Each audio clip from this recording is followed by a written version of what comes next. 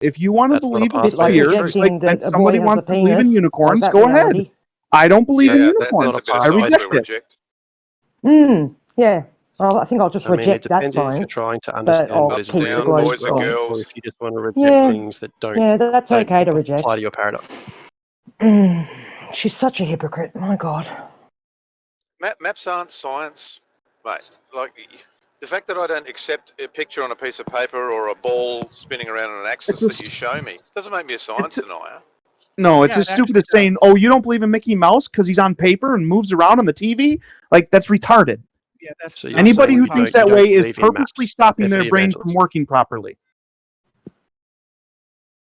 You're telling your Ju- brain to ju- not just- do its job if you think that you can just just to- point to a picture and say, "Believe it because I said it's true." That's retarded. Just to clarify, FE evangelist, you don't believe in maps. No. Believe in Use maps. it, Maps like I exist. said, if I course. don't have to believe anything. As I said, I can drive around a foreign city, and the map will either prove itself or disprove itself.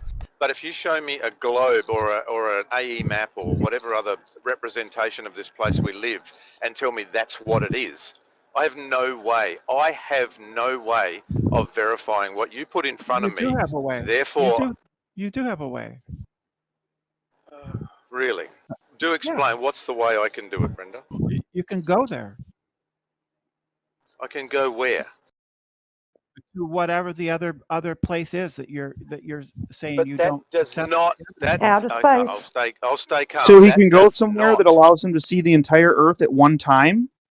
He's capable of doing that? Because that's what you would need to verify it. You'd have to see the whole Earth all at once to verify You if the can map is verify it accurate. by mapping the whole Earth again. Yeah, I mean, I guess you could retrace every inch of the entire Earth. Sure, if you want to spend your life doing that to verify the map, go ahead. I would rather spend my time in a better place, and so I say instead of doing that, I'll just reject the map until I know it's true. Correct. Claim Because it was- doesn't affect my life one way or the other anyway. That's right. I don't The need it to be problem true. with- I don't need to problem cling with to that a map to Exactly. live my life happily. The claim was It claim matters was to that their you lives, though, for some reason. you do. Absolutely. No, that is not a way to Claim was- verify it. You have nothing that shows that you can travel the entire Earth, one human being, within their lifetime. In fact, no human being has ever done it. You can go to different. It's literally places on the impossible. map to show. It's not impossible to go to another It is city literally or impossible for one human being to walk every inch of the Earth himself within his lifetime. country. Right. It's It not is impossible. You go to a I different agree. country. I agree completely with that statement. Okay, which is so you why can't the verify it level of yourself, proof- just like I the level said. of proof that you require for something to be real to you is impossible to achieve. So you're actually That's right. creating, So I reject it. I don't creating need the an- map to an be real for me to live my life happily. You asked me why. I'm in that telling you case, why. just I can't reject verify it. everything in your life. I can reject whatever I want. Absolutely. Why does it That's how bother wanna you live. if I That's not a reject pathway it? to Yeah. truth, is it? You live in We're ignorance. under no compulsion to accept what you claim to be the case. Nobody We can says that. we can set our own standard Exactly. of proof. I agree that You we have actually different quite ideas literally of what's can, but important and what's I not can important. understand that that is no pathway to actually knowing where we live. And that's fine if you think that. According I'm to not you. concerned about it. No, that's objectively provable. If you don't believe a Like map, I said, if that's don't fine if you believe the think that. I'm veracity of a okay map with without that. personally verifying it yourself, you're going to know virtually nothing in this world. If you don't trust anybody's prior research And or I'm prior okay learning with on any that. subject, you're going to live your life not understanding anything. I'm okay with that assessment. If that's your assessment, then go ahead and live with that assessment. I'm fine with that. Then there is absolutely no point in having a conversation with you. Fantastic. I agree. You don't have to have any conversation with you. I will not try to force you. No, it's not about forcing. It's about having an They try intellectual to force discussion us. on a topic. But Right. if you reject But we every clearly proof that you disagree on the haven't standard, verified right? yourself, This is something I've brought up repeatedly. We and seem you to disagree on the with entire standard. scientific That's community, okay. So don't invoke science when you're trying to prove any of your theories. They're I invoking Cartography's faith. am not making an science. attempt to prove any of my theories. They're invoking faith. Cartography's not science. What are you talking about? Yes, it is. It uses a scientific Oh, it's method. not. Yes, cartography Cartography. is science. Wait, No, did I it's just hear not. that it uses the scientific method? What would be what would be your independent variable when you're doing Oh, it. here we go. We've got one in Nathan. Oh, here we go. There we go. Well, so Nathan, Oh, once here we again, go. you He's with gonna, different he's gonna standards. ask us questions about the scientific method because he wants us to give real I'm answers. more than Here we happy to go. put my science degree on show. How about you, F. the Evangelist? I I'm reject happy to No, your give my appeal to academic authority. credentials. Are Definitely you? don't have one. Yeah, that's I reject that's your I appeal don't to like authority. Yeah, that's very obvious. I do not recognize the authority that you're appealing to, and that doesn't do us You any don't good. recognize I could anything, appeal to mate. any So authority you on can the just sit internet in if I a wanted room. to, You can but sit in you a would white reject it. room with no windows and live your life as much as you like. Absolutely. Oh, please, Go please, ahead. please, above everything else, understand my life is excellent. Oh, here I have a good question. Rational Aussie, are you married? No, I'm not married. Do you have any children? No children. Okay, so you assessed like my quality of life based on your standards. I can assess your quality of life based on my standards. So we clearly have different standards. I would assess your quality of life as miserable. You're going to die a lonely person who doesn't have anyone around them to make him happy. See, we clearly have different standards You of the don't know quality of that. life. I don't feel the That's- need to cling to a that's map not- to be that's happy. not I'd rather have my wife called and for. kids. You don't know that. I You don't know literally have any of I that. literally have a picture of my partner in my profile picture. Okay. Yeah, So, But you're not. You said yeah. you're not married and you don't have children. So I would assess Oh, your life people as miserable. need to be married, do you? So you need to be That's married what to I'm be saying. happy. That's an interesting premise. You don't have to be married to be happy. So you have a different standard than I That's do. the premise. You should that's the accept premise that. That's what you just posited. Yes, exactly. So you So we think clearly people have a need to different be married standard of to be how happy? quality of life is determined. You determine it apparently by something to do with clinging to a map or a certain model or whatever that is.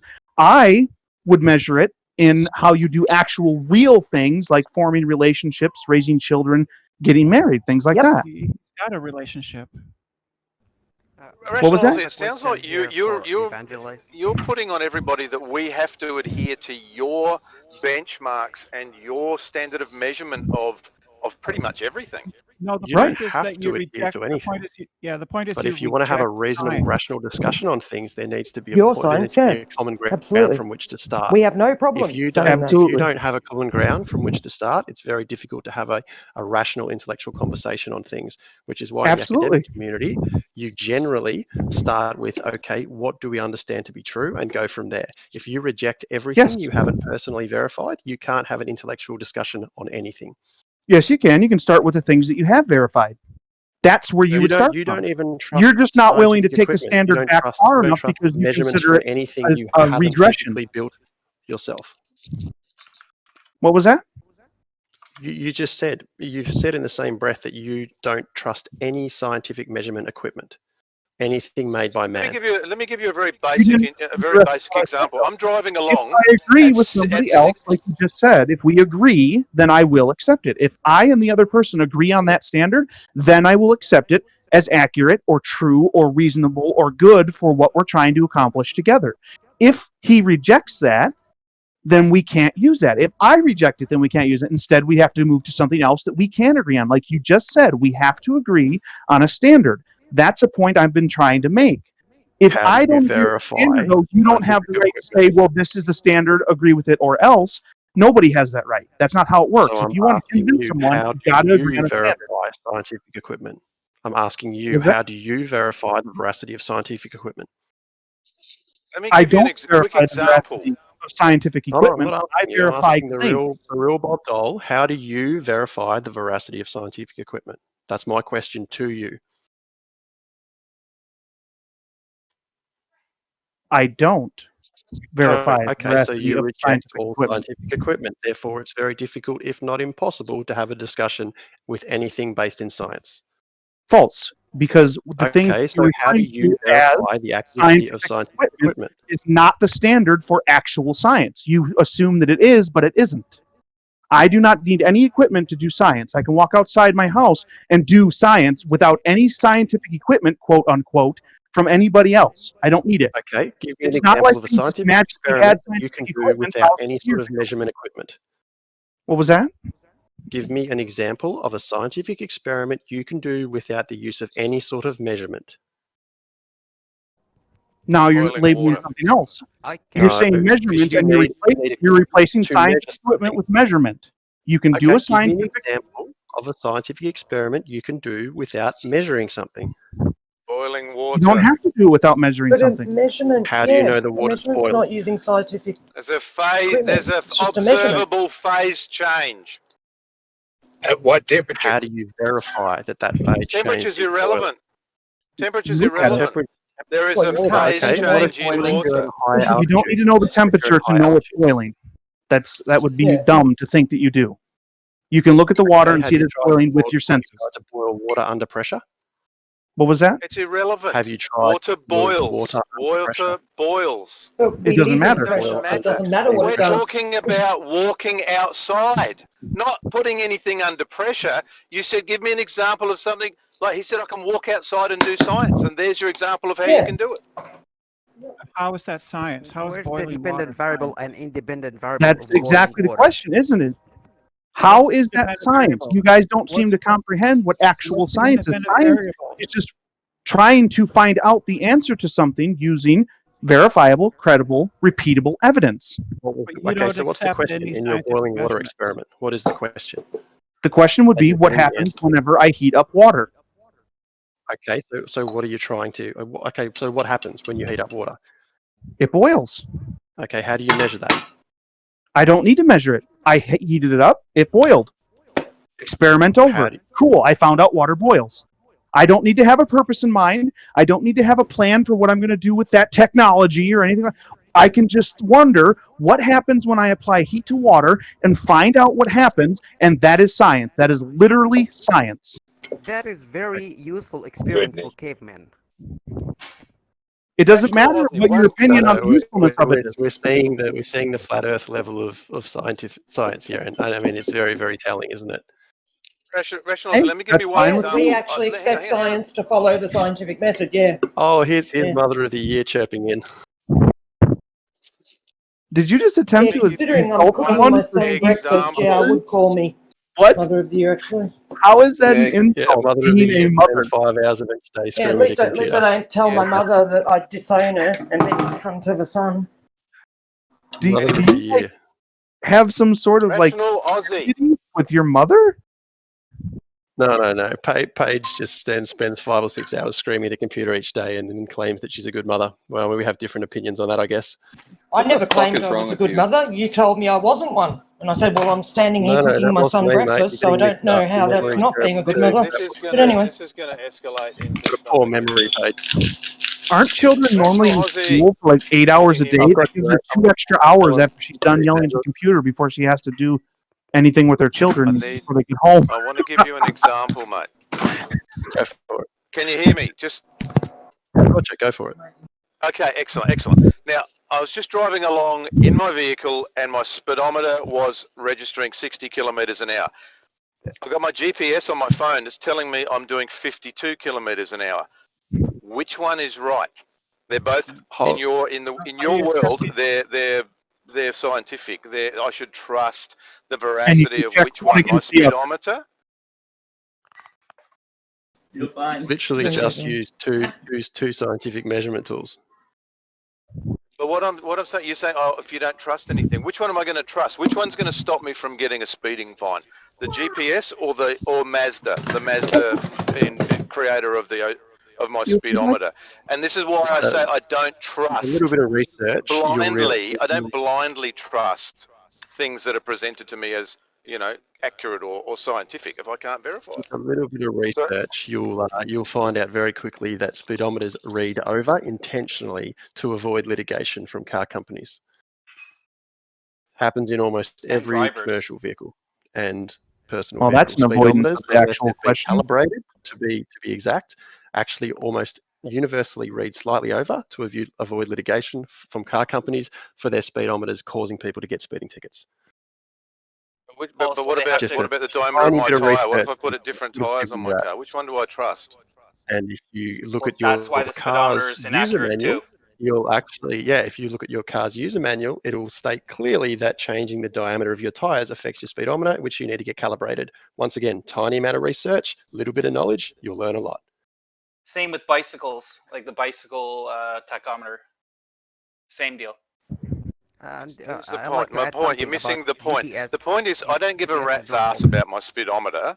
The point is, You've just proved my point. no, not at all. The map. How would anybody That verify the just map? proves that we can You've just independently explained how I verify can. the veracity of other tools using other tools. So what you do is you get a number of different instruments to calibrate your instruments. That's how you do it. How You do take you a verify the which one distance is from calibrated Perth to Cape Town? How would on a I, plane, sitting here, on a plane, jump on a plane? turn your GPS on, turn on the Yeah. distance tracking over time, and then Yeah, once gotcha. you've I'm with you. taken I'm already off ahead of Perth you. That's and you fine. turn it Yeah, no. Don't have to chew it up for me. That's okay. So then I have to do what? I have to trust the GPS. Yeah. Yeah, absolutely. How do But I you can verify the accuracy of the how GPS? You can show that you it's pick a trustworthy distance by between 2 points at home, back in Perth. You say, I know the distance from this point to that point. Then you drive it with your GPS on and you test the veracity. There might be a small percentage of error, but guess what? When you're dealing with thousands of kilometers, a small percentage of error isn't that bad because you can account for that in your experiment. So, Or you so could- my GPS. So what you're telling me is my GPS will work all the way from Perth to Cape Town, will it? If you're I sitting can track by a it the window, whole yes. way. If you're sitting by a window, yes. It will track it. Okay, so why is it that Plane Tracker doesn't track planes that go out across the ocean then? Because it's the internal mechanisms within the plane, the transponders that drop out that they often use to track those planes. It's not so they GPS. don't put to GPS, track. right, because the Boeing haven't caught up with having GPS technology on their latest aircraft, is that right? Are you talking about on the aircraft or are you talking about the tracking that you can do online? Because they're two separate things. I don't know if you realize there's a difference, but the transponder, which information for sends the the tracker, signal where out, does that come from? is different. The tracker comes from a transponder. Do you know anything about aviation at all? no, they don't. No, not a hell of a lot. That's why I'm asking questions. No, that's obvious. Appealing that to authority know again? very little, 'cause there are things No, but that's called why I'm asking transponders on questions to try and planes. verify Yeah, things. and I'm giving you the Condescending answer. twat. I'm giving you. Oh, Yeah, calm no, down. you're not allowed to Have a ask discussion. questions or not know something. You Yeah. should just know everything providing an answer. I just know inherently. everything. and- That's right. On an Yeah, aircraft, yeah. it's called a Otherwise, you'll transponder. get treated like an Also, absolute cunt. shots And that stop yeah. the plane getting shot down by foreign military. So it sends out a squawk. It sends out a signal that tells any tracking station within range that, hi, I'm in a civilian aircraft. This is my transponder code, and this is what I'm doing. This is how fast I'm going. This is where I am. That's what the transponder does. On the actual aircraft, you've got ground speed meters, you've got airspeed meters, you've got GPS, you've got a whole bunch of really high-tech tools, but those don't report back. Because when you're right out in the middle of the Pacific Ocean or you're right in the middle of the Atlantic Ocean, there's no tracking stations that pick up that data and relay it. So there are periods when those GPS would flights pick drop it up, off surely. flight trackers. Can't they track it with GPS? Surely. No, GPS is a passive. Okay, once again, you don't understand how GPS works. GPS is a passive device. You pick up a signal sent from the satellites. You don't send a signal back to the satellites when you use your GPS. That's not how GPS works. Once again, a little bit of research, a little bit of understanding goes a long way. You're not listening. So an aeroplane takes off from Perth. It has a GPS mechanism, I assume, on board. So as it's traveling across the ocean, what you're saying is that GPS is dormant. It's not doing anything. It's not actually No, it it receives a signal. It doesn't send a signal. GPS works by receiving signals, not by sending signals. Do you understand the difference? There's no return signals. But there is from my phone, but there's not from an aeroplane. Signals. Yes, because a phone uses a mobile phone tower. Your phone doesn't send a signal to satellites. Your phone sends a signal to mobile phone towers. There's a difference. Once again, just a little bit of understanding how the GPS system works goes a long way. Madly Googling this as we speak, no doubt. Mate, I'm sitting in a Woolworths car park at the moment. Oh, okay. Looking at my Well, my windscreen. apologies. So you're right. So you know, stop being a dickhead. All right, I'm having a conversation with you. What did I just say to you? I just said I was condescending before, and I apologise. Yeah, you're a fuckwit. See you, mate. Oh, hello. Yeah, he's a bit of a fuckwit. Oh wow. Oh yeah, go on. Go. How about you guys spend some time with your kids, Paige?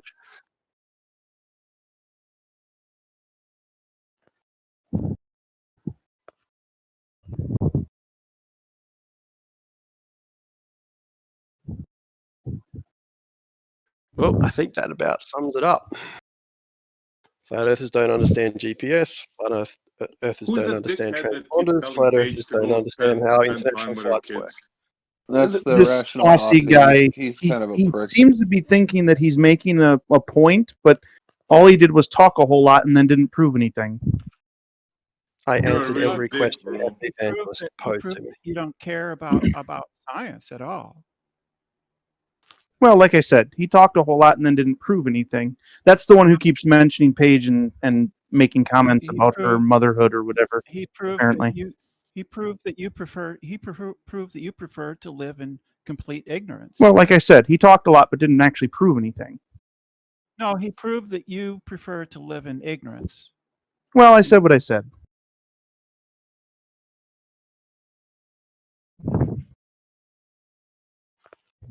I think what he proved was that you guys expect us to adhere to your standards of what you think,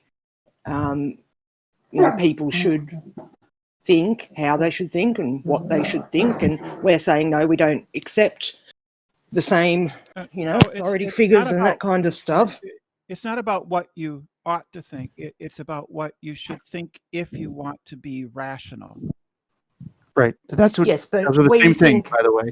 we think the same just thing said about the you, same though. thing. We don't think you're being Yeah, but rational. you're- I mean, your personal life shows that you're not rational. So we find it very hard to accept anything I've not been from criticizing you when personally. you've demonstrated that you're not a rational person I've not been in criticizing normal you day-to-day personally, life. Paige, I've not criticized you personally.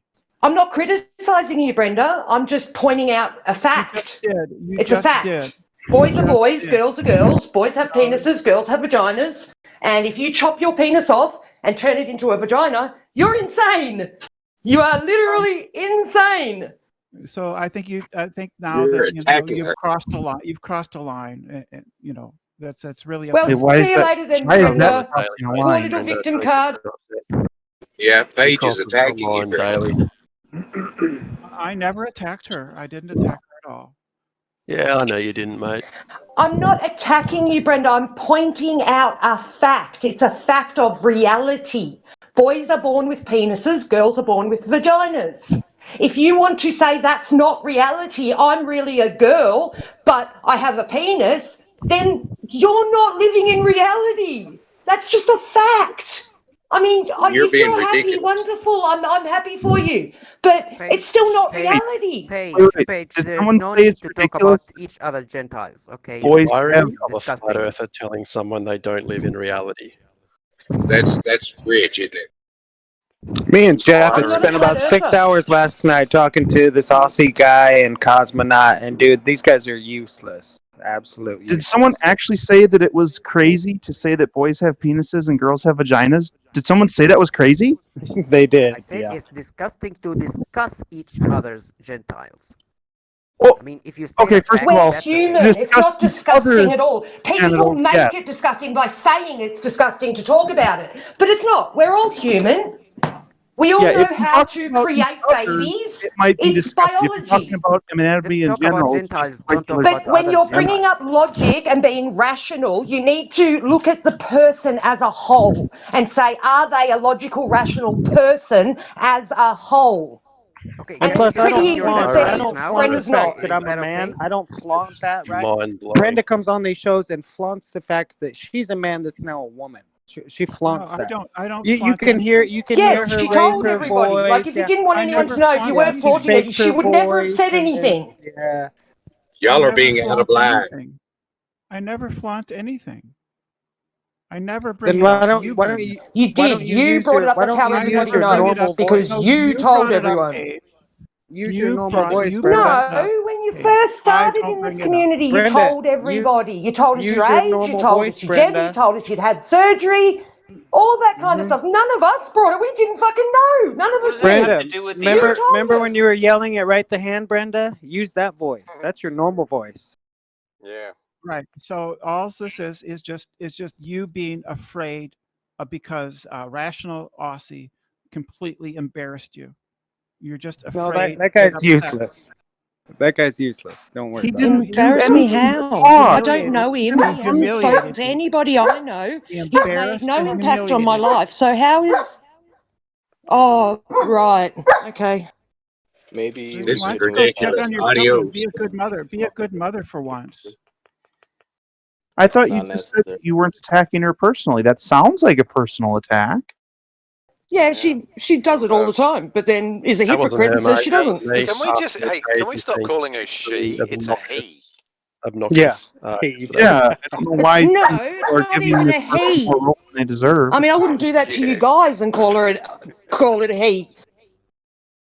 Paige has one of the foulest mouths I've ever encountered, and I It's was beautiful, a little bit isn't out it? of line. It's beautiful, Good mother, isn't it? but she was just It's going beautiful, off her isn't it? face It's yesterday. beautiful, isn't it? The Makes person you angry, irritated doesn't me. it? It's beautiful. So call her a bitch. Don't tell her about her children. Well, I Well, would say don't Maybe call she should- names maybe like she that should at care all. for her Maybe it would children be a once good in a idea. while, instead of spending all day online screaming at people. I mean, It's none I of can your have an business opinion. what she I can does have with an her children. opinion on. Oh, No, it no, is but I why can she's have an made it my opinion on business. on how she behaves. If she sits online for 5 or 6 hours And a you day, made it my business by telling everyone you chopped your penis off and turned it into a vagina. So if she spends 5 or 6 hours each day screaming at your computer about flat Earth rather than spending time with her kids, I can absolutely have an opinion on what sort of mother she is. I go days on Well, end anyone without being can on have this an show. I opinion. wasn't on the show Question before is, yesterday for about 6 standard. days. So you know nothing about me. Yeah, that's So, right. He I've doesn't. heard you on this show countless times. I could add up the hours you've spent screaming at this computer screen and make a very educated opinion on what sort of mother I think you are. This guy talking with So no instead of family, talking And no it would science, wife. you're make going to talk about absolutely no she difference to demolishes you me in in my science. life whatsoever. Exactly. So she demolishes you in science, and you have Paige one has thing left as a absolutely man zero. is to challenge her motherhood. What kind of a Paige man has are a- you, man? You're Paige not a has beta absolutely- gamma. You He's got to not. make a new You letter can hear for by you. his voice he's a Paige very has young zero boy. understanding of science. You'd be lucky Paige if he's has- even 20. Yeah. Yeah, my has son's zero a... understanding of science, just like you don't have any understanding. You have zero understanding of science. Are you talking to me? He Yeah, said, you have zero understanding. You are the most foul person, Brenda, I have ever met in my life. No, You I've never backstabbed said everybody anything- that gave I've you a never said chance. anything bad And about- Ranty, she's going to backstab you one day, I guarantee you. She's the most right. foul human being I've ever How am I encountered foul? on How the am I internet. foul? How am I You are a foul? disgusting human being, How? Brenda. How? A disgrace. How? You are a How? disgrace to humanity. Yes, I understand your opinion. Why do you hold that opinion? I care nothing to discuss with you. You are a vile. You have Did you, shown Brenda, did you yourself back, vile. Brenda, Her Brenda, did you 45-minute backstab Jose? screaming rant showed Brenda, did what you, kind of person Brenda, she did is. you backstab Jose? I'll tell you Did you how. backstab You Jose? deleted somebody's whole work. You vile human being. Somebody gave you access to their hard drive, to their Google Drive, and you deleted the whole thing. Yes. That's how yes, I vile did. you are. That's Yes, number one. yes, Number that was two, great. Yes, if she Jose admits gave you that a was chance on That his was on Crow his show. 777. "Whoa, Go ahead. What'd you say? What'd you say?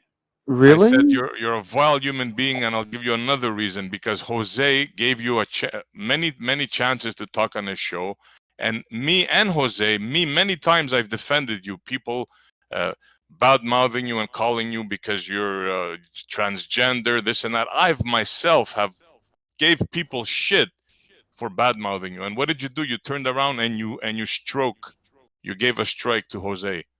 So you shouldn't talk about anything to anybody. Because I was doxxed. So what does Doxing Jose have to do She with gave a that? strike to Doxing Ranty was too. his Yeah, channel. and The other day you for stroke somebody Ranty, that and wasn't, Ranty is a he's guest still on the on. show that said His something she didn't channel. like, and bam. Doxing is against terms of service. Hey, Brenda, why did you delete that person's work? Crow 77. Yeah. I mean, Yeah, Why why'd did She's you an do that? asshole. Their, what was it, photos, their pictures? Why'd you do that? the person who put the link to his drive on the internet. Yeah, why'd you delete it? He put the link to his drive in a public chat in a public forum. And why Right? did you delete it? Was it So yours? why did So you that delete it? gives you the right to delete it, does it? That is a Wow. disgusting thing to do. Why is that disgusting? He put a link to his drive on the internet. So if your next door neighbour left their front door unlocked, would that mean you could go in there and rob them because they left their front door unlocked? Yeah, because What about being a also- decent human being, also- you scumbag? Also because he's a con artist. He conned the flat Earth community out of $20,000, which he used to go on a trip, right? And he used to buy himself stuff. It was all a con. So He's a now con you're artist. the arbiter of laws in the world you and a dishing cop? out punishments, are you? He's a con artist who put a link. So to you're his- the his top of the pile to con, dish out punishments to these people, are you? a link. You to think a his- bit much of yourself, I think, An Brenda. internet savior. She's an He internet put a savior. link to his drive on the internet. SJW, Yeah. that's what she is. Brenda, have a good put look a at yourself. link- Have a look at yourself in put the a mirror link- today. Don't Yeah, be a I'm fine, hypocrite. I'm Change fine. I your don't think she ways. even looks in the mirror anymore. Change your I'm just ways. fine. I'm just fine. I'm just You're fine. not He put a just link, fine. You uh, are not Crow just fine, 77 Brenda. Crow 77 was a con artist who conned the flat Earth community out of $20,000, and then came back. So why for are you more, trying to save me, Brenda? So what business is that of yours? Are Yeah, you we don't want you helping us, so no one he asked you to put a do that. link to his material on the internet in a public forum. That's in a right, public, chat. meaning it didn't belong to you, right? It was public, right? Kind of like Yeah, a it's too public bad. park. It you was. know? It's all. Doesn't Yeah, belong so to she doesn't you. care if any you of can't those just put FE up a, people that you were know, hurt I wanted don't to see that. She just deleted it all, even though she did it because she was helping she has FE. the right. It didn't matter to her. People if any of us actually wanted to learning see it's it. real. She has the I right did and the world authority a because favor she's by special. eliminating- He's special. Look at him. I I did wish the world someone a would favor do the world a by favour and eliminate you. I did. Yes, I Oh did well, the world a advocating favor that by someone is eliminating. killed. I did the world a Wow. favor by eliminating a con By artist showing your of true his colours there. material, where he deliberately faked, the wave over the moon by only showing the wash from jetliners. Prove it. Prove it. Prove it. So that deserves That's you what you to say he conned us? eliminate his That's why life you say work. he conned To us? Well, raise you're his life arguing work. about what he showed or what he didn't show, but the fact of the matter, she had no right to do that. She had no Absolutely. right to delete something in a public forum. He gave me that right. That He gave Page me just that right. advocated for someone to be killed. Can we just Well, acknowledge he does that, please? Because if No, you're going he to does be, that if you're all the going to be time. reasonable people, Nah, delete it. saying that Doesn't you want actually- someone to be eliminated, Yeah. can we just acknowledge that? She didn't say Yeah. that. Anyway, Brenda. Yeah, so from this community, we have to absolutely. It's like, put, wish somebody would we should eliminate take it. that picture. Absolutely. Eliminate. Like, I mean, so you're advocating for someone to be killed, are you, Paige? I said No, from I this said from community, dickhead. If she never You came said from back, this it wouldn't bother planet. me. I wish somebody You said would from this eliminate planet. her. Yeah. To eliminate doesn't mean what you think it means. You're going overboard here. To eliminate is to limit somebody, right? Limit. Don't play semantics. We all know what she meant by eliminate. No, only you think you know Oh, see, what she meant. now he knows what I mean. Doesn't know me, hasn't met me, doesn't know me from He's psychic. Boso. He probably Don't worry about calibrated it. his psychic ESP. powers with some tools, Let him. some let him- scientific tools. So Brenda, do you feel any guilt, any sorrow, any apology for what you did? remorse. Because you asked me why I accused you. First of all, you accused me of being an idiot of science. And then we had this back and forth, and I gave you a reason why I called you what I called So, you. Do you have any I- regret in what you did? Yeah, I regret having flagged Jose's channel. Okay. Did you We can tell start Jose with that? Yeah. Did you tell Jose that? Oh, I can't talk to him. He won't talk to me. Yeah. Do you understand why? Probably because he's angry because I flagged his channel. Yeah, you shouldn't have done that, Brenda. Why? Because But I'm glad that you She said showed why. sorrow. Maybe there's hope for you yet. Oh my God, she just said why. I know she just said So why. she doesn't As I'm giving her a understand. compliment, I know she can't help herself.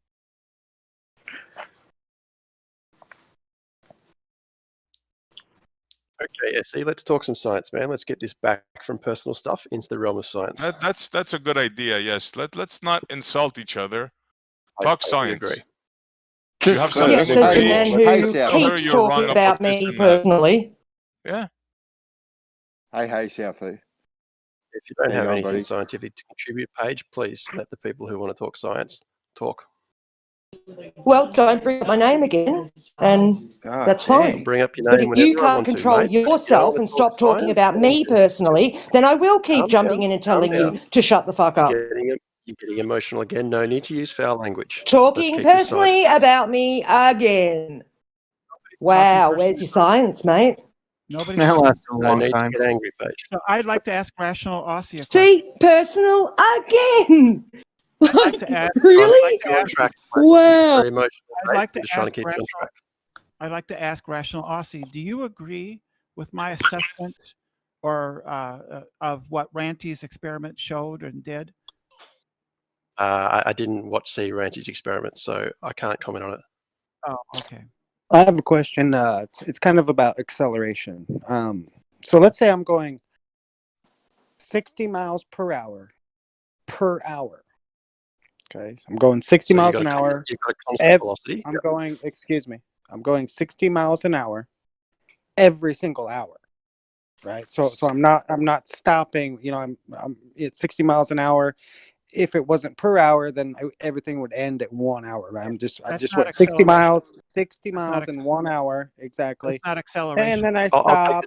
exactly. Okay. Let him finish. And I'll take this though. So let me finish what I'm saying. So if I go 60 miles per hour every single hour, am I accelerating? No. Okay. What if I'm going 9.8 meters per second every single second? Am I accelerating? No, that's a constant velocity. Okay, cool. So 9.8 meters per second squared is not an acceleration, right? No. If you're accelerating by 9.8 meters per second after 2 seconds, squared you'll be is doing not an 18. acceleration, correct? No. Yes, it is. That's the Squared is acceleration. Okay, When here we go. You added the Okay. squared. That's 9.8 Okay. meters per second per second. There you go. Acceleration. 60 miles per hour is a steady speed. So every single hour, I only go 60 miles, right? I'm not accelerating. I had a confirmation. 9.8 meters per second, every single second is a acceleration. If you're constantly going at 9.8 meters per second, no, you're not Constant, yeah. accelerating. That's a Okay, constant cool. velocity. Cool. So big G is not an acceleration, is it? No. No, you're misunderstanding what Ah. acceleration versus constant velocity is. I can take some time to explain it to you. It's quite easy.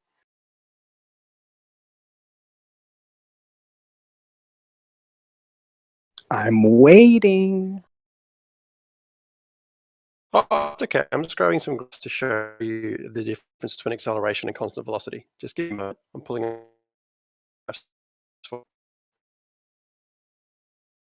Gravity causes you to accelerate by 9.8 meters per second every second. So you increase your speed by 9.8 every second. You're not always going 9.8. Okay, so we can change that and put it into terms that we're a lot of us are familiar with. Let's say miles per hour, right? So 60 miles per hour per hour. If you are accelerating by 60 miles per hour, that's an acceleration. You'd be going 120 miles an hour after. Okay, but that's not how it's written. It says it is a speed per time, a speed over time, right? Miles per hour. A distance over time, which is Is this Aaron? Are you just trolling again? You can't be serious, bro. Distance over time is just speed. What? Okay, so think about this: 60 miles per hour. If I were going 60 miles per hour, at the end of 1 hour, I would stop and be like, "Yo, I went 60 miles." Right? After 2 hours, how fast are you going? Okay, but at the end of that, we put 60 miles per hour per hour, right? 60 miles per hour squared. Right? Is your velocity changing by that, or are you traveling at that constant velocity? That's the the way distinction it's you written. need to It's make. the way it's written. No, I'm asking you, are you traveling at a constant velocity, or are you accelerating? It's however it's written. I'm not actually going 60 miles per hour right now, right? But if I was, So that in means 2 you hours, don't I would understand go the speed you're 120 going. miles, right? In 2 hours, I'd go 120 miles. 3 hours, 180, like that, right? So you're misunderstanding what acceleration is. It's not that hard. An acceleration is a change in velocity over time, not a constant How do you write velocity. that? How do you write that in math? If you're doing 60 miles, let's keep everything in seconds, because then it's a lot easier to work out. No, let's keep it in terms that most of us are familiar with. Like driving a car, moving. Actual movement. That's fine. Let's go 6 feet per second. If you're moving at 6 feet per second, after 1 second you've gone 6 feet. After 2 seconds you've gone 12 feet. If you're accelerating at 6 feet per second, where did you get the doubling of the foot every that's second? what acceleration is. Okay, but that's not how it's written. So it's 6 feet per I'm second. telling you, per you're second. misunderstanding how to interpret what's written. That's all that's happening. I'm explaining it to you, but you're refusing to accept the explanation. No. I get acceleration. That's what you don't understand. Is we understand. No, you don't seem to understand what acceleration is. You think constant Okay. velocity How do is you write acceleration. that? How do you write acceleration mathematically? Meters per second squared. Is acceleration? Per second. So how about No. miles? How about miles when per you hour? write it, you write squared, I am right? accelerating by this speed, or I have a constant velocity of this speed. That's how you write it. You say I am accelerating by 5 miles per second, which means after 2 seconds you're doing 10, after 3 seconds you're doing 15, after 4 seconds you're doing 20. That's how you write it. Miles per hour. I am per accelerating by this speed. Miles per hour. Per hour. Not per hour. No, you are accelerating by a specific unit of miles per hour. You have to use the word accelerating to define that you're accelerating. So you will say, I'm accelerating. So let me get this right. 5 miles per Let me hour, get this right. which Let me means get this after right. 2 hours, you're doing 10 miles per hour. After 3 hours, you're doing 15 miles per hour. Yeah, You've used listen, I get it. You can keep accelerating. going. I get it. Yeah, Uzi, I've read that book. Yeah. Hello, everyone. I think Face is saying that the unit in his speedometer is mile per hour per hour. Is that what you see in your speedometer? No, it's only mile per hour. Exactly. So what that's showing you is not showing your acceleration. It's showing So your Crow, current I'd like to velocity. talk to Crow. Crow. So, but when I look at the gravitational constant or gravitational acceleration, it's meters per second, which is very similar to miles per hour. Okay. It's meters per second squared, not meters. per second. Yeah. Which is meters per second. Right. So if I go 1 meter every second, every single second after that, I go another meter. Am I accelerating or not? No. Every other second after it, you're going an extra 9.8 meters. Yes, the He first can't be second your serious. speed He's trolling. is 1 Okay, meter. so it's an increase of 1 meter for every second after that. That's what you're saying? The acceleration. Yes. Okay. Yes, that's what acceleration is. So how come there's no designation to say acceleration of 9.8 meters or even 1 meter per second? Where does the acceleration come from? Because the way it's written, it's very, I think, linear. It sounds linear. It makes sense. Squared. It's written as meters per second, right? Squared. Stand up per second. Second Yeah, you squared. can write it as 9.8 meters per second. So I go a distance. Meters per second is a distance, but I do that same distance every single second. Meters per second. That's does not constant You're velocity. increasing the distance. I by know that. it's constant velocity. I know that. You're increasing the distance by that per second. So over the first second, you're doing 9.8 meters per second. So when you're writing 9.8 meters per second, that's how you write the acceleration value. So after 1 meter, you've done 9.8 meters. After 2, you've done 18.6 or 19.6 meters. That's your acceleration. So your velocity after 2 seconds is 19.8 or 19.6 meters per second, but you're still accelerating at 9.8 meters per second, but your velocity after 2 seconds is 19.6. So your velocity changes, but your acceleration remains the same. It's not hard to understand. How long do you accelerate for? In a vacuum, if you're talking about gravitational acceleration, until you hit the Earth. If there's no vacuum, then you start encountering things like wind resistance. What's 9.8 times 9.8? Which would be calculator. Which would be 9.8 squared, right? Meters squared. No, the squared is per second per second. Oh my God! Didn't I just cover that? No, you. And we you're just fucking explained this to you how it worked. Do you not understand? I can explain it again. No, you explained how you think it works, but that's not how it's written. Okay, because I can take it back into something real, like we do every single day. I'm going 60 miles per hour, which is just a distance, and then I do that every single hour, right? Okay, cool. So in 1 hour, I go 60 miles. In the next hour, I go 60 miles. You can't. No, that's not acceleration. 60 miles per hour every single That's hour. That's not acceleration. That's what I'm saying. Thank you, Brenda. Yeah, that's not what we're saying. That's not what we're saying. I don't know. Understand it. So you just don't understand what acceleration is. That's all. Everybody else understands. You just don't understand what acceleration is. That's all that you're showing. Okay, so you don't understand when is it's the written as 9.8 acceleration meters per second. You don't understand what that means. That's all it's showing. What's 9.8 times 9.8? That's 9.8 meters squared, right? No. God damn it. No, it's not the number that's being squared. It's the time. It's the seconds squared. That's the bit you're not understanding. It's just a fundamental misunderstanding of what acceleration is. We're trying to explain it to you, but there seems to be some sort of mental block you can't overcome. I'll do a graph for you. Give me a moment. I'll punch it up in Excel. It'll be visual. It'll be a lot easier to understand. Okay, so I'll go on to your idea here. Is the acceleration then exponential or not?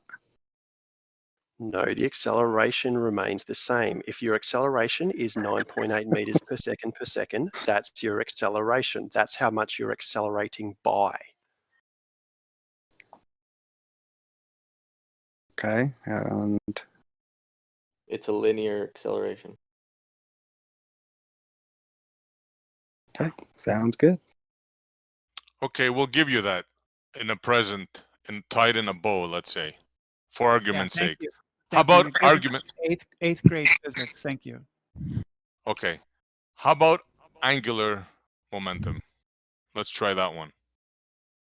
No, just hold on a moment. I'm doing a graph for you to make it nice and easy. Just give me 1 second. Aaron is just. Aaron, I don't mean to steal your thunder. You can even have it with them. Go angular momentum with them after. I want to sit back and laugh. Yeah, it's okay. I'm not too keen on it, but I like to hear what they say because just the way it's written, yeah, I think you could, at least Montreal and other folks could kind of understand where I was coming from with that 60 miles per hour. Right. Because it's an increase of. Wouldn't that just mean that you increase by 60 miles per hour every single hour? So like the second hour would be 120, third hour would be 180, fourth hour would be 240. Isn't that what that would mean? That's how it's written. 60 miles per hour. That's the way I would interpret it. Yep, you got it right.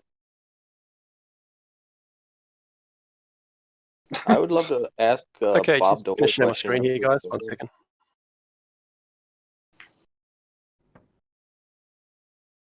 I'm here.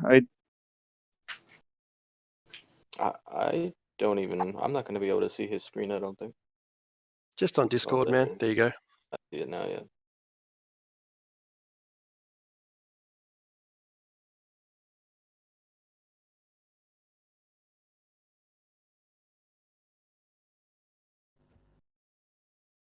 Okay, does that make sense to you?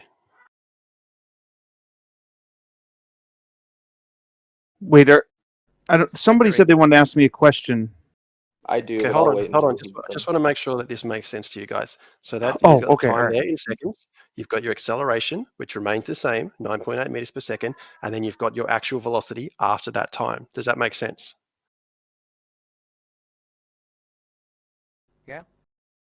So yeah, it's really not that hard. That's how acceleration works. So you're saying that I begin After with a 7 certain seconds, your actual velocity. velocity will be 58.8 meters per second. That will be your velocity, but you're still accelerating at 9.8 meters per second per second.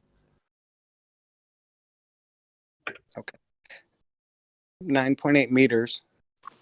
It's easy to understand. Acceleration remains the same, speed increases. I mean, this is not rocket science, right? It's really not that hard. I don't understand why it's so difficult, but I'm trying to make it as easy as I can. Okay, then now the issue here is, go ahead, Aaron, finish your thought. I was just going to say, but it's also very easy to understand that 9.8 meters is a distance, and I do that in 1 second, and then I do that every single second after that, right? So I'm only going, I go 9.8 meters, and then the next second I do another 9.8 meters. No, that would not be acceleration. That's velocity. Yeah, that's what I'm saying. That's what I'm saying. It's not written as a velocity type. But it's written as meters per second, accelerating at 9.8 meters per second per second. You keep repeating. So your argument is because you're accelerating at the constant rate, you're not feeling it. Is that your argument here? I don't know what his argument is. It just seems to be not understanding. You're just adding 9.8 every time. 9.8. Next second, you add another 9.8. Yeah, it's really easy. Yeah. But when you square it, it's confusing a little bit because you're squaring something, which is multiplication, but you're really saying okay, hey guys. That's not Aaron's argument, I don't think. Yeah, I see what. But it means you're just adding. They're adding, even though you're multiplying.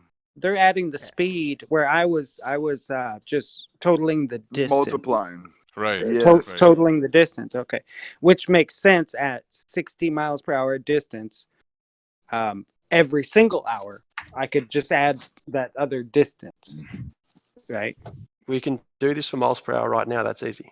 I could just change the figures. No, I already know what you're gonna write. What you're not getting isn't it a little bit? So if you're accelerating at 60 miles per hour, let's just do that. That's easy. There's no acceleration at a distance every single at the same time frame. So just change the S's to instead of per second, it's an H, and then 60. Yeah, let's go with distance per time, and then this is funny. And then plus and then times another set of distance. That's all it is. 60, 120, 180. Yeah. Exactly. Well, that's supposed. Can I sneak in here and ask Bob Dole a question real quick? You got it backwards. You there, Bob?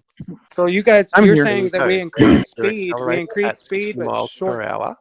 You're saying we increase speed but shorten distance, right? We increase speed and shorten the distance. So we shorten the distance traveled because speed increase. That's what you're saying? No, it's really obvious there. After 1 hour of accelerating at 60 miles per hour, your actual velocity is 60 miles. Sorry, no. What? No, I've got it. No, I've got it. Sorry. If you're accelerating at 60 miles per hour, then sorry. Let me think about this for a second. I'm confused myself earlier by putting miles in that first column. But it's so easy. Miles, just meters, miles, meters, miles, meters, miles. It's not that confusing. Meters, miles. M and M. Actually, yeah, that does work. If you're accelerating at 60 miles per hour, yeah, that does work. That's fine. Because after an hour, you've only accelerated to 60 miles. Yeah, that still makes sense. That's right. And it's the sentence that prefaces the equation, which is I'm accelerating at this. Not I'm going at 60 miles. I'm going at the constant speed of 60 miles per hour over a time. So at the end of 2 hours, you'd be going 120 miles an hour, right? Yeah, correct. And at the end of 6 hours, you're going 360 miles an hour. Yeah, exactly. So that person or object, let's say a person falling at that rate, they will feel constant acceleration, correct? No, if you're in free fall, you're counteracting gravity, so you won't be feeling anything. No, you would be feeling. So you're saying two things now here. No, It's constant acceleration.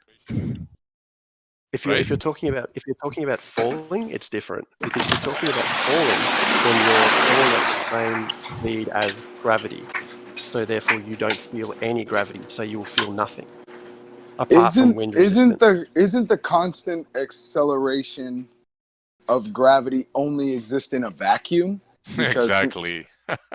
No, it Exactly. exists outside of a vacuum, but it isn't counteracted. It isn't counteracted by anything inside a vacuum. See, outside of a vacuum, the acceleration of gravity is counteracted by things like wind resistance. Exactly. So you could never pressure, measure it. stuff like You could that. never really measure it. No, you can measure it. You can measure it in a vacuum chamber. Yeah, that's what I said. It only can measure applies. it Yeah, and then you assume measure it in the that even though with vacuum atmosphere, that's still the No, same. you can measure it in the air. You can measure it Yeah, in the air. but No, that's you why we've can't. got things. That's why Yes, we you think can. got things called terminal Brenda, you velocity. just chimed Terminal in. velocity You is just how chimed in fast and white something can knighted. go before wind He resistance said stops it from accelerating. you can only see 9.8 meters per second in a vacuum, because otherwise No, you'll have that's- factors that's that throw it off. Exactly. No, but you can still If measure you're it in talking the about air. the speed that You can still measure well, it, but you have factors Just like the that speed of limit that light in a acceleration. vacuum, everything is in la la vacuum land. It's in la la vacuum land. no, I mean, are you it's talking just about it's just the reality. When acceleration you're of moving speed, through the a medium increase that of speed, affects or the thing just that's moving through it. But we that's just live what in a happens. That's just medium. reality. We live in the medium. We don't live Yeah, in the exactly. vacuum. Which is why we account for it. Which is why we account for things having Well, I wind mean, resistance. saying that you account for the because that's variable the is reality a bit we live in. disingenuous, possibly, though. By saying, "Oh, I'm going to account for this variable by removing it completely," and then claim that my results are reality, that's a bit disingenuous. Yeah, that's what you do. Is you hold confounding variables. You take them out. I'm of not the saying that equation. you don't do it. I'm saying that it's a bit disingenuous to claim that that is somehow showing you reality when you've distorted it in that way. Well, you It's have not to Not really, prove, though, because you we have to observe prove that you things live in a accelerate, and we vacuum observe for the it to things be that relevant. affect that acceleration. The same way that you're in a car, some cars are more aerodynamic than others. Like it's just that's just pure science. Having a look at the effect that things have on other things. We observe. But that we there's an already know the acceleration, car exists. but That's we the problem. already You're only we getting already- the existence of this thing by removing the variable and then No, that's applying not it true. when you That's not didn't true. remove the already variable. there beforehand, but it's affected can by I that say variable. something? So before atmospheric before That's wind up for resistance dispute comes that it into was it, there beforehand. That's acceleration the is quite problem. linear. Crow, But there's But you a know thing what's called- funny? You guys always there's a thing put called something in terminal a velocity. vacuum, and nature adores a vacuum. Nature hates a vacuum. Crow wants to say okay, something. But Sorry, your go audio, ahead, Crow. your volume is very low, Crow. How about now? That's better. Better. Yes. Hold on, so Crow. 2 seconds. if- I just have to make one last statement. Uh, We can't make a perfect vacuum, so the 9.8 meters per second works in the non-perfect vacuums that we make, right? well, Exactly. that's what I'm going to address. Okay. If you are in a car that's turning and you're experiencing that centrifugal acceleration, all right, so you are slammed against the door, you feel the weight of your body against the door, but you are not speeding up. You are subjected to the centrifugal acceleration, yet your speed in relation to the car is 0. So there's a difference between we are experiencing 9.8 or we are gaining speed by a rate of 9.8. Is the Earth turning? And I just made few days ago a show on Randy's channel, proving the existence of 9.8. And Uzi, if you have a pilot license or something like that, can you remember how to calculate the turn based on the angle of the turn, factoring in the 9.8 meters per second squared with regard to your speed? This is one of the examples that I used in that proving the 9.8. I don't The fly. banking My for dad roads. does. I don't. Hey, I got a question. If during the first second I fall 9.8 meters, how don't. fast was I going? What do I say my speed was? You don't in fall the first 9.8. second, you would fall, let's say, 5 meter approximately, because your end Right. speed is 10 meters, and your Yeah. beginning speed is 0. the average would be 5, and that would be the distance that you covered in 1 second. So it's a distance measurement. Or it's a speed measurement, not a distance measurement. Is that right? You caught that, No, Toy? Yeah, exactly. No, you No, it's asked me distance. about the distance, and I told you how to calculate it if you know your acceleration. Yeah, if my acceleration is 9.8 meters per second squared, how Good. far do So I fall after the first second? So after For the 1 first second, second, you're now 5 traveling. Yeah, after 1 9.8 second. meters. 5 meters. 5 meters. Oh, okay. So you just take it in half. All right, got it. Is Uh, 9.8 a distance or a speed? It's That's just a acceleration. number. Depending on what you're talking about. Are you talking about it as a speed or a distance? Because 9.8 is That was an my question. integer, isn't it? Would be a He's asking about it in the equation, in the confines of the equation. What is it? Doesn't it represent the distance, and then the per second is telling you at what rate? Yes, correct. So in the first Nine, second, you so would the fall 9.8 9.8 part meters. is only representing distance. It's the rest of it that tells you, that starts to lead into the velocity or the acceleration. Yes, you're Well, covering. that's what my question 9.8 is. Is 9.8 meters per second squared the distance you travel, or is it the speed? No, the rate of change of your speed. Yeah, it's the rate of change. Yeah, that's the acceleration. It's not distance or speed. It's the acceleration. It's the rate at which your speed is increasing over a set amount of time. Yeah. Right. So after So 1 every second, second, you fall you 5 will increase by seconds the since it's 9.8. linear, or 5 meters. It has nothing at all to do with speed at all. Nothing. It has nothing to do with speed. It has to do with time over distance. Then you can make a speed out of it, but you're calculating how much distance you're going over a time. Then you can add the speed, but what you're calculating with that is time over distance. And Yeah. it's still So linear. the distance and it's still after 1 linear. second is what? 9.8 meters or 5 meters? If you go from standing completely 5 still meters. and you accelerate. So I'm under the impression that distance over time is literally speed. Like that is speed, isn't it? Distance over time. Yes, but now the part of this is it's not speed we're talking about. We're talking about you accelerating using distance. Now you'd have to go back because there's not the squared with speed. This guy's The making squared is sense. what makes it acceleration instead of just speed. Correct, guys? Right? Sorry, say again. That's the way I understood it, is that if you had 9.8 meters per second, you have a speed. If you have 9.8 meters per second squared, you have an acceleration. You'd go 9.8 meters Just like in if 1 you second. had Then just like if you had 5 whatever- miles per hour, around you had a speed, and if you had 5 miles per hour, you have acceleration. It's not Correct. talking Right. about speed. It's different. Correct. That makes sense. I want to 5 throw in miles really per quick. hour. Per hour. Okay, since we sorted this out now, how about we move to angular momentum? Can I ask a Bob Dole question real quick before that, Essie? Yeah, he's been waiting a while. Oh, sorry, go ahead. No, it's cool, Essie. Correct me if I'm wrong, Bob Dole, but you seem to adhere to a pretty strict zetetic kind of empirical epistemology, where you kindly only really trust the things that you can experience with your senses. Is that right? No, it's not that I don't trust anything else. It's that I don't think that anyone has a right to demand belief out of you without one or more of your senses experience it.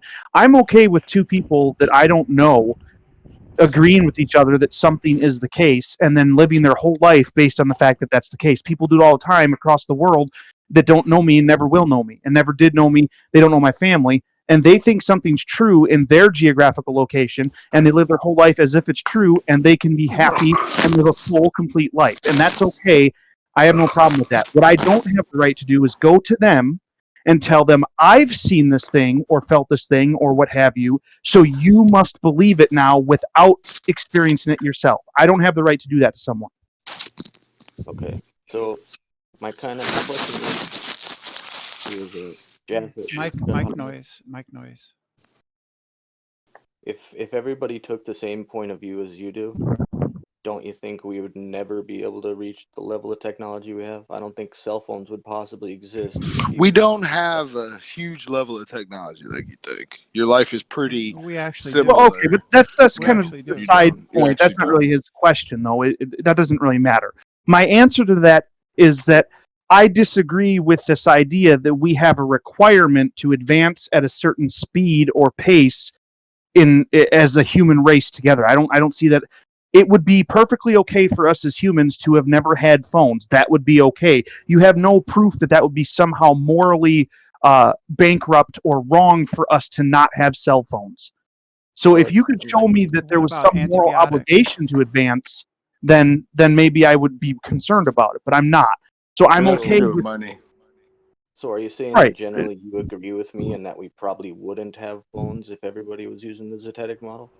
I don't know that I have a good way to assess that we, like, saying that we probably wouldn't. I have no reason to think that we wouldn't develop technology if people were not trying to force others to believe things. I don't think that that's a logic follow. I don't think one follows the other. I think we could all not try to force each other to believe things, and we could still advance technology. Nobody's forcing you to believe anything. No, I know you're not. I'm just saying you don't have the right to demand that I believe it. That's all. I'm not saying you're forcing me. I'm just saying we wouldn't have the right to insist on someone to believe it just because you've decided it's true based on your experience or your evidence. See, there's a difference between actually know it's personal true. evidence We actually and know it's objective true. evidence. It's not a question. We actually know Right. it's true. Hey, Brenda, That's and the whole exactly panel. what you think, and I'm you okay might, with that. you guys might not like what I'm about to say, and I'm kind of agreeing with sides. But without the fantasy globe and the idea of technology, right? The idea of we can do this. It's kind of, I think Bob understands what I'm saying here. You know, without So that how did you idea, get? How did you life. get the right? Hold How on, did you get the Brenda. right Hold to on, tell me what's fantasy and what isn't? Brenda, hold on. Without that Let him idea, finish. you know, life would be very, how to say, mundane, basic, which is no problem. That's how people live for a long time. It would be nasty, But brutish, and short. Yes, if there was a In your opinion, sure. listen, if there was a creation of a fantasy world or this higher level, you know, and Bob Dole is speaking the same thing. He's saying, man, that just triggers folks' imaginations, and we go from there, and we do end up with cell phones. Hey, great, but did we need it? No. But my question wasn't about the globe. My question was about what's a rational epistemology and what's the I didn't level of say evidence anything about the that we're globe. using. I just said a thoughtful, a fantasy world, right? Yeah, you literally said that the globe is a fantasy world. And where No, did you get the right? no, Where did you get I the talked right to tell me how to think? I'm not the one telling you how to think. Actually, When you Brenda. call it a Stating his own fantasy, opinion. you are. That's him stating his own opinion. He No, thinks that he's the globe is a fantasy. judging. That's a Which is fine. judgment. He's judging. Okay, you're assuming he's judging. You don't know his mind. You can't jump It's into his called head what and you think decide is what he fantasy. means. That's a judging. That's judging. It's kind of Let him beside the judge, though. point. Listen, Really, there's no don't way feel to like get it. around At the end of the day, it. if he You thinks don't it's a get to fantasy, it decide doesn't really. whether It's or not pretty he's irrelevant. judging you. He gets to decide, and there's no way for you to prove that he's judging you. You can't do it. So you either Yeah, have I'm to not. call I'm him a not liar judging. Words or mean. That's accept I'll what come what he's words out. saying. mean. I'll come out in first person and say I'm not judging when I say the word fantasy. You know, on this panel, I'm just thinking about what Bob Dole had said to the guy he was talking, and just giving my opinion, which wasn't directly in line with Bob Dole or the other guy. That's all I was saying. Okay. Yeah, we get that. Could I jump in for a sec? So Bob Dole, I mean, you're here on a flat Earth discussion server. Yeah. But I find it interesting that you would join such a server, but have such a difficult position to have a discussion from, because I find that it's almost impossible to have a common ground with you if you reject all scientific measurements, all scientific measurement equipment. If there's no real baseline to start from to have a discussion, what's the actual point on being on a forum such as this if you reject anything that can be used as a common ground to assert what is real in reality? Right. So what's the actual point in being here? I can understand that. I understand that I am not a easy person to get along with necessarily, nor am I an easy person to have an enjoyable conversation with. I mean, you can ask, the people around me. They understand. They live with me for how long, that I'm not necessarily going to be the person that you're going to have a pleasant conversation with, but I'm not particularly concerned with the pleasantness of conversation or niceties and things like that. Conformity. The reason I'm here is because I've heard the conversations. What's that? If I could just address that point, I'm not here for. Sure. I mean, I like to keep things polite and civil because I think that Sure, that's a better way yeah. to do things. However, I'm here for a productive discussion, not necessarily a polite one. And I'm talking about productivity. If there's no baseline from which to establish a discussion on what is real and what isn't, it's impossible to have a productive discussion. Right. So my answer to that is, like, the first one that I got on here for, the first show, I basically made that point, is that we need to spend our time in these conversations establishing what the standard is instead of arguing all these different points that come up. I think people get excited and they say, well, what about the curve? I didn't see it. Or what about the moon does this? And I find those conversations interesting personally, and I don't think there's anything wrong with discussing them. But if we're going to try and convince someone else, like if I'm going to try and convince you, or you're going to try and convince me, you and I would have to agree on what the standard is, okay? What I'm saying to you is that your standard is not one that I identify as one that will lead to truth. It will lead to confirmation of what you already believe to be true, okay? I don't accept the example that I was discussing the other night with somebody was the Geiger counter, okay? I can hold a Geiger counter in my hand and walk into an area and it'll go off and beep and all that stuff. And someone can point and say, see, there's radiation. But that device did not prove to me that radiation exists or that it's there in that area. All it did was beep, and someone told me, interpreted for me, what that Geiger counter was doing. That is not a good way to find truth, because I'm relying on their interpretation of the device to determine reality. I'm not. I'd like There's to nothing respond wrong once he's with finished. that on a personal level. You can do that if you want. Again, I'm not going to try and stop you. I'm not going to rely on somebody else's interpretation of reality to determine my own interpretation of reality.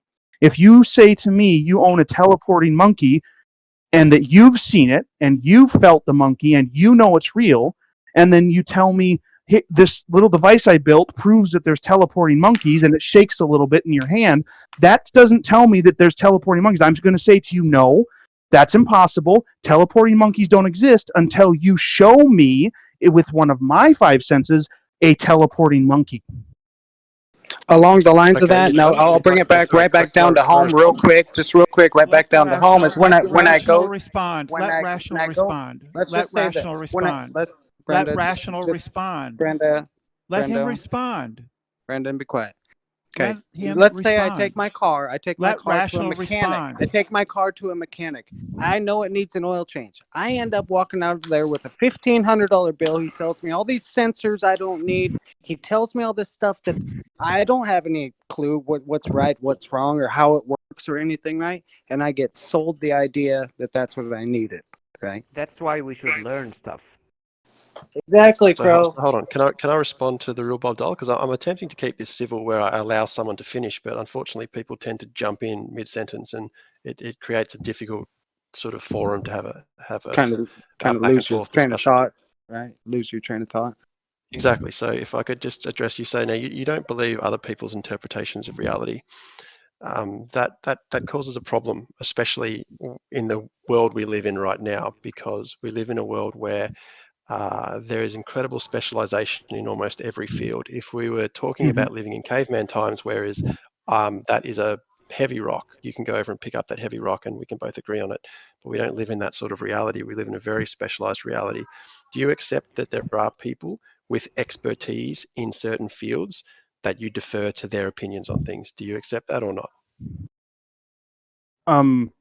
So that's For example, a broader, if you're I think that's a asking broader if you're question asking than a pilot, if you're talking about how planes work and how flying works, would Okay. you trust the opinion of a pilot? So there's basically two possibilities. I will trust the opinion of somebody else who seems to be more knowledgeable or has an idea of something. I have no problem trusting that person entirely on what they're saying, right up until it directly contradicts my own evidence that I have. Once it contradicts the own evidence that I have, I'm no longer, why would I believe it anymore? They haven't shown me anything that contradicts what I've already experienced.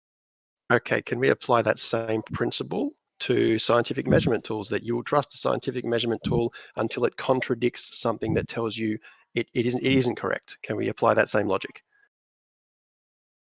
Oh yeah, absolutely. Okay, so we can both agree that like a tape measure actually measures a tape, like the distance. We can acknowledge that scientific measurement tools work. I don't necessarily agree with your label for it, but I agree with your point. Okay, well, this is a great baseline to start with, because once we can start trusting certain tools to give us accurate measurements, then we can start measuring things and testing things. So that's a great baseline to start with. Keep in mind, a tape measure is a manual tool, which I could use myself every single day. So when you start to go off into space, just be careful. It's possible that I maybe did not clarify my position. I was not claiming that we throw out all tools and never use them. What I was stating earlier is that you can't find reality or truth. You can't find truth from an imperfect tool that is based on the measurement or the calibration of another imperfect tool. You can't do it. You can't find perfection from non-perfection. That's not how it works. Perfect has to create perfect. Okay? You can't create perfect from imperfect. So you can't take a tool made by man's hands and make something that is more perfect than what man's hands are capable of. I'll accept that happily. However, I would also postulate that a better understanding of our environment is better than no understanding. So you don't need a perfect understanding of something to understand something better. Having a tool that measures something imperfectly is better than having something that takes no measurement at all. Right. Right up So until once that we've got imperfect those measurement tools, moves in on somebody's personal experience. So if the measuring tool says, we'll just throw out a random example, if it says 5 inches, and somebody has lived their entire life working with whatever thing you're measuring, and it's always been 6 inches, and right now their child's life depends on that measurement in the next 10 seconds, it's okay for them to reject your tool in an attempt to save their child's life and say, no, it's 6 inches, I don't care what your tool says. See, so it matters what the context of the measurement is and what you're trying to accomplish with it. yeah, I'd agree with that completely. Okay. However, but that's still deferring to somebody else's opinion on something, an expert on that subject. So if you're talking about deferring to someone with expertise, I'd absolutely agree. I defer to people with more expertise in fields than myself all the time for that exact reason. Yes, yes, right up until it violates the personal experience clause, I guess you might call it, then that's perfectly fine to trust somebody. I mean, of course, it's normal to trust somebody else with information that you don't have personally. But once you have contradictory evidence, contradictory experience, well, now you have the right to question the information they've given you. Absolutely. That's right. I love this. We're finding a great baseline here. So let's expand on this slightly. Would we agree that, however imperfectly, as a general rule, most things like a car's speedometer give you a fairly good representation of how fast you're going or how far you've traveled? Doesn't have to be perfect, just a better understanding than if you were guessing it yourself. Okay, so I guess I'll answer that. If speed is what it's claimed to be, which I have no reason to think that it's not, okay, and all those tools are working as they claim to be working, then yes, using one of those devices to determine your acceleration or your speed would be better than attempting to, depending on the human, try to keep track of it inside your head, probably moving at 60 miles per hour or what have you. Okay, fantastic. That's we're getting a really good baseline here. So then when we start talking about things like aviation, would you agree that the measurements and the tools used in aviation are more precise than something like a vehicle speedometer, simply because of the nature of the industry, the safety standards they need to meet, and the sort of the time and technology that's gone into it? Would we agree that aviation measurement tools are generally going to be a lot more precise due to safety? Non-correlation. I You can't go from I wouldn't speedometer move to- from a vehicle that I drive that meets my purposes and I consider it accurate for my daily purposes to a larger machine that I don't really know much about automatically being more accurate because somebody has deemed it more important. That's okay, but we agreed that unless you have personal experience that invalidates something, we're happy to defer to some people that have more expertise. We've already established that baseline, correct? Certain people, not anybody. So I don't have the right to go to you and say, you must believe my friend because they've given you information and you don't have contradictory information. And there's a big difference between going to the store. There's a big difference between going to the store at 60 miles an hour and going up, 45,000 feet with let's say, a cargo load of people. Right. Yeah, I totally agree. Things need to be a bit more precise. So why don't you keep your example? We're already on a baseline. Keep your example. Hold on. I'm just having a chat with the real Bob Dole here. This is being productive. What you're talking about. Okay. Don't go off the cuff. Okay. No. We're Sometimes establishing people a really say that I sound angry. I'm not angry right now. I am enjoying our conversation. As am I. It's civil, and we're actually getting places. So we've got a baseline that generally we can trust tools that measure things unless they've given us a reason not to. We can agree that hopefully we can agree that aviation is by and far quite safe. Things take off and land every day, thousands of times a day, with very few incidences. Correct? That seems to be the case. Although I will adjust that a little bit, unless something else has given us a reason not to. It doesn't have to be that specific person or tool. That's okay. Cool. Well, I mean, I'm happy with that as well.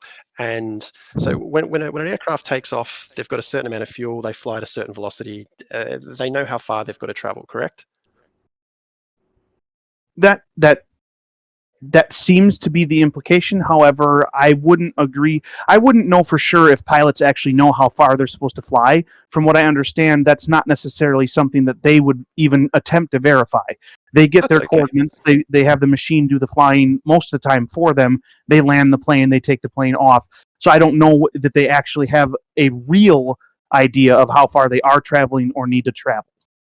That's all right with that. And once again, we've established that point where unless we've got evidence that contradicts that or any reason not to believe that's the case, then based on aviation safety standards, the need for precise tools to land on a runway, to take off, to maintain air velocity, to not fall out of the sky and kill everyone, unless we have a reason to think otherwise, it's reasonable to assume that those tools are accurate, that they can accurately process time, how much fuel they need to burn, and how fast they go. There's no reason to think otherwise, correct?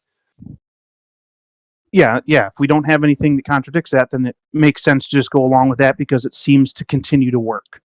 Okay, fantastic. So let's talk about some flights between various countries. They know how much fuel to carry. They know how far they need to travel, and all of that information is widely available. So when we're talking about a flight, for example, from Perth to South Africa, we can, within a fair degree of error, it doesn't have to be perfect, we can roughly estimate how far that distance is based on what we already know about the amount of fuel, how fast the plane's traveling, and the wind resistance, all that sort of thing, all the stuff that we know fairly well. We'd agree on that, correct? You're asking if we can determine the distance they're going to fly based on how much fuel they're carrying? A combination of things like fuel, weather patterns, all of the instruments we're talking about that we say don't have to be perfect, but accurate enough to maintain the safety of the aircraft. Yeah, I mean, if they're going to where they claim they're going to, sure, yeah. Okay, cool. So when we talk about a flight taking off from Perth, flying over to Johannesburg, we can estimate roughly the distance that flight travels, correct? That seems reasonable. Okay, cool. And we can do the same the other way from, say, Melbourne to Santiago, because these are two flights that I've personally taken. I'm very fortunate. I've been able to travel a lot in my life. I've taken a lot of these flights, and I've personally verified using the GPS on my phone that the distances are very similar to within about 100 Ks or so, which I put down to a little bit of a GPS error. Okay, cool. So this is where we start to talk about the shape of the planet. Those flight paths, which we can ascertain to within a certain degree of error, and a reasonable degree of error, are certain distances from, say, Perth to South Africa, Melbourne to Santiago. They only work on a spherical Earth. If there's any other sort of shape of the planet is that those flight paths and those distances would work on, I'd love to see it, but I'm yet to see any sort of empirical evidence that works on a non-spherical planet. and that's based on everything that we've just discussed. What would you say to that? The problem I have with the claim that couldn't work on any other shape is this. When someone makes a claim like that about anything, what they're actually saying is they have the knowledge of every other way that it could possibly be put forth, and they know that they don't work, and therefore theirs is the only one left that can work. Nobody can possibly have that much knowledge. Okay, that's so not my claim. Say, I'll tell you what my claim is if you like. My claim is that maybe I misunderstood your claim. That's the best fit answer at the moment, based on the evidence that we have, based on those measurements that we can take, however imperfect. The best fit or the best explanation we have at the moment is on a spherical plane. A spherical planet. If there is a better explanation, I'd love to hear it. But what I'm saying is that given that data, that's the best fit we can make, knowing what we do know, as imperfect as it may be. But the words best and better are subjective. That's not a measurement. Best and better. No. Okay, so that it's the most probable. However you'd like to say. If there's a better explanation for how those flight paths work, I'm all ears, but I'm yet to hear any sort of better explanation for how those flight times and distances do work. I'm not saying that is definitely what the case is. I'm saying it's the best explanation for what we see. Other than, I don't have an explanation for how the planes get to those places. They go up. Fantastic. So that this is where we start formulating our best fit for the sort of what we're actually living on. What we do is we take all the information that we do have, as imperfect as it may be, and we try to explain it in the best way possible, knowing what we know. Now, we don't know everything. We'll never know everything. But what reality is your best explanation based on the information that you do have, as imperfect as it may be.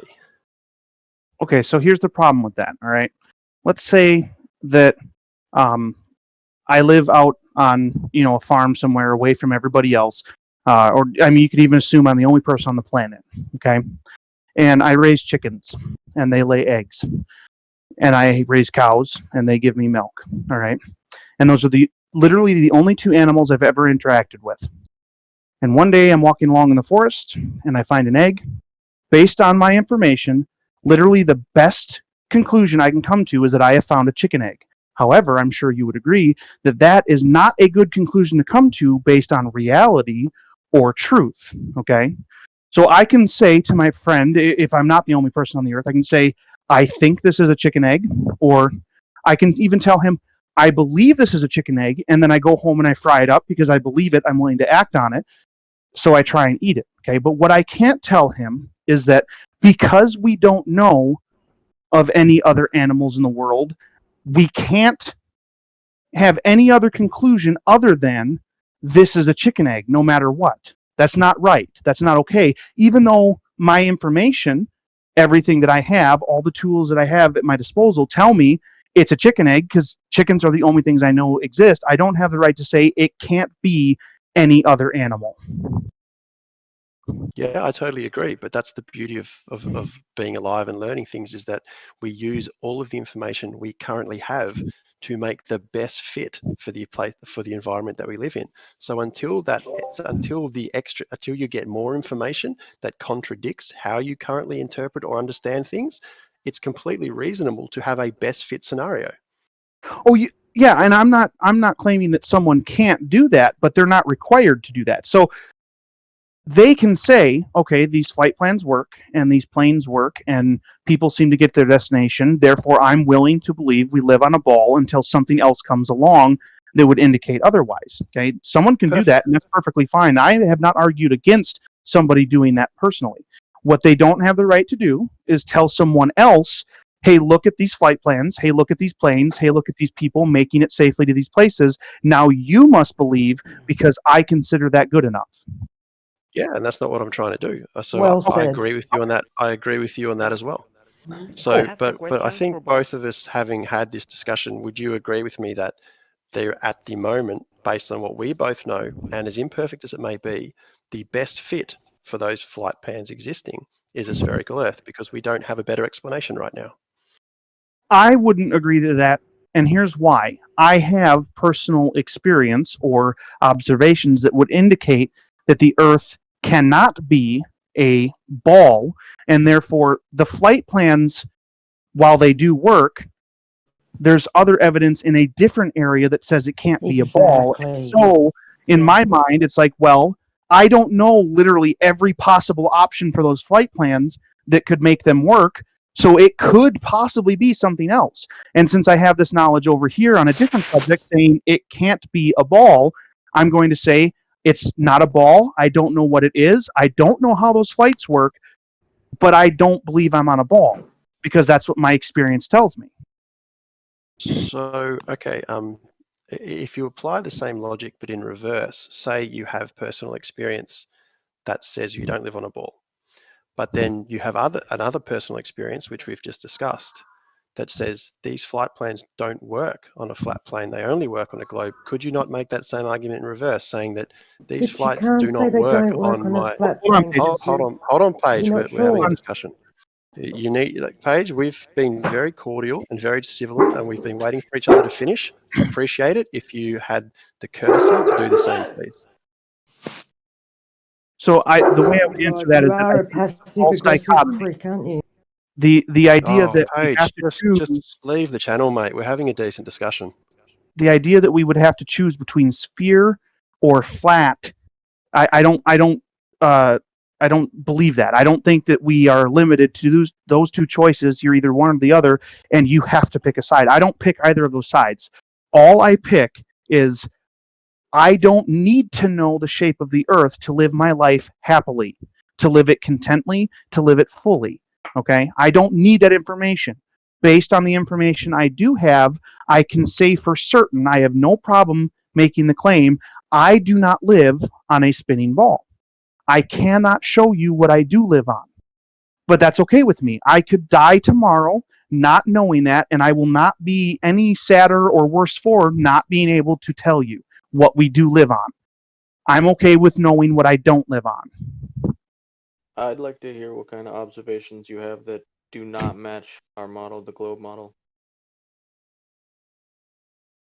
Oh, yeah, I've seen people showing, like I mean, you can go on YouTube and watch this, and I even took my camera out the other day. We went on a micro vacation over to Marinette, Wisconsin, and the ability to see out further than what the curve of the Earth would have to be for its claimed size does not seem to align with the claim that it is a ball. Aside from that, the sky. Did you see this yourself? Yeah, I just said we just went a little while ago. You said you saw somebody else put this. And then I also added, yes, I have seen somebody else, and then I added, we just went on like a micro vacation over to Marinette, Wisconsin, just like a week, 2 weeks ago, a week or two ago, and I did it myself with my camera. Do you think it's impossible that the atmosphere could let you see farther? You should on a globe. Impossible? Yeah, I wouldn't make that. I wouldn't make an absolute claim like that it's literally impossible. There's no way it could happen. Okay, so then so far we don't have an observation that makes sure that you know we're not on a globe. Do you have any that make you know we're not on a globe? Okay, so maybe it's possible I'm not clarifying this well enough. I don't have an observation that would convince you. I can't do that for you. All I can say is the observations I have, like I don't feel the movement of the globe. So every experience in my entire life tells me that when I move, I will feel it. I absolutely will feel every time I move. It's never not been that. So when someone tells me I'm constantly moving all the time, I'm going to tell them, no, I know what movement feels like. I've never moved and not felt it. So I'm not moving unless I feel it, okay? That would be an experience that is contrary to the claim that I'm spinning all the time. And I would back you up on that, bro, 100%. So could I just jump in and say that I'm super happy at how civil this is maintaining, and if we can keep discussions happening like this, we'll actually get somewhere. So in our model, how much motion should you feel, or what motion is it that you should feel, and how do you think you would feel that? if somebody claims that the ground that I walk on or sleep on or interact with is moving at all, and I'm not feeling it, then I am going to disagree with them. I've never had an experience where I have moved or the thing I'm inside has moved or anything like that, and I haven't felt it. I've never experienced that. So let's say that while you were asleep, I put your house on a lazy Susan and I was spinning it one rotation every 24 hours. Do you think you would feel that? What is a lazy Susan? Let's just say I'm spinning your house once every 24 hours and you didn't see it. Just think of a giant merry-go-round. Yes, I would be able to look outside and see that I'm spinning. We're talking about feeling it though. Well, okay, that's only one of the five senses. I have five senses. Whenever it doesn't have to be feeling. Any of the five senses are valid for showing somebody that something is reality. Any of the five senses, or even multiples of the five senses. So what would you see if the Earth was rotating? What would you see? I would see the sun see and the moon movement. and the stars spin overhead, right? Yeah. And that is what we see, right? Yes. Okay, so sight works for this observation. So do you think you would hear it rotating? Squeaky Earth.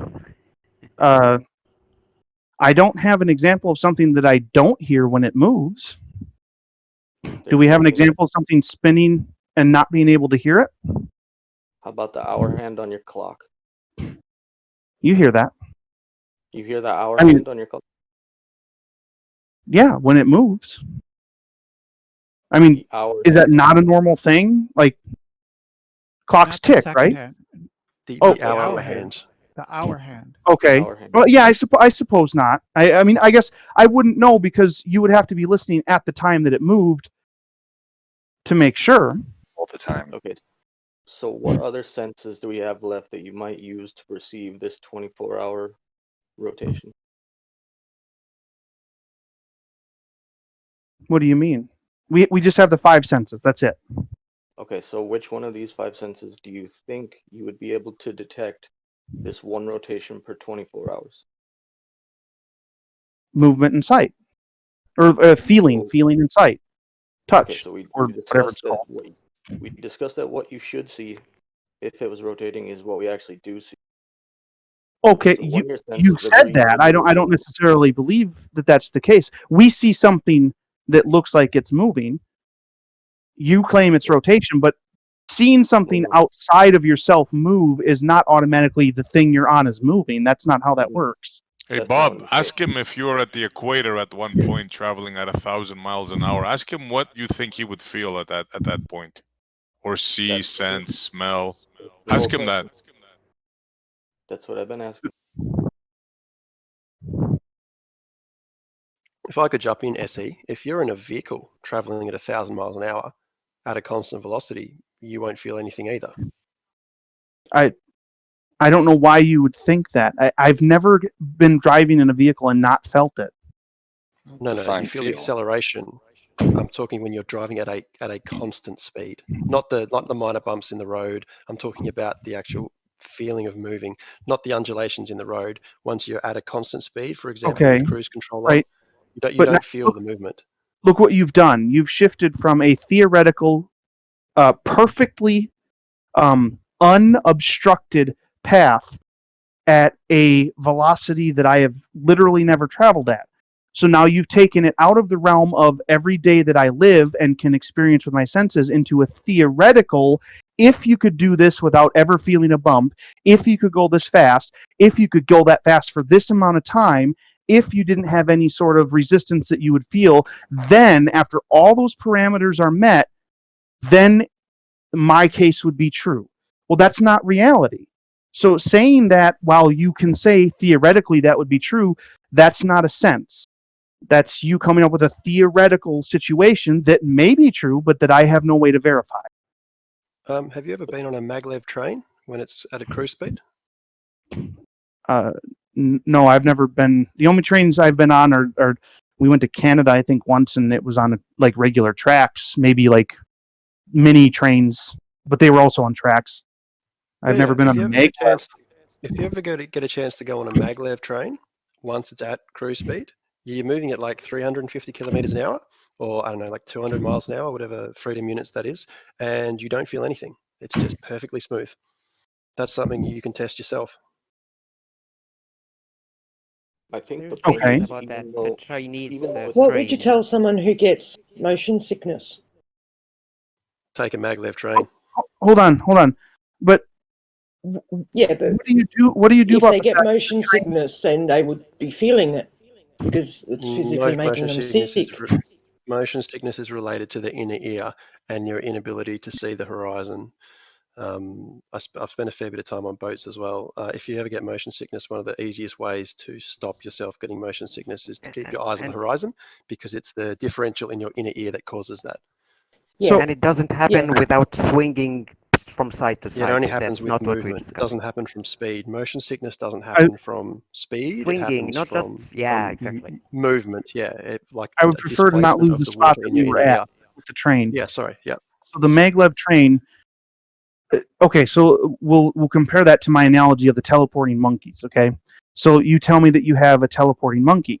Well, then you say, well, here I can point to a monkey, and I say, oh, well, yeah, you're right. Monkeys do exist. I can accept that monkeys exist without accepting that you have a teleporting one. So in the same way, you might be able to get that train after it started moving, and we just ignore my acceleration to get moving. When it's in a state where it's going at constant speed, you have to divide out or take away the part where you start and the part where you stop. Everything that we know starts and stops somewhere. So now you're saying that the movement that I'm not supposed to be detecting not only existed before I was born, but will continue to exist the entire time alive. And after I'm dead, it is perpetual and no one will ever be able to feel it. So now you've still taken it outside of the box of context that I would have with my five senses to determine something is accurate. Just like with the monkeys, I can agree that a train exists where I wouldn't feel the constant motion after it's at speed, just like I would agree there's a monkey. Once you move on to also the speed will be perpetual no matter what, well, now you've gone into the teleportation part. I don't know of anything that is perpetual in the way that you would claim that the motion of the Earth is perpetual. Unfortunately, the only way to falsify that is to stop the rotation of the Earth. So you're creating an unfalsifiable claim. But I'm okay with that, though. I'm okay with not having that be falsifiable. I'm okay with not believing that we're on a spinning Earth. And really, in the long run, you should be okay with me thinking that too, because I'm not attempting to hurt you over it. I'm not attacking you. I'm not telling you that you have to go to jail. I'm not telling you you now have to die because you don't agree with me.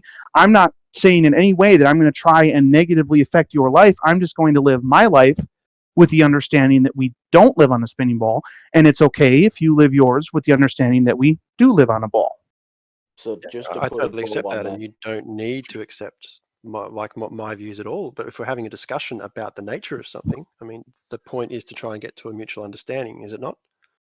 Oh yeah, but okay, cool. So if we're talking about something that's unfalsifiable, if we're talking about something that's unfalsifiable, such as stopping the motion of the Earth to be able to detect a deceleration, I think that in some cases, I think in a lot of cases, given a situation that you cannot change, for example, creating a second Earth to measure if mass creates gravity in that respect, something we can't do, there are still other ways that we can measure things to give us a better understanding without having to falsify something directly. Yes. So simply just because we can't stop the spinning of the Earth doesn't mean that we can't detect whether there is a rotation. It just means that that particular proof that you would require is out of the realms of possibility. I'm not the one who put forth that standard. You just said we would have to stop the rotation. I think there actually is another way that you could prove it. Okay. You could get a ball. You could get a ball in a controlled environment and make it spin perpetually without any power or any other source of energy touching it. If you can do that, then we have a perpetual spinning ball, and now I can accept that maybe we're on a spinning ball. And you wouldn't have to create a whole nother Earth or anything. Just show me that happening in nature, without any other energy affecting it, and now we have an example of that happening that I can see with my own eyes. But it's not on me to say, you have to falsify this to prove it to me. All I'm saying is you can't prove that it is spinning, therefore I don't have a requirement to believe that it is spinning. Okay, so for example, bringing a globe up to the ISS and starting it spinning, apart from the atmospheric friction that would slow it down eventually, but in a zero-G environment, that ball would continue to spin. I mean, that is something that you can That's test. not showing it to me, though. That's taking it to a place that you claim exists, in a place that you claim it is, without me being able to independently verify that with any of my senses whatsoever. You would have to show me here on Earth an example in nature of something being able to spin perpetually. Because that's what you're claiming it's doing. You're claiming that Earth in nature is spinning perpetually. Unfortunately, the object you're talking about is sitting in a vacuum. There's no external friction being applied to planet Earth. Right, but that's not my problem if you're trying to convince me. If you're trying to convince me that it's spinning, it's not my problem that it's too hard to prove that it's spinning. It's not hard to prove. It's the proof that you require is an impossibility if you don't become an astronaut and go up to the ISS and do it yourself. So if you have other ways to prove it, I'm open to them, but I would expect actual proof that's verifiable. Okay, but then that's when we start going back to, do we trust scientific tools until we have a reason not to? So then we can start talking about things like ring laser gyroscopes. We can start talking about pendulums. We can start talking about other types of gyroscopes, which, unless we have a reason to believe they don't work, do show rotation. So this is where we can go back to, can we create a spinning ball in a zero-G environment realistically to let you physically verify that? No, we can't. But do we have other tools that we can use to show rotation? Yes, we do. And unless there's a reasonable explanation as to why you distrust those tools, then we should trust them until there's a reason not to. Right. I do have a reason to not trust them. Which is that they were made by human beings that I don't know and don't trust for a purpose that they know and I don't know. Okay, but I think we established that experts in the field, in certain fields, unless we have expertise or we have a reason to believe that they are being disingenuous, we can quite reasonably defer to their judgment unless we have a reason not to. And what we are is we're talking about experts in the field of physics, experts in the field, in all the different sciences that have created these tools, which they trust and they use to measure a wide variety of things which have incredible utility to us. And if they weren't accurate, they wouldn't have the utility that they do have. So unless it's just you not believing it, unless there's a reason to reasonably not believe it. I thought I had clarified it earlier. You can do that, but you are not required to do that. No, I'm not saying we're required to. I'm just saying what's reasonable. And if we're trying to find out the truth based on the limited knowledge that we personally have and deferring to people that have better expertise until we're in a position to have better expertise ourselves, I'm just talking about having the most reasonable understanding of our reality using the best tools available to us. Right. So I don't agree that that is a reasonable way to determine what reality is, that you say, I appeal to this expert and his tool, I think it's accurate, therefore that is what's true. I don't consider that to be reasonable. I know it's not. That's what I'm saying. I'm saying we defer to that expertise until we have a good reason not to. Until we go out and personally expert in that field, or until we have a reason to not trust those experts or those tools, a reasonable reason not to. I think that's the best way to understand our reality in the widest way possible, other than just understanding our immediate reality around us. I might not have clarified earlier well enough to explain what I mean then, because it seems like you're not understanding what I actually think about it. I think that someone can choose to defer to an expert in that case if they want to. As far as a basis or a standard, I think that the only reasonable standard to start from is everyone is on the same level. And if you want someone else to believe what you have to say, you must prove it with verifiable, credible, repeatable evidence. If you insist on someone else taking what you say as accurate, okay? That's what I think. So I don't think that the concept of expert means anything unless you decide personally expert means something. I don't think the concept of scientific tool holds weight unless you personally decide scientific tool holds weight. So you can choose to do that, but on a base level, the standard should always be what that person says is not the case unless they show that it is the case. What kind of phone do you use, Babdul? What kind, as in like brand or? Yeah. I have an iPhone. Okay, so because you're able to use and verify that that's a functioning tool, do you trust that Apple knows how electricity works and how wireless communication works and how batteries work and how LCD screens work, since you have this demonstration in your hand? There was several different things there. I trust that they have the ability to put the device together in a way that works. That's So you don't what I trust would that they trust. have a basic understanding of the science involved, the electricity, the Well, now you're mechanism, going to say Apple is a chemical company. storage, Well, a electricity. company's not a person, so Apple can't know anything. So somebody at the company understands how to put the thing together to make it work. I agree with that. Okay. So if you had a question about wireless communications, there would be someone there who could teach you about that you would trust, considering they did it for the phone that you use every day. No, that is not true. That is not. I would not trust anyone at that company to give me an accurate representation of how wireless technology works. What I would trust them to do is give me an accurate information on how the phone goes together and does what it does whenever it's in my hand. If that's the field that they're an expert in at the company, then they would be able to show me that. So you don't think it's necessary for there to be an employee at Apple that understands how to transmit and receive wireless information? No, they might get their wireless chips from somebody else entirely and just slap it in the phone in the slot that they're supposed to go in.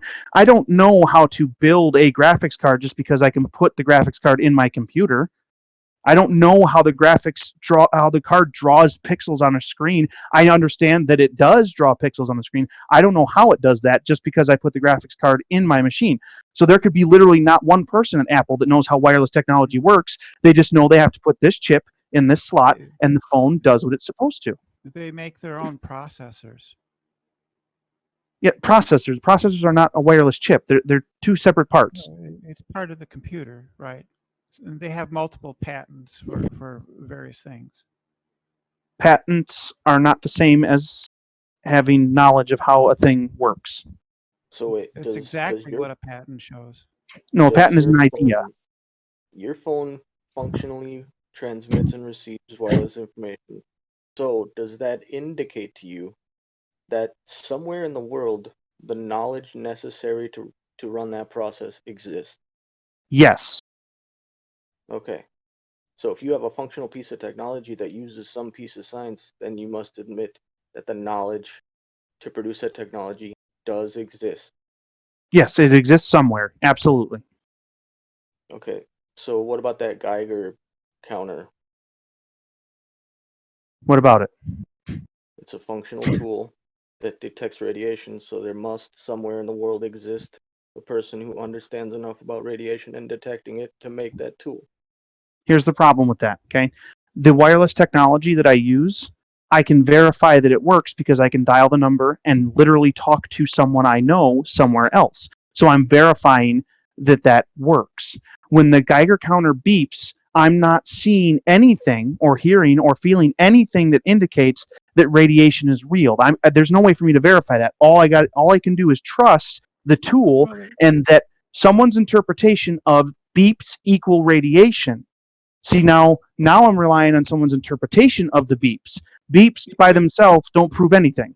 You could verify it for yourself by having a piece, something that is a known source of radiation, something that I could then verify that the tool detects something in that in that piece, okay? That would not prove that radiation exists as claimed and as dangerous as claimed. Listen to what I said. Listen to what I said. You know that this thing that you have is a source of radiation, and so then if you use the Geiger counter and it beeps, then that verifies that the Geiger counter works.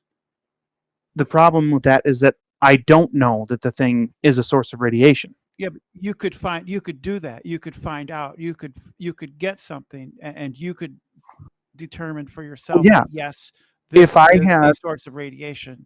If I had a unicorn detector and then I grabbed a unicorn, I could make sure that the unicorn detector That's worked. true. That's But- true. If you had Okay. a unicorn, right, and you knew it's a unicorn, and you Right. have a unicorn detector, then you could verify that the unicorn detector works. Yes, you could. That's actually Right. good evidence. The problem is that there's literally no way for me to verify the unicorn exists to begin with to calibrate the tool.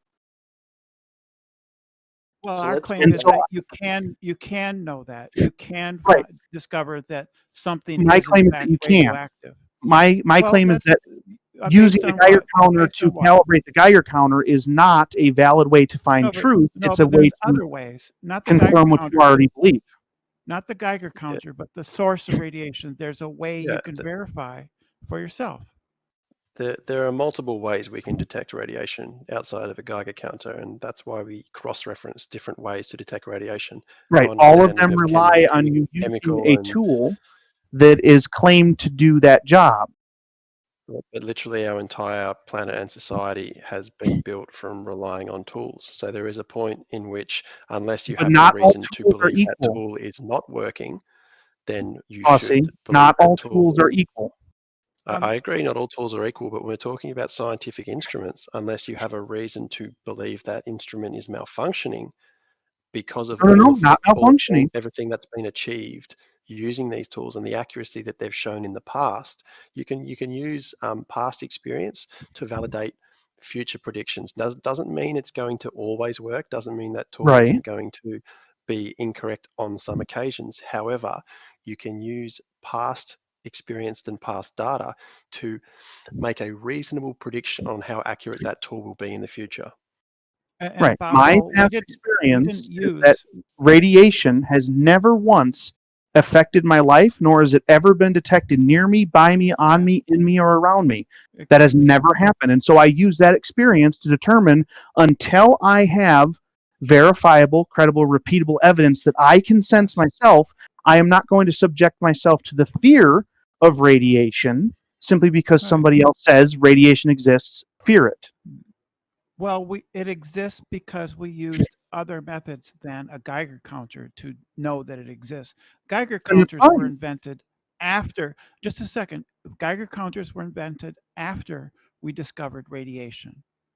So we used other means to know that this material that we have is radioactive.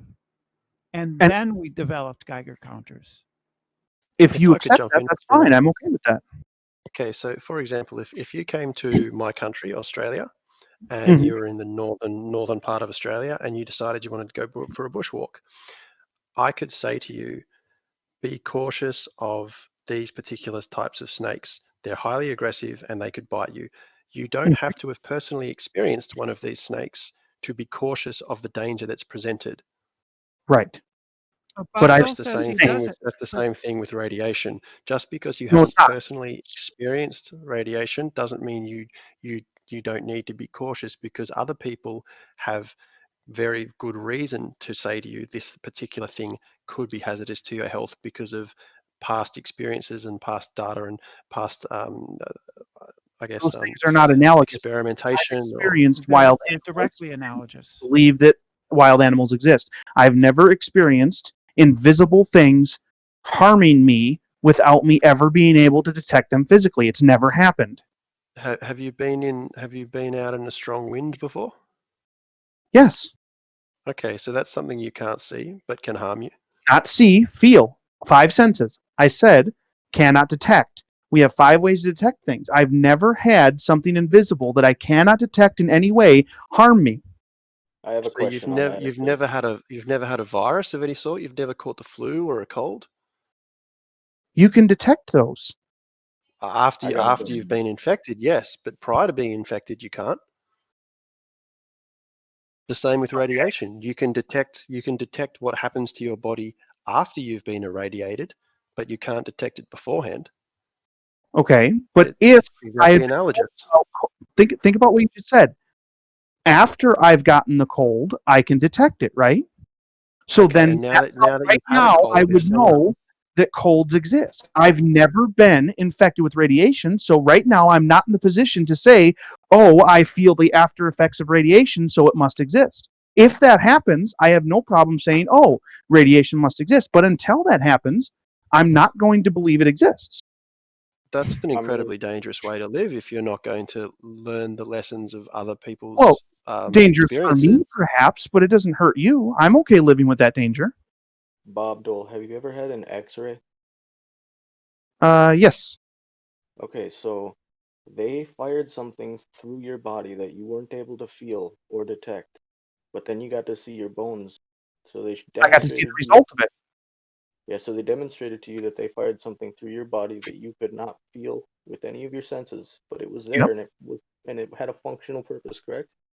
Yes, absolutely. And did they also warn you that it was irradiating?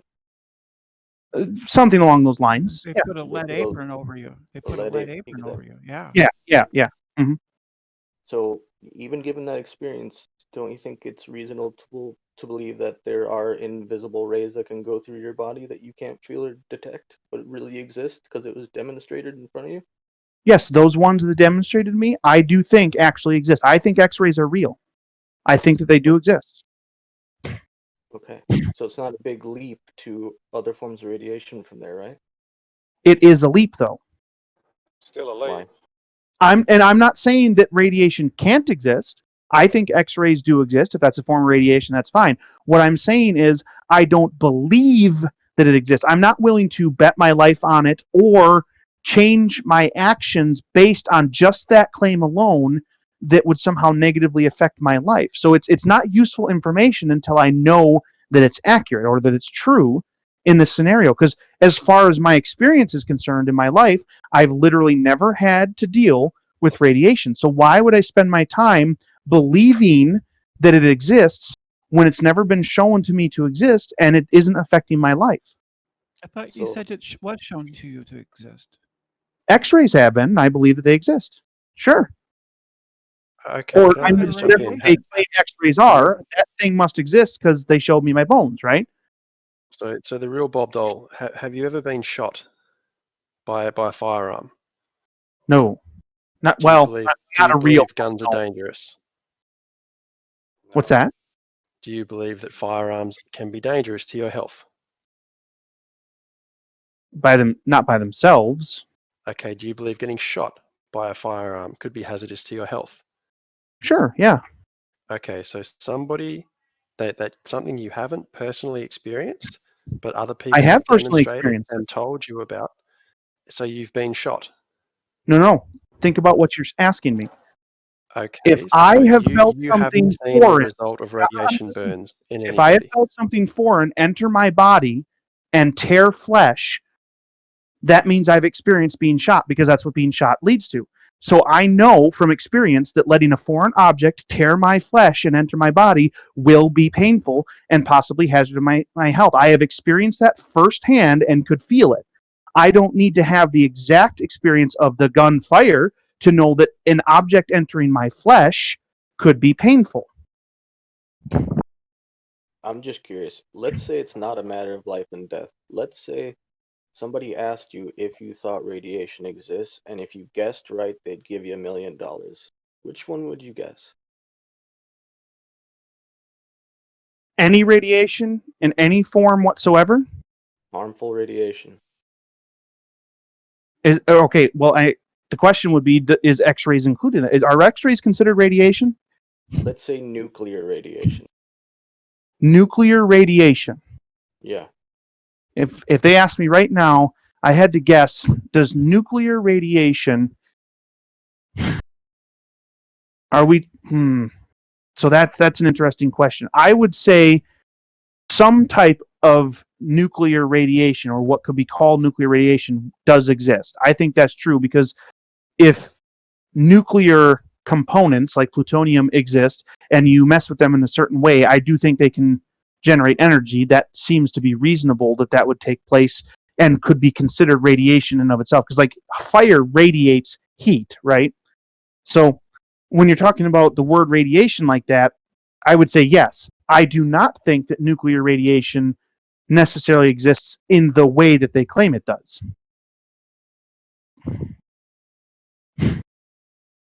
I don't understand that clarification, I guess. Yeah, I don't understand that either. I think that What other nuclear way could it radiation exist? can exist in the form of energy, and that it can do things energy-wise. I do not necessarily believe that nuclear radiation just how would you so like the claim that like somebody drops a bomb and it creates nuclear radiation that it causes your skin to fall off and you get cancer, or you mutate an arm or whatever. I don't think that that's real. I have no reason to think that's real. It's never been demonstrated to me. I've never seen it. The only things we have information about that on is old videos that look. What's that? It's been demonstrated. Not to me. To someone, maybe, sure, and that's fine if they agree with that. It seems like your principles are really, really flexible. What do you mean? I don't think that I've contradicted myself. Okay, but just real quickly, Bob Dole. Sorry, Brenda, for busting in here. But if I gave you a lead case and inside I said there's a bar of radium, would you be happy opening up that lead case and handling that bar of radium? I'm not sure what radium is. Is that something that's supposed to be like dangerous? It's a radioactive element. Okay. So you would be completely confident in handling that until you'd personally been damaged by radiation? No.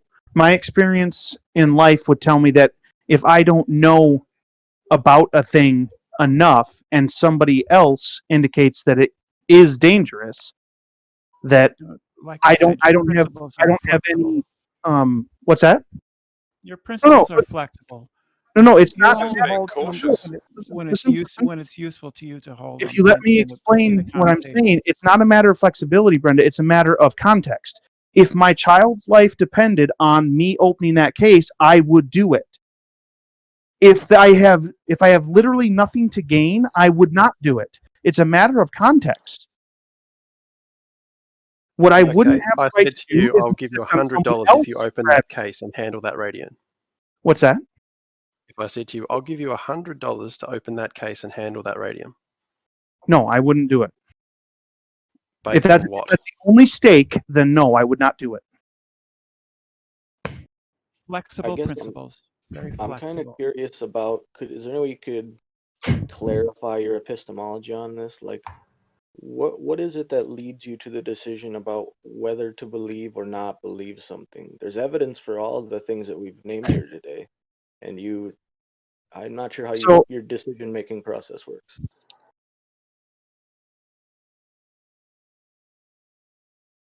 You want to know how I would decide to believe something? Yes. Yeah. So that would depend. Well, boy, believe? No, that wouldn't depend. Whether or not I was willing to act on something. Believe is just holding something to be true or exist. That's not accurate. Based on your beliefs generally. So, I mean, you can use either word Okay, interchangeably. So we had this discussion the other night, and I don't know if you guys were here, but I don't think that believe just means hold something to be true. I think that's what a fact is. No, Believe. you're wrong on that, though. That's right. what belief means. I'm not wrong, though. Look it up, I know that I'm not wrong. Okay. Okay. I know a lot of people tied up in semantics. Of the How word do you determine to you what is true? What is true? By using one or more of my five senses to verify that it's true. That's how I would determine if something is true or not. And what about things that can't be detected by your five senses, such as radiation, that we need to use separate tools? Then it will we know things exist that we can't physically feel, see, or touch or smell. We know those things exist. How do you verify that without using those senses? I don't verify those things, and I don't attempt to. If there's literally no way to detect it with one of the five senses, I don't attempt to verify that it's real. I have no Okay, business or reason to. So why would you not pick up that bar of radium that just looks like a piece of metal? All of your five senses tells you it's perfectly safe. No, they don't tell me that. They don't tell me anything at all about it. So I'm in the dark on Okay, it. I wouldn't know about it. Just looks like a piece of metal. Right. I've been told. So what would you base your what would make you think that's dangerous, other than every other piece of metal that you know empirically isn't dangerous and that you would have no problem picking up or touching? What would make you look at that particular piece of metal and think that is something I wouldn't touch? People that I know and trust have indicated to me that it's possible it could be dangerous. That's how I would determine whether or not I'd pick it up. So there are things outside of your five senses that you use to tell what is real and what's not. No, not tell what is real and what's not. To tell what is pragmatic or useful enough or not. Just because I decide to pick up the bar or not pick up the bar does not in and of itself indicate that I believe something to be true about it. Yeah, I understand there's a possibility it's true, and so why take the risk? Yeah, it's just So erring you on do the have side of caution. you do have flexible principles then. That's not a principle that is flexible. That's So, called caution. That's not a flexible principle. If you don't understand how context works, you have no business being in the conversation, Brenda. You don't seem to understand what context means. Context will change how a situation is interpreted. That's how it works. I think we decided flexible that principles. there No. are certain ways that you could verify that things exist outside of your senses, like when we were talking about wireless communications, right? You can't see Right. that or touch that, but you have a device that you know functions on that principle. So Yes, you have trust in that you're principle. verifying by using the device. The device works. Mhm. You press the numbers, press send. It does call someone, and you can talk to them. You can hear them with your sense. So you verified with one or more of your five senses that it does work. No, but you weren't able to verify that there's a wireless communication going on with one of your senses. You don't need You're using a man-made device to demonstrate the principle. So there are some cases where a man-made device can demonstrate to you that something that you can't sense is real. Well, okay, no. So I wouldn't claim to you that I know that those signals are real or that I can point to them and identify them. I would say I know that the phone works. Here, watch me use it. So you right I now wouldn't here make today the claim would that you're not stating. claim. I wouldn't do that. So right now you would not claim that wireless communications exist. I would claim that wireless communications, as they state it is, seems to work. But I will not claim to know for sure that it's real. So where's that skepticism coming from? What rationale do you have to not quite trust that they know what they're talking about? It's not a matter of them not knowing what they're talking about. It's a matter of understanding the nature of human beings and their predilection to say things or do things that will benefit them personally rather than say and do things that will benefit humanity as a whole in a positive or good way. People will for example, lie if it will benefit them here and now, even though a lie, no matter who it's told to or told by or for whatever reason, a lie is always ultimately negative for humanity. Lies actually hold us back as a human race. But people will lie in the moment in an attempt to get a momentary or temporary leg up in some way. So no, I won't trust someone that wireless communication is absolutely real as stated, but I will trust someone if they put a phone in my hand and they say, here, look, it works. And then suddenly I hear my mom, who is miles away, on the phone. Now they've given me a actual real example I can detect with one or more of my five senses. So you're skeptical because you believe that there could be an ulterior motive for someone to lie about the functional mechanism behind wireless communication. Oh, absolutely. Someone can lie about anything. What reason do you have to believe that that's even, if they even have an incentive to do that? Because human beings lie. People lie. Yeah, it's the knowledge I mean, of the that's- nature of a man. That's what people do. People lie. Like, that's just a thing. So that's kind of your foundation. You're going to assume everybody's lying unless they what? I'm not. Well, I guess it depends on how you mean that. I don't go through life thinking there's a Chinaman right now somewhere in China that's lying about something. I mean, I couldn't possibly identify every human and say each one is individually a liar.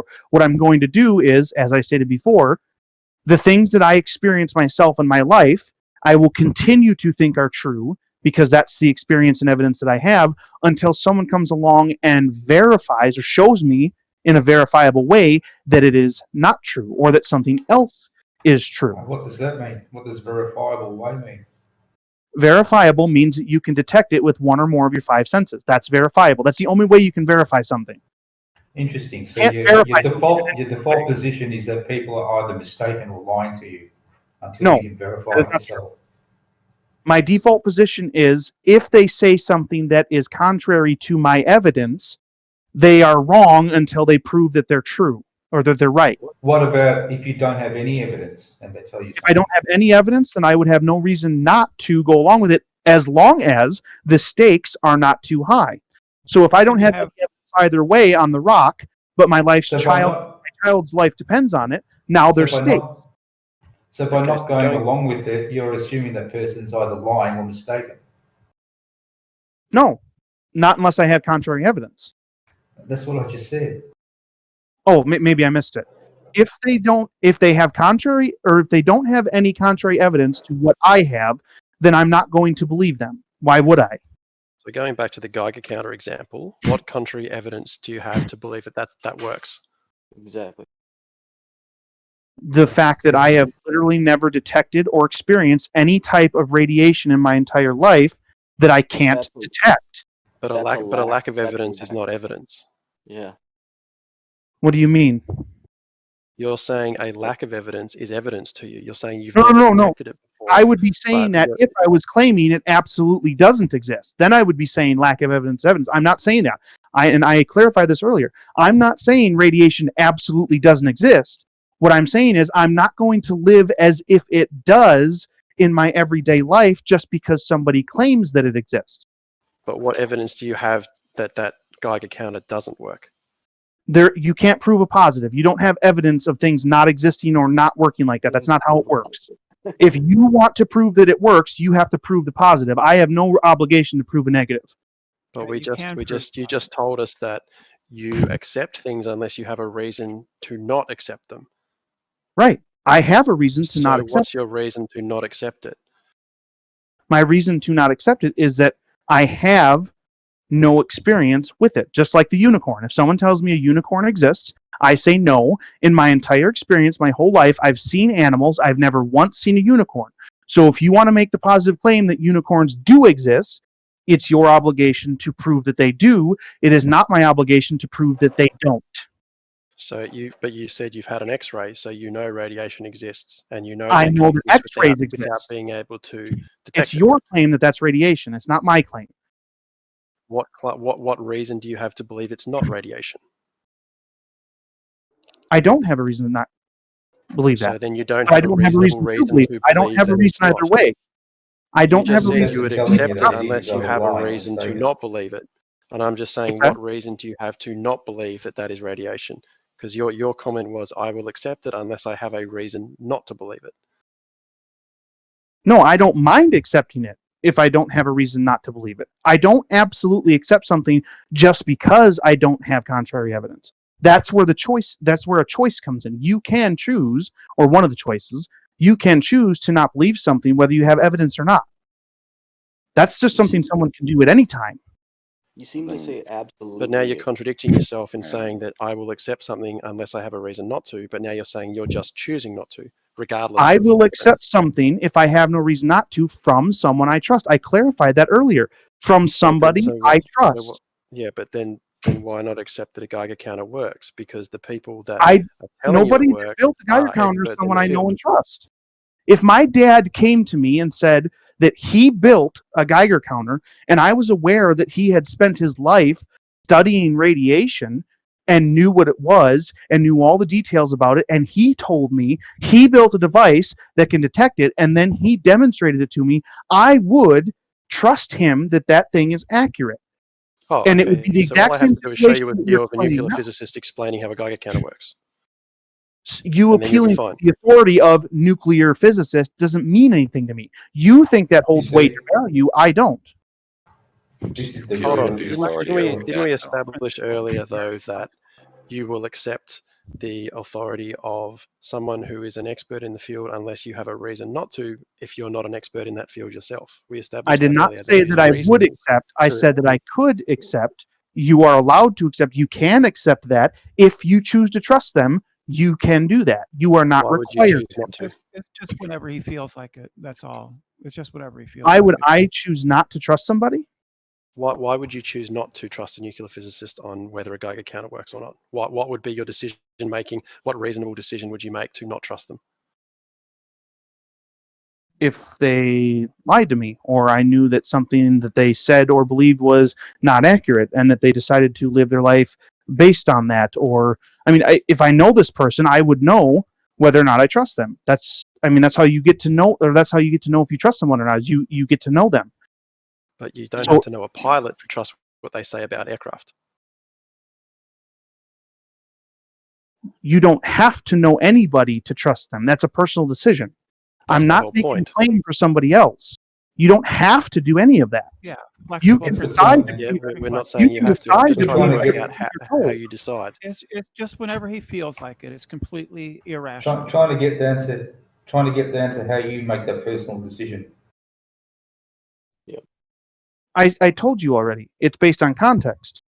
So it changes just depending on whim. Is that correct? Not when. That it's not a matter of like time factor specifically. It's a matter of what is the situation surrounding it. So there But are there's certain plenty of things that do situations matter where and you don't can matter. just be watching a video by a nuclear physicist explaining how a Geiger counter works, where Okay. there's absolutely no reason not to trust that person. You say there's no reason not to trust that person. In We're your trying to example, get to the bottom of how you decide whether or not they're trustworthy. that would involve me knowing them and finding out whether or not they are trustworthy. But then again, that's my point. You don't need to know a pilot to trust what they say about aircraft. I don't know a pilot, and I don't trust what they say about aircrafts. So you Like, don't I- trust a pilot's I've opinion on never aircraft. experienced that. I'm really curious, Bob. That's do you his believe default in- position. Do you Like I was believe saying in before. Do you believe in degrees of certainty or levels of confidence, or is it 100% yes or 100% no?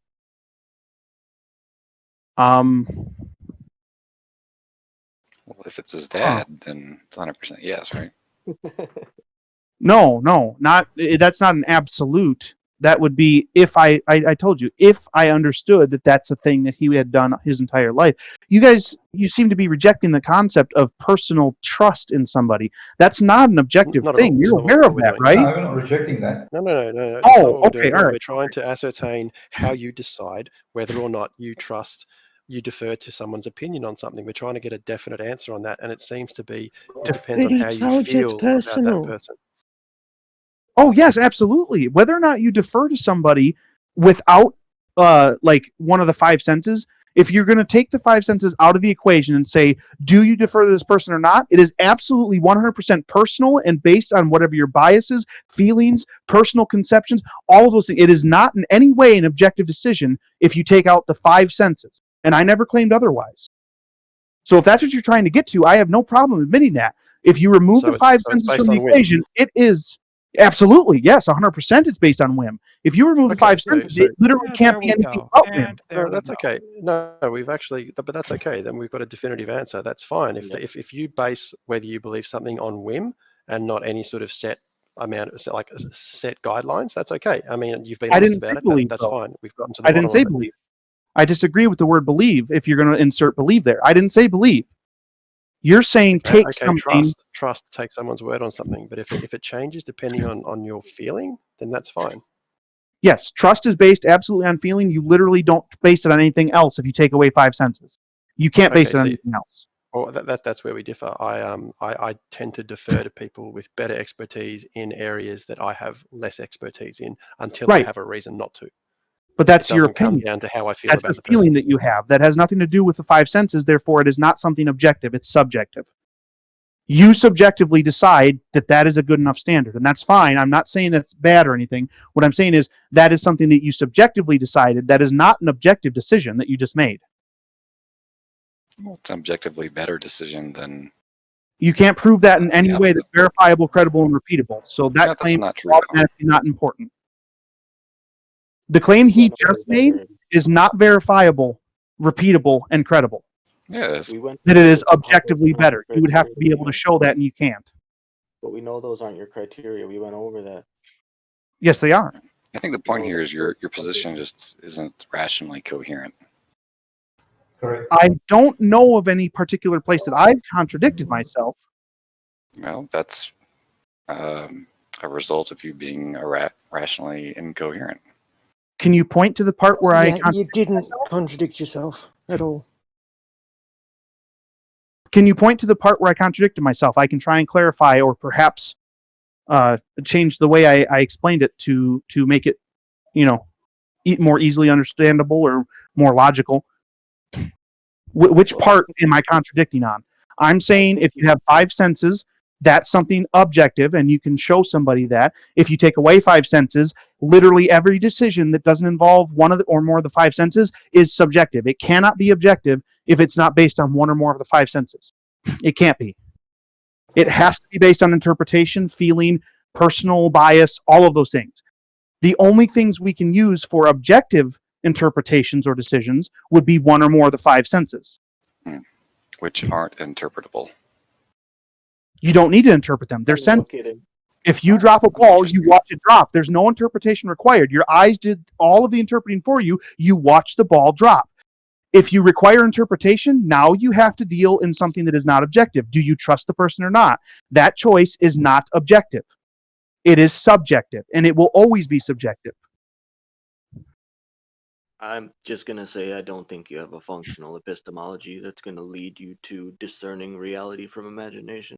Yeah, Pretty much all I and got. senses. That's fine. I'm okay Senses are with that. literally definitionally subjective. It seems functional, because, it doesn't seem, if it's not functional, then I'm not alive right now, right? It must be functional because I'm alive, I'm happy, my life is going extremely well, I'm here talking to you, I'm able to communicate with other people.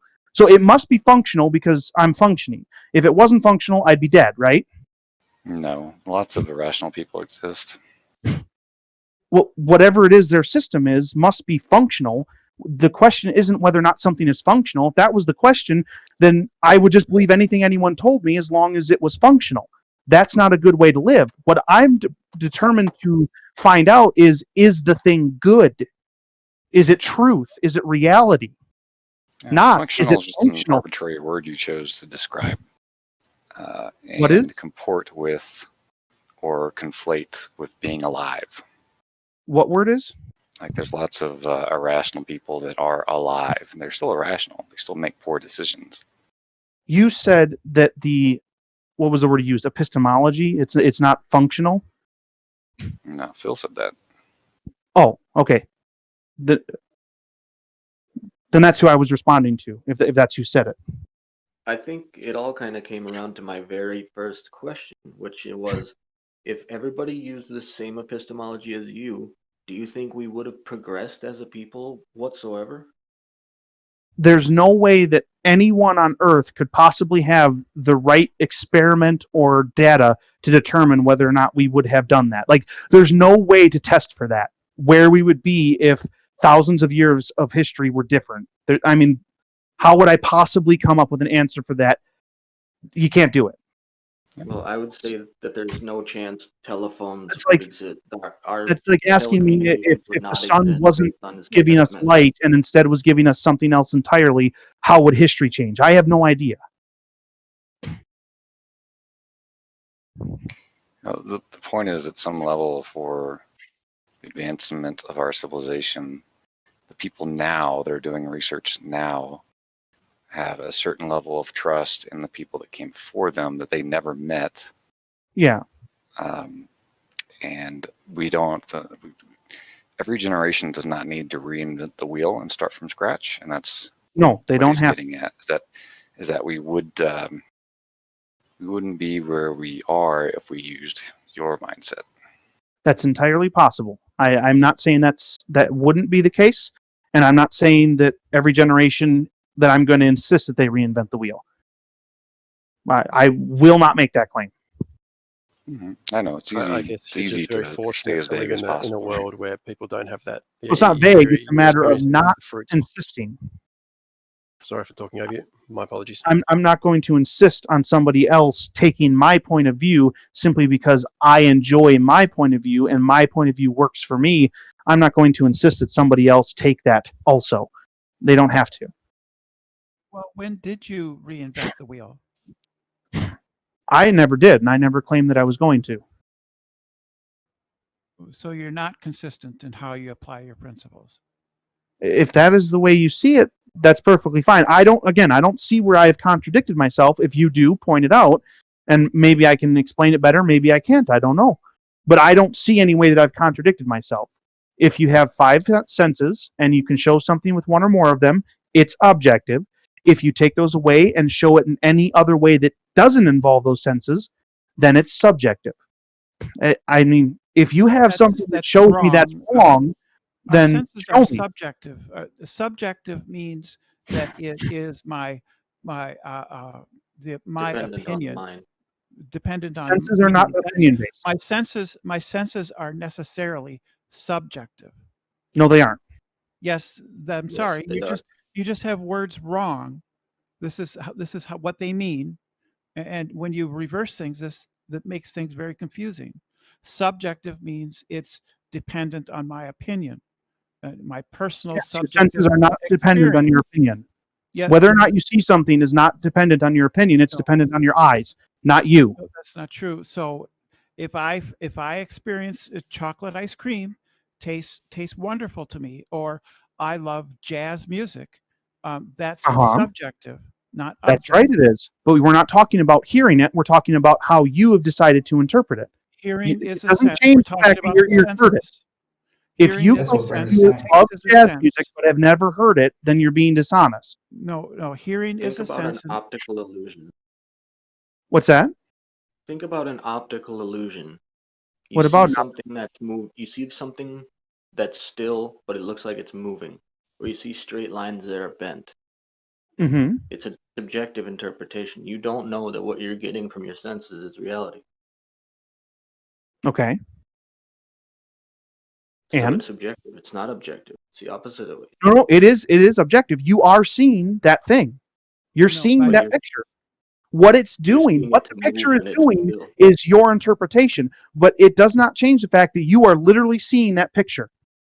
Your senses You are detecting it with your eyes. You don't have senses without interpretation. There's no such thing as hearing Yes, without your interpretation of what you hear. Okay, so that must be a point of contention or disagreement then.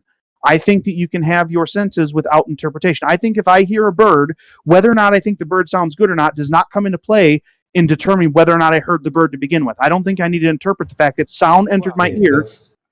How do you know you heard the bird? The conversation's going beyond the original hearing the bird. You heard the bird, whether you like it or not. There's no interpretation required to know that you did hear the bird. No, I heard a sound that I interpret to be a bird. Okay, yes, I can accept that. You heard a sound. The assumption was that we knew it was a bird. We don't have to assume that. You're right. If we don't assume that, then the objective information you have is that you heard something. Yes. You ever been half asleep and hear like just one more sentence from your dream while you're awake?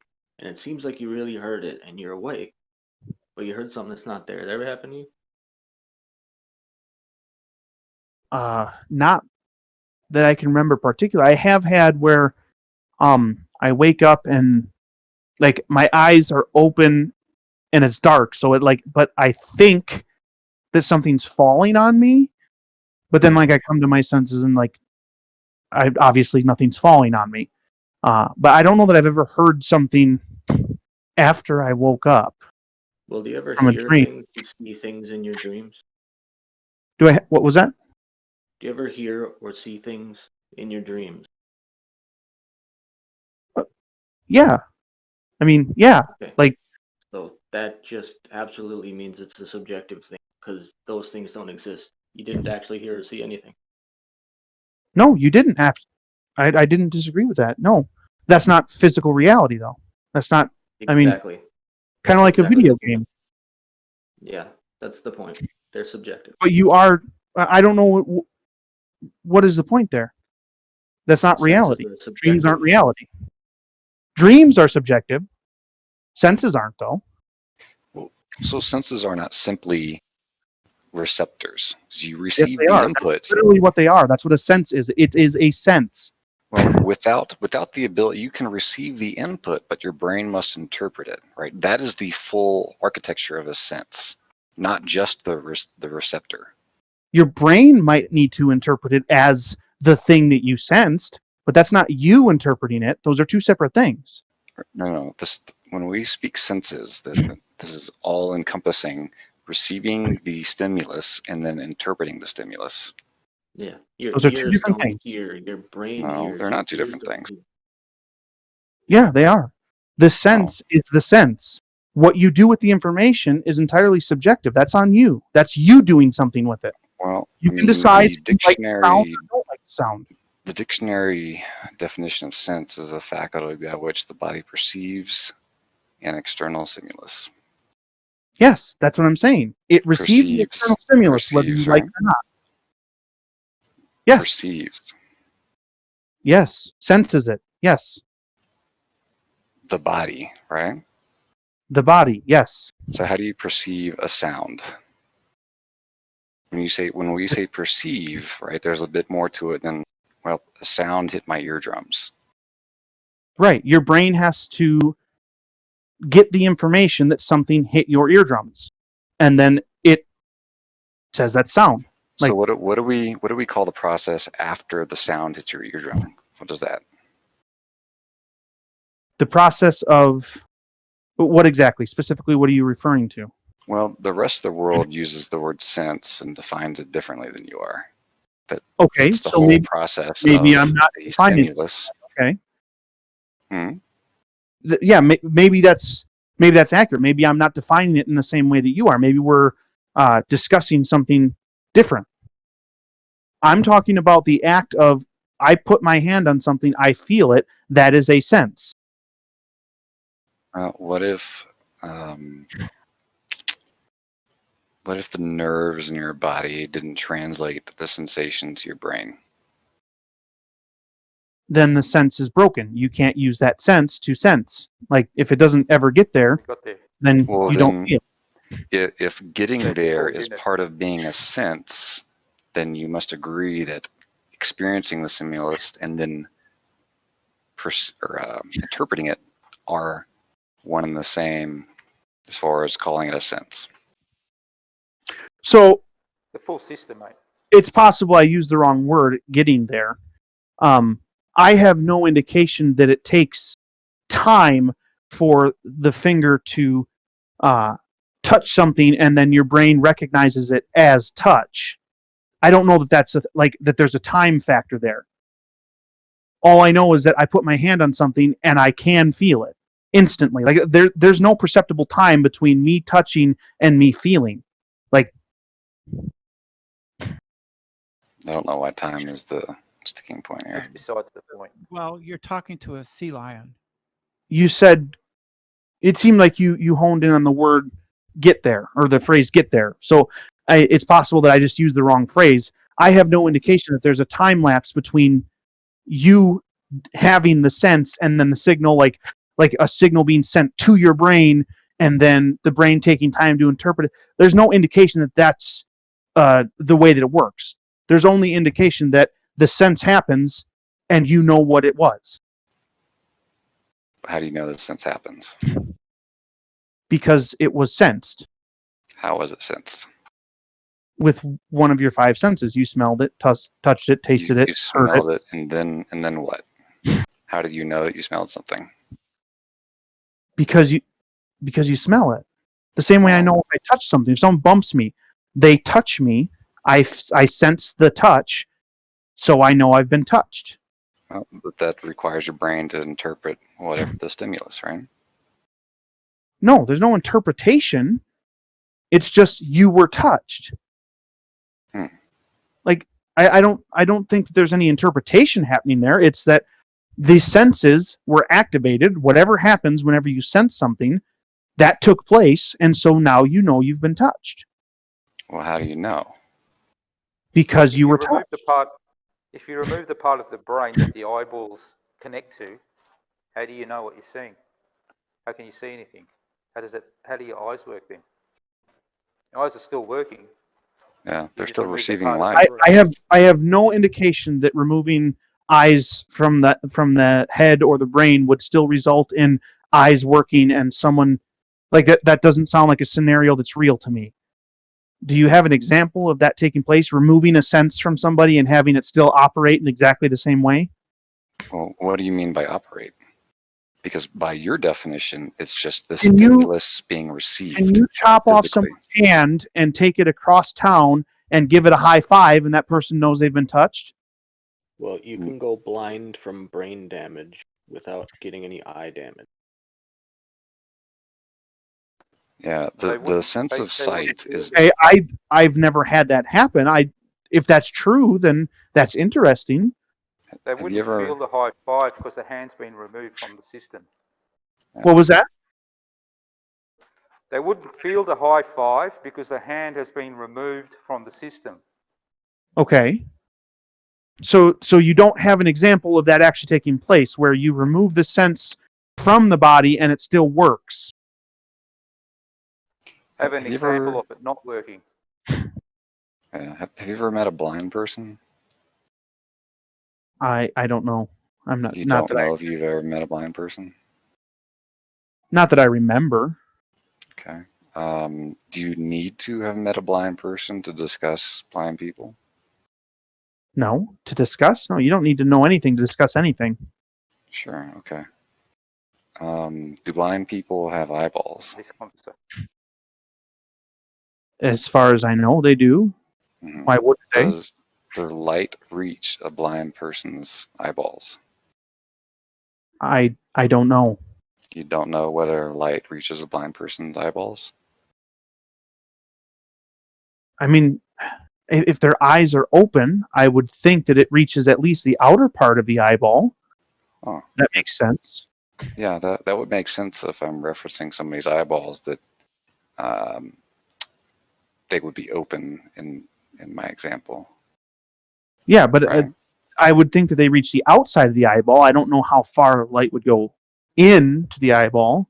But that does mean that the eyeball received light, right?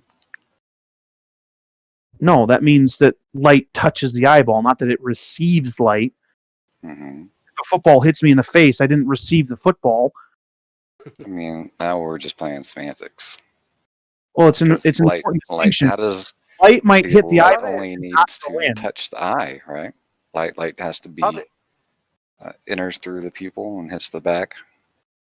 But it might not do that. If they're blind, I don't know if it's doing that. That might be why they're not seeing. Maybe the light doesn't go to the back of their eye.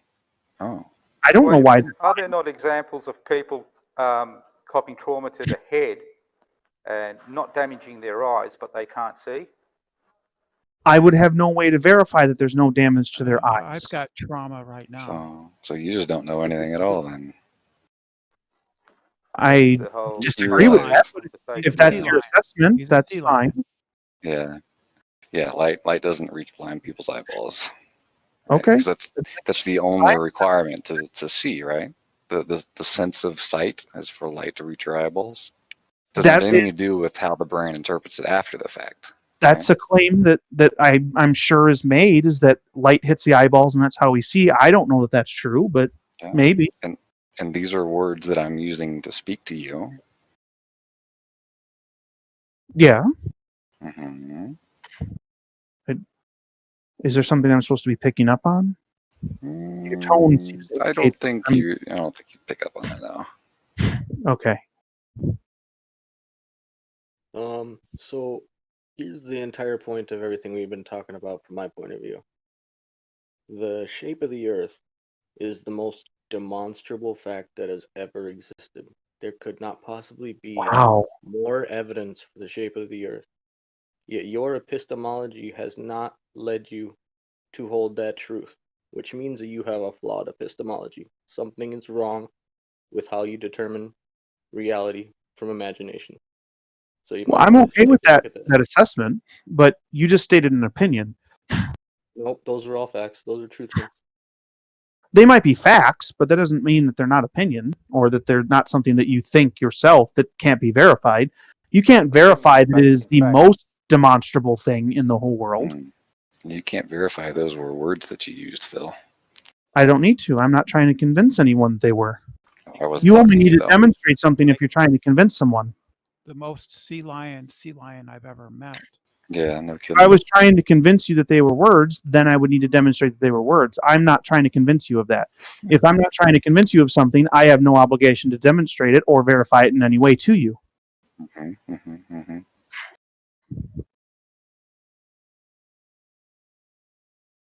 Did anybody disagree with what I said? No, I'd agree. The shape of the Earth is just massively proved through multiple lines of evidence. That's not what he said. He said it is the most demonstrable thing in the universe. Yeah. Oh, It's so the that's oldest scientific endeavor of anything. We've That's been an opinion. investigating. That's where the science came from. It's funny Well, how what you key in on that part to dispute rather than the objective fact that Earth's a globe. Yeah, that's disputable. Saying that it is the most demonstrable, that's an opinion. Yeah, but it's a waste of time to really discuss because that's the point. Also The most an opinion. important piece Saying of it's that a waste of sentence. time. The most important piece of that sentence was that Earth's. A I didn't globe, say it was the most important piece. That's your words. I Well, said no, that's an how opinion. normal people communicate, right? If that's how normal people communicate, in your opinion, that's fine. Well, if these are words that you're using to talk with, Yes. I think don't they're know. words I'm that I'm not using to sure talk that with. they are words. If you disagree with it, that they're words, if you think I'm I'm not speaking sure they're something that's words. gibberish or nonsense, not words, then that's I'm fine. talking to a script. I think I'm talking yeah, to a script. I think it's someone who's very bored with his life. Bored? Why would I be bored? So Bob, The shape let's say, is.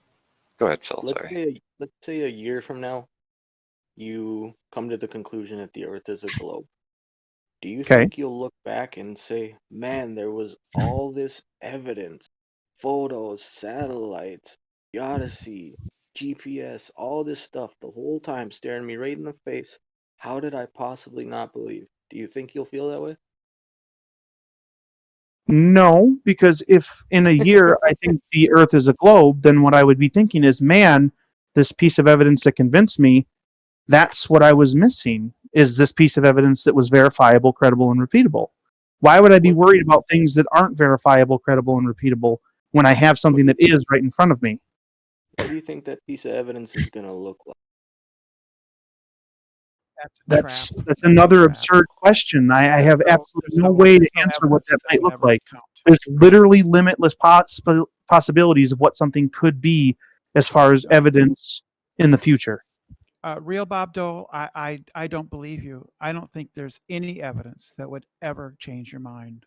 Ever. That's fine. I'm okay with that. I'm okay with that. Yeah.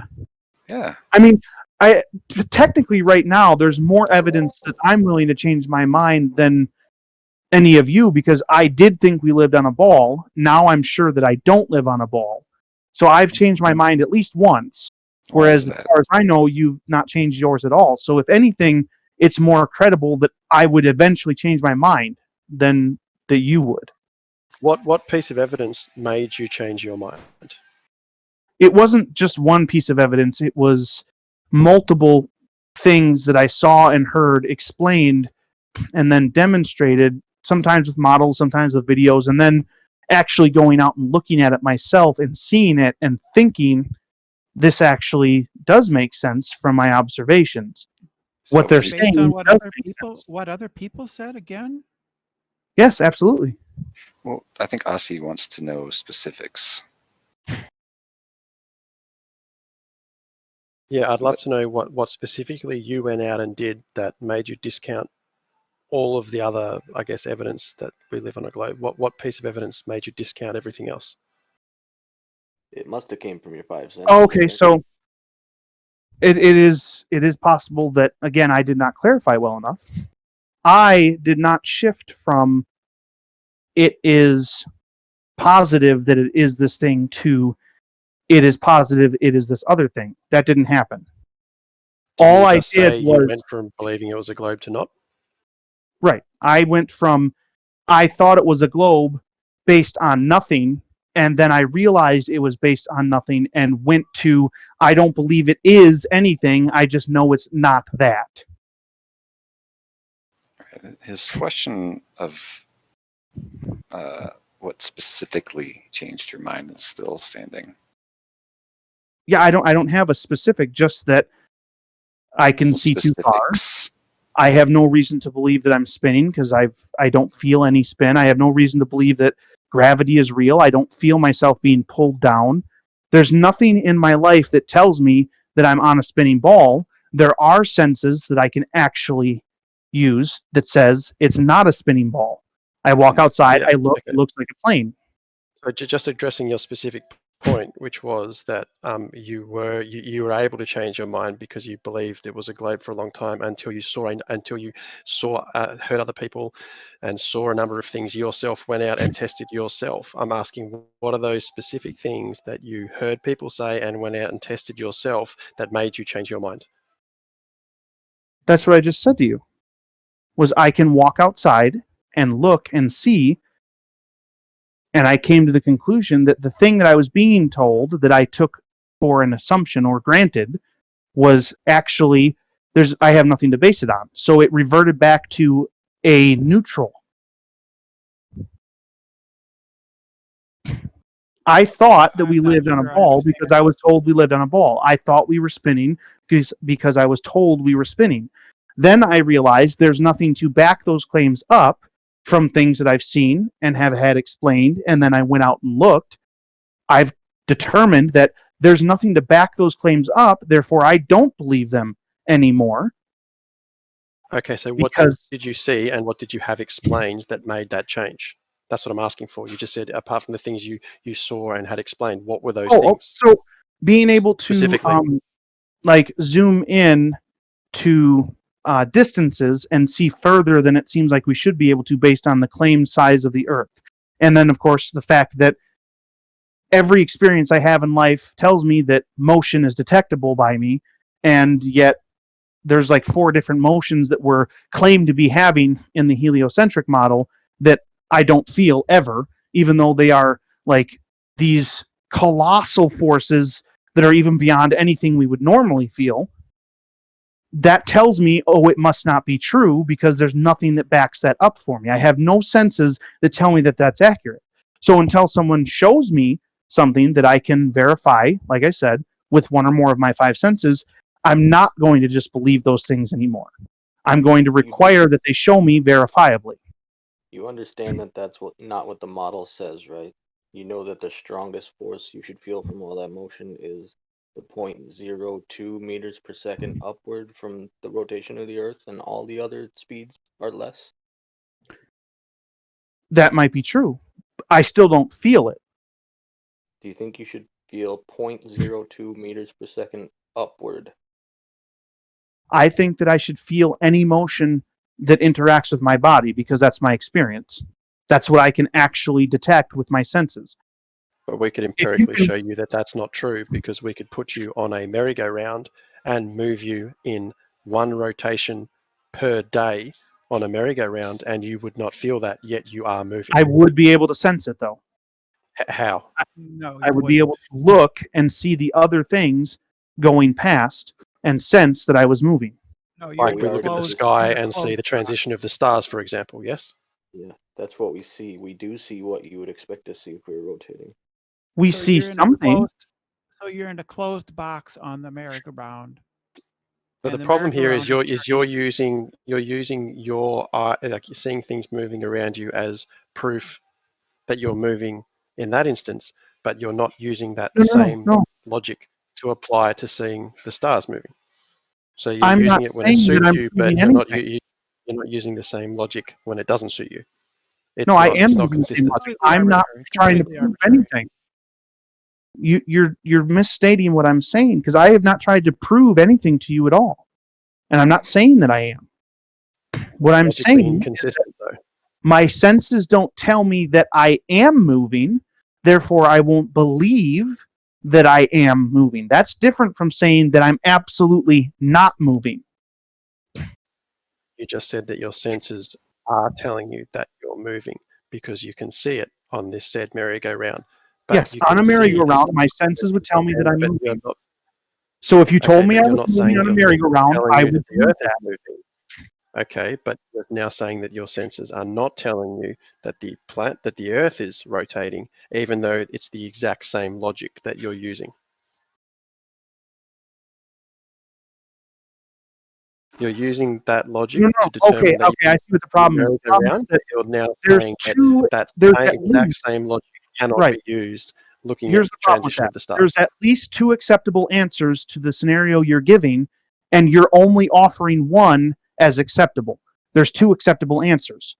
If you see the movement with your eyes, you're moving or it's moving. You're saying only one of those is acceptable, which means you're assuming already what the answer is. If I'm on a merry-go-round and I see that I am moving, it's entirely possible, you're right, that I'm moving or the things that I'm seeing that look like they're moving are moving. One of those two things could be true. They obviously could both be true, but they can't both be not true, right? You're already saying I'm on the merry-go-round, so you've already taken the other option off the table. You're not allowed to do that if we're going to talk about the example leading to reality. That's you begging the question. Am I on the merry-go-round or not?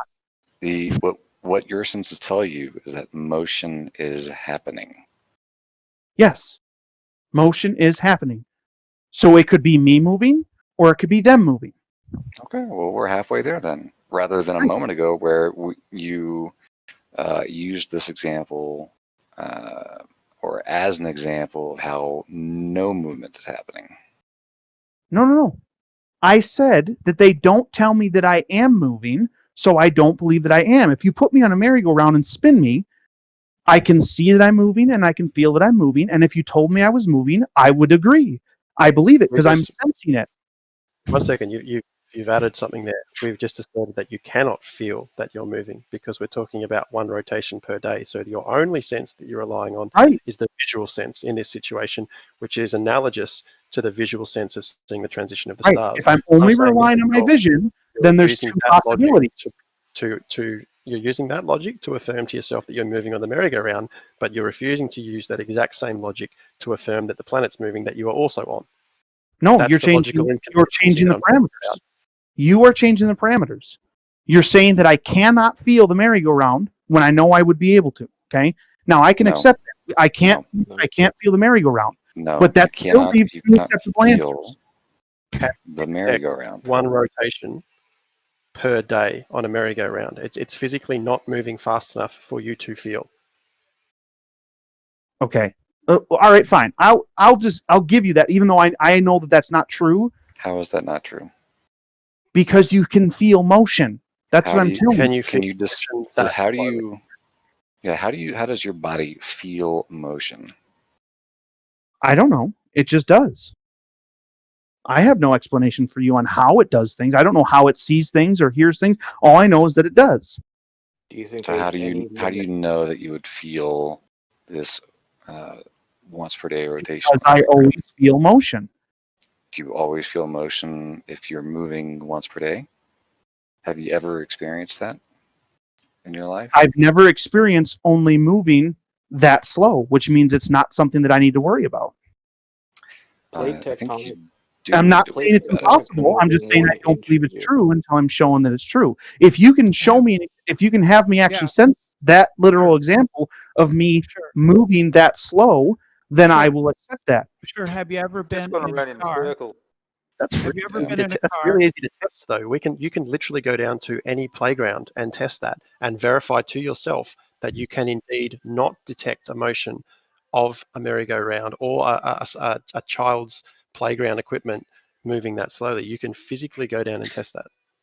Or you could be. Have you ever been, Bob Dole? Have you ever been in a car, and maybe the brake came off or something, and it starts moving forward very, very slowly, and you don't realize it until it gradually picks up speed.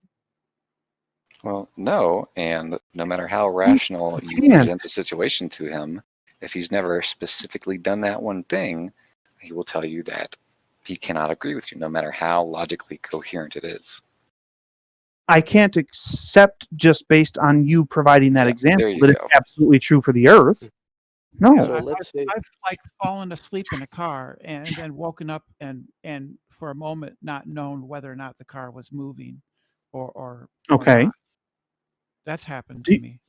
do you spend your days in that state, or? That's not the is point. that relevant? That's not the Well, point. yeah, it is relevant Point because is- now you're No, the point if is you're that I saying could- that is a demonstration, then that means that's the state we would have to be in to be feeling it each and every day. No, that doesn't follow. We're I'm talking just How does saying it that not follow? there are cases where You're I giving me an don't extreme example and saying let's apply it to everything, every day, every second with this falling extreme asleep in a example. car is not an extreme example. How is that not an extreme? Okay, then you do spend your days in that state if it's not an extreme example. It is an just extreme example if it's not standard you're like that. just you're a liar. You're a liar, Bob. I You're a haven't made liar. a claim. How am I a liar? Bob, we're Oh, talking about let's the not get sensitivity of sidetracked. your sense. Back to you acknowledging that there can be movement without you being able to physically detect it other than your sight. That's what we're trying to establish. Yeah, do you think there's There can any be limit? movement. Is there any And- limit to the sensitivity of your body to feel motion? Any limit whatsoever to its precision? I don't know. We can't actually discuss how the body works because he doesn't know. He's never seen it. He won't trust anybody that tells. I won't tells take him. it as truth that the body has motion that it can't detect when it's in motion. I won't take it as truth simply because you claim it's possible. Do you If accept I that we can experience it compare- at some point, then that's fine. I will accept it as something that can happen. Well, maybe maybe you need to go find a squirrel and get yourself a sharp knife and dig its cochlea out. Take a Why look are at you me. guys so happy to accept things that you haven't I'm not felt sure or what a done squirrel yourself? has Like, to why are do you with so quick to accept We accept and things, so or quick at to least belittle him for not accepting? well, we accept things based on rational evidence and things like that. Yeah, and that's a personal choice. And he's just saying, my personal choice is I'm not prepared to do that. But you guys just seem to be desperate to take his personal choice away from him and force your choices on him. Nobody's taking his choices away from him. No, Brenda, but you're you use belittling this word- him and calling him names because he's saying this is my personal choice. You don't have to believe it. But Nobody's at the calling same him time, names. Paige, Brenda Nobody's You were uses calling him a this sea word lion. I called heard you. rational. Nobody's calling him names. You called Brenda, him a why do sea you- lion. I heard it from across the room. Yeah, nobody's calling him names. Is anyone here under the impression that I'm And you called angry him a right liar. now? Yes. The person that thinks that is our Paige, mate. Everyone's been having a civil discussion. She's the only one that thinks you're angry. I'm not angry. Brenda I assure Brenda you I'm uses not. this word called rational, but yet I don't think he has- Bob's he angry has at all. no No, idea what that no, means. he's been very good. Everyone's been very civil, Paige, so we're not attacking him. We're not calling him names. So calling someone a sea lion and a liar isn't calling She them did call me a names. sea lion several times, but Yeah, yeah, Paige, are you just trying to stir yeah. up shit? So 'Cause more we won't get lies. along this time. Oh, no, sea lioning is a technique that he's employing. It's the what? She didn't say sea lioning. Yeah. She said he's the worst sea lion I've ever met or something. So she So just calling him called him names. she called him a sea And she creature. called him a liar just a second ago. So Yeah, it's He's a also doing dishonest. that. It's a dishonest tactic that people use sometimes. Well, my intention isn't to be dishonest, so I'm not sure what to tell you about that. I have no intention to be dishonest. If you think that my logic follow through the way that I'm discussing this is somehow dishonest, Well, negator, that's not my negator, intention. rational. Yeah, I understand. I understand you don't perceive it that way, but negator and rationality and the others have caught you several times in contradictions. Okay. They've caught you in contradictions. I don't see those as contradictions, but that's fine. Okay. Yep, those are Personally, I words. don't- Yep, and we're Go ahead. talking. All right, hold on. Let's get back to where we're at. Yeah, that's right. So So- if we could get back on track, would you say that you are interested in what's true? Is that a fair assumption? Well, hold on. I want to go back to this last example real quick and finish up where we were at with the rotation thing, if you don't mind. Okay. I was leading to that. So Bob, you're down to these two options, right?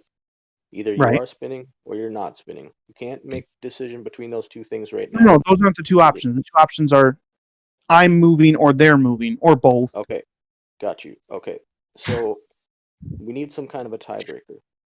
If you take that uncertainty and then you add in all of the evidence that we are rotating, like hurricanes and Foucault pendulum and gyro compasses and ringed laser gyros and superfluid phase coherence tests and on any number of things that show that we are rotating, doesn't that break the tie for you?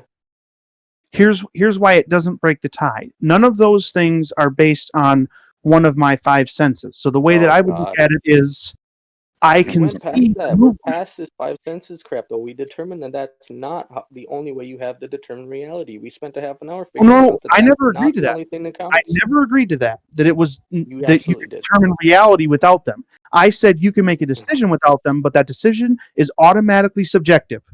But we're talking about the decision. That's the whole point here. It's not Right. life or death. It's how you make a rational decision. What you're asking me is why doesn't all of this evidence basically break the tie? And what I'm telling you is that the reason it doesn't break the tie is because I would use my other sense to break the tie.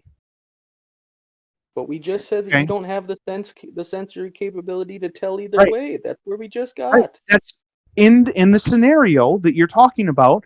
You're deciding that I don't have the capability to detect it. Okay. Okay, But so you're this telling is me something to apply that. You're telling me to apply that then to the decision about the shape of the Earth, right? And what can I'm I just saying jump is we can't apply the absolute knowledge of I can't feel the Earth spin to the Earth spin. We can't apply the absolute knowledge of I can't feel the merry-go-round to the Earth spin because we don't know that I can't feel the Earth spin. We do know I can't feel the merry-go-round. Your example is created by you. The world wasn't created by you. The example was created by you, so I can go with you on that assumption that I can't feel the merry-go-round, so my eyes are telling me something, and I have to make a decision based only on my eyes.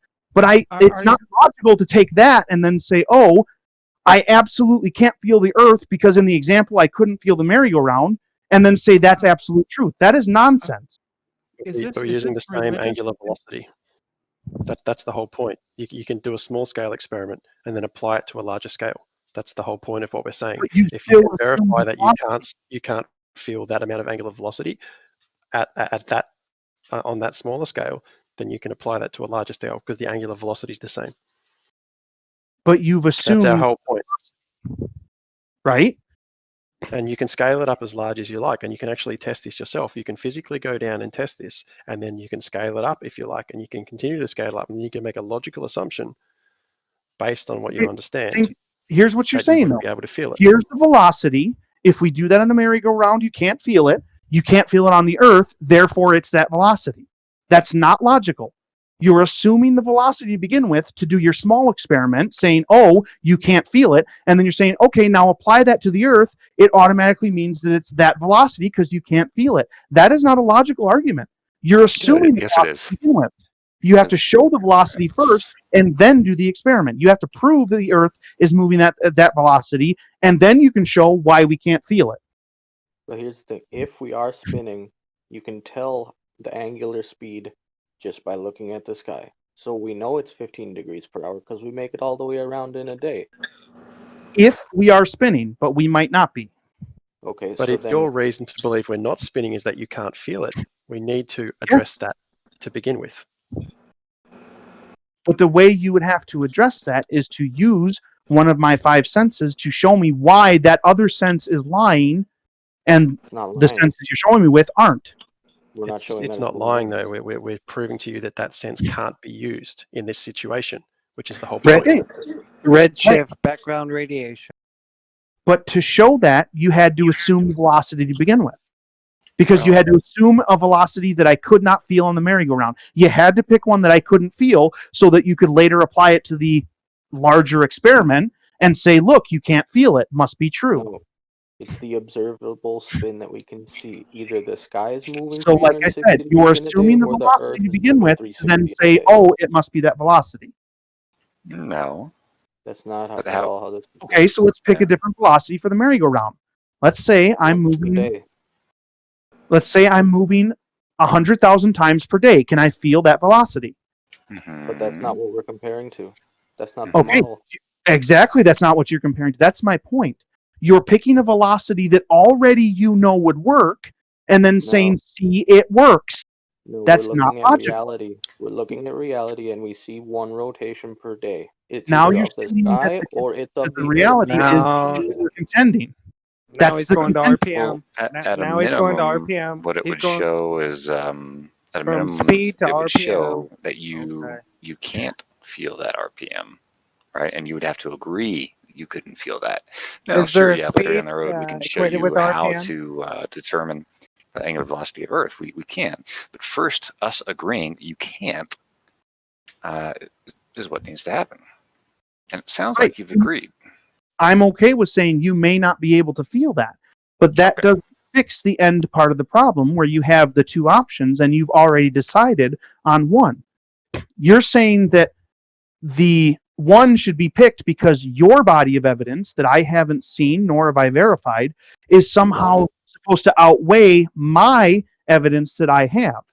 But you don't have it. But I guess one of your evidences I was do that know. you can't feel it. Right. That's the problem. You're saying that your evidence that I can't see or verify in any way outweighs mine.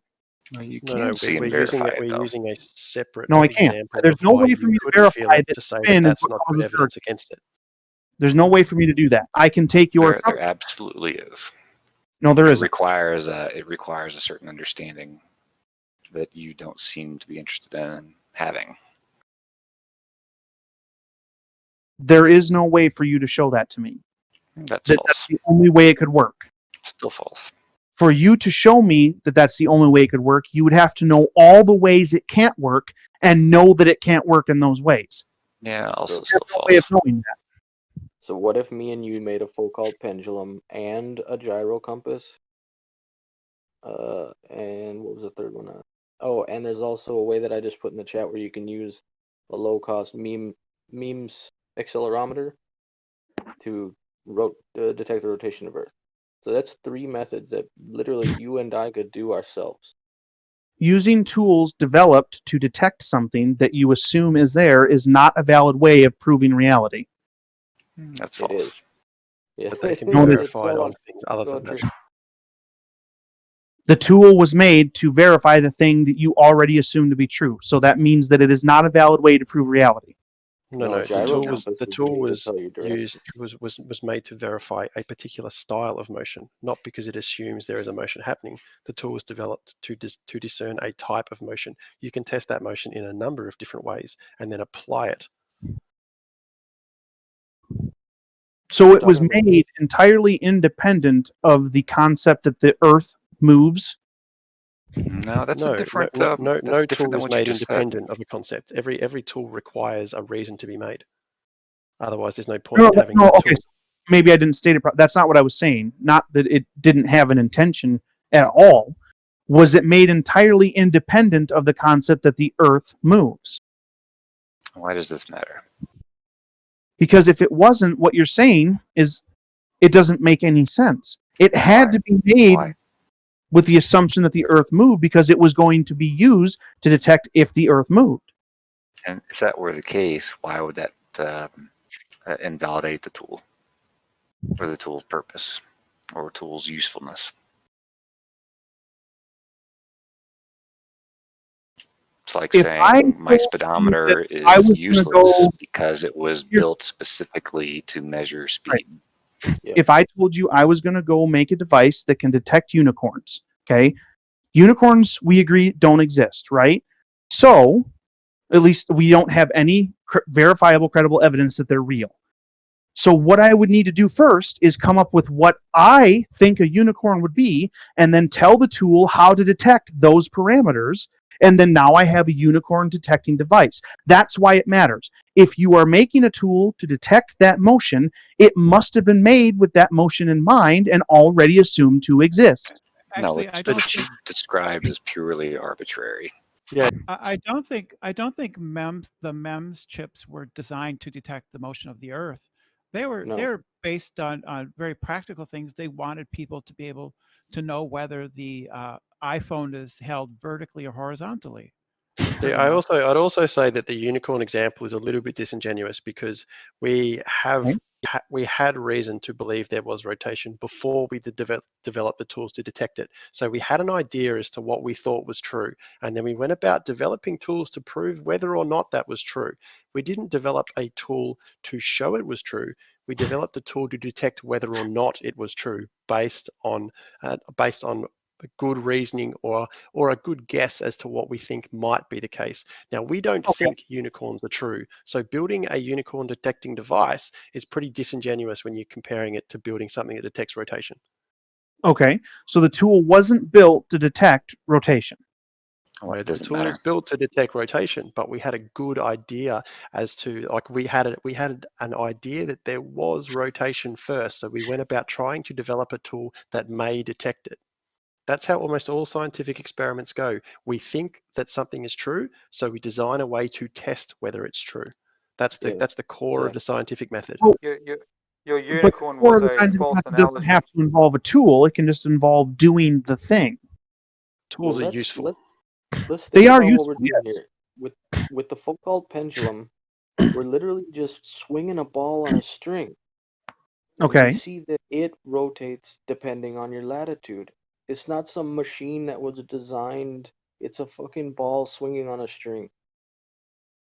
So, okay, so this tool, you call it a Foucault pendulum, and the tool detects. You're saying it detects motion of the Earth, or it What it detects does- motion, or what does it What do? it does is it stays fixed relative to space. It maintains its rigidity in space. It just swings back and forth. So if the Okay, Earth spins, that thing's gonna rotate. So how does it? Wait a minute. Do you really not know You're about Foucault's saying that pendulum? it stays in the same place relative to the space around it? It maintains its rigidity in space, just like a gyroscope. It spins and it wants to stay there no matter what happens around it. So if you spin what's around it, it's going to appear to rotate. So, but how do you know that that's what it does if it was made on Earth and you think the Earth spins? How would you know the tool was calibrated properly? Wouldn't it have to have been made in space where it absolutely wasn't moving? There's no calibration whatsoever. It just matches the map and it spins exactly the amount it should depending on your latitude, from 0 at the equator to 90 at the North Pole. It matches exactly what the physics says it should. But what if that isn't what it's doing? What if it's doing that because of a different reason? If you have a better explanation for it, then you're probably going to get a Nobel Prize. Oh no, I don't have a better explanation. I'm just saying, you're saying that it absolutely means this one thing, but what it sounds like is it's just a ball on a string, and there's technically infinite reasons for why it could be acting like that. In science, Well, then the provide best one. evidence. In science, the best evidence is you make a novel, testable prediction. You say, if I make a Foucault pendulum at this latitude, it will rotate this much. And we do it, and it does. But how do you know it would rotate that much if you don't know if the Earth is spinning yet? So We don't, because that's Wouldn't you have already you're know correct a at little what bit, speed the Earth Pato. would need to be spinning to know how much it would have moved? no. It's a physical prediction based on our understanding of physics. How do you know how much it should have moved if you're not assuming the Earth was spinning? You can If just figure out what the If you're assuming the percentage Earth of is twist it will stationary to compared the to the test, rotation. then you would have no way to determine what it should do because you've never had experience with a rotating Earth because you're assuming it's stationary. So you would have no way to determine what the Stationary, result you'd should assume it be wouldn't on move. a moving Earth. Well, that's where your understanding comes into play, and if you don't understand the physics behind it, then it's not going to make sense to you. Okay, well, then maybe I don't understand the physics behind it, I guess. It's like if my 4-year-old were to ask why I drive to a building and then stick a tube into my car and some liquid comes out and magically my car keeps going. You know, my 4-year-old could dispute all day long what makes my car goes because she doesn't know how internal combustion engines work. Yeah, absolutely. And that's the case here. Your level of education or understanding is not where it needs to be to follow through on these sorts of lines of reasoning. Okay. Well, I'm willing to accept that. That's fine. If I don't have the education that's far enough that you guys think is acceptable to continue the conversation down this line, then that's I'm fine. not convinced that I'm not going to I'm insist that we that's continue. the case. I think we can put you in the right direction. It's up to you whether or not you choose to get that understanding, though. If you choose not to, then you're remaining willfully ignorant, and there isn't really no point in continuing. How would you determine what the right direction is? It's religion, isn't it? What do you mean the right direction? Like a direction that would help me personally, like in my life, or just a direction that would get the answer that you already think is true?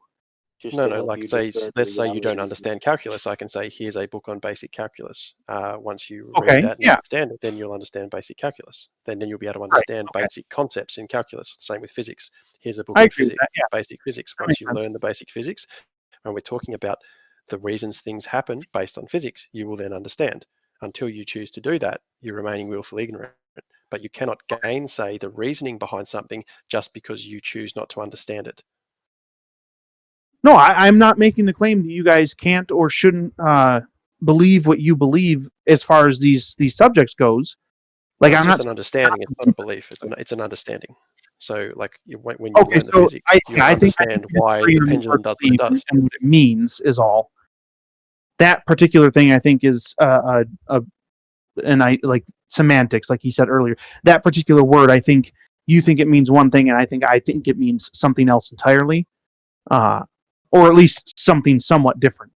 The word believe or belief. So, but if that's the way you guys consider it in your mind, we can point you in the right direction to learn the physics as to why the pendulum does what it does. And then once you learn the physics, you'll understand why it does what it does and why it proves what it proves.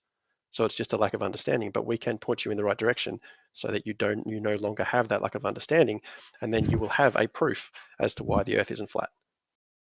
Okay. Do you have like a link or something showing like all the the test that you're talking about, or the device that you're talking about, or somewhere I can go and look at it? You can just Wikipedia Foucault's pendulum, and I'm sure they'll have all of the mathematics behind it, and then we can go through step by step if you like. Eyes to See channel did a couple of live streams watching the pendulum and found some very interesting discrepancies, should we say. No, she didn't.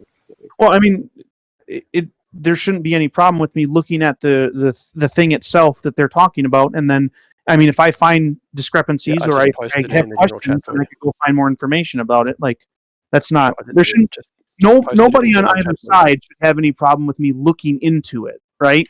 I mean, nobody does. Acceptable by everybody. Nobody here has a problem with you looking into it. No, just pointing you in the comment direction. about what Paige mentioned was this flat earther watched it and claimed discrepancies. I even hopped into the stream at one point. She made a claim that it didn't move at all, and all I did was screenshot her own live stream from an hour prior, screenshot the current, and to show that there clearly was a movement and that she was looking for something that wasn't there, or she was lying. But by all means, look at anything you want. But we're even willing to go one step further and help walk you through anything you don't understand about it. That's what I'm saying. It's not just a matter of allowing you to look it up yourself. If there's anything you don't understand, we're happy to go through it with you and clear up any misunderstanding. Okay. Yeah, I put it into the thing I'm on. I'm not going to read through it tonight. It's almost midnight, but I have it up on my web browser already, and it looks like there's maybe even a couple of videos right there on the Wikipedia page, and some models and stuff.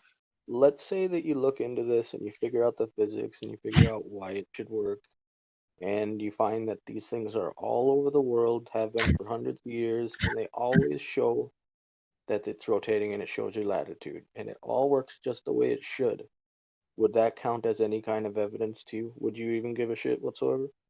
It would count as evidence. So that what it would come down to is, what is it evidence of? So,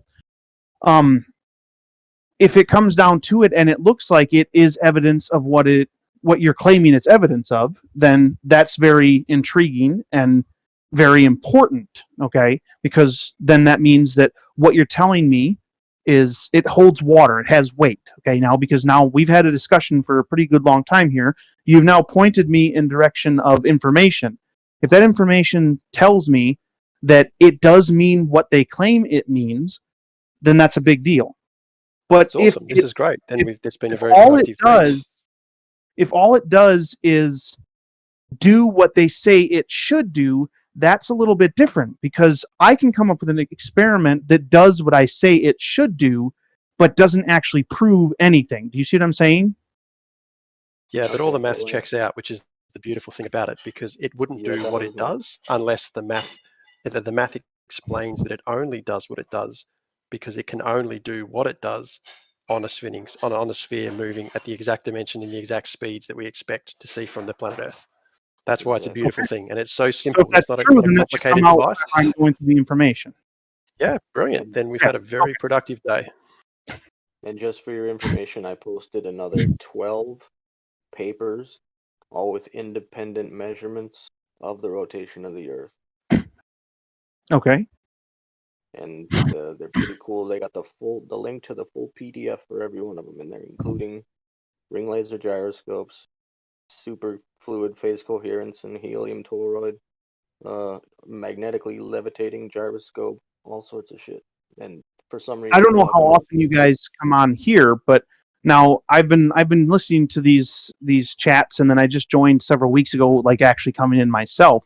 But then I don't know if you've talked to them about these specific things. It seems like these things are mentioned sometimes, but not necessarily gotten into it. I could have just missed it. Actually, it's possible that this has already been super discussed and gone through. But if it hasn't, it's then usually if I could just jump in and address that, it's usually the case that once we start trying to logically and reasonably get into these discussions, things go off on a tangent. People talk over each other. People argue. People change the topic. yeah. We've had a beautiful discussion here where we've been able to stay on topic and slowly work through the things we need to work through, which is very productive. Unfortunately, that's not normally the case. Yeah, there are certain people who deliberately try to derail conversations and confuse things. They do that deliberately. And there are people who don't people care. get excited about making their point. Even I do that sometimes. Is I get excited about making my point, and then I try to jump in and make my point. But honestly, I'm very, very confident that if you're intellectually honest here, this will be a paradigm shift for you, because it's a very, very simple experiment, very simple device, and it's virtually inexplainable in any other way other than it working on a rotating sphere. So I look forward to you looking into it. He gave himself an out, though. That's okay. I'm happy for him to give himself an out, but if you're being intellectually honest with yourself and with us, this will be a game changer for you. There's very few things in life that I wouldn't give myself an out in. I mean, that's just I'm not sure if it sounded like you said that as if it was negative. I don't see that as a negative. I think that's a normal human thing, is that they will attempt to give themselves an out in any situation where they think that they might need one, or that they could be useful. That's the difference between you and me. Is I have certain commitments, and so I don't give myself outs. Right. That would be one of the few places where you don't give yourself an out, is if you're making a commitment to somebody and it is an important thing, which if you're making a commitment, it should already be important, right? So that would be one of the few cases where you don't give yourself an out. You're making a commitment and purposely not giving yourself an out. That's what the commitment is, right? I have a commitment. I have a commitment to the truth, and to make my beliefs conform with the truth as much as possible. Absolutely. I would absolutely agree with that. That's what I'm trying to do. I think that if somebody, he said, if I'm intellectually honest, I think that if anyone is honest, in the absolute sense of the word, if they are an honest person, that they will find what is true. They will find truth. We keep on crossing our fingers, that's for sure. Well, I don't think that honesty is necessarily going to take you to truth. I think that there are procedures of reasoning that you need to use, and you need to stick to those.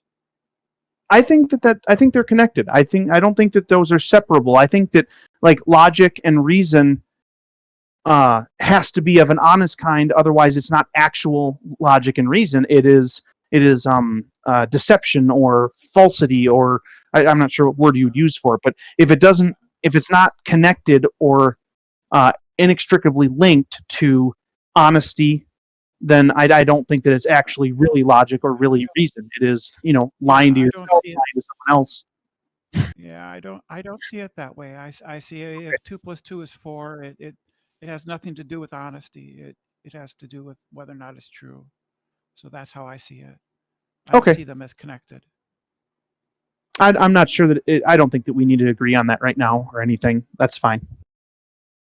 Right. So when I see the evidence, which is there's a lot of evidence. There are photographs and videos from space showing the Earth. There's all kinds. There's pendulums, gyroscopes. There's ships going over the horizon. There's measurements of curvature by geodesic surveys. There's personal testimony by people. All of those things all together show me that the Earth is round and rotates, and the moon is 240,000 miles away, and the Earth rotates about the sun.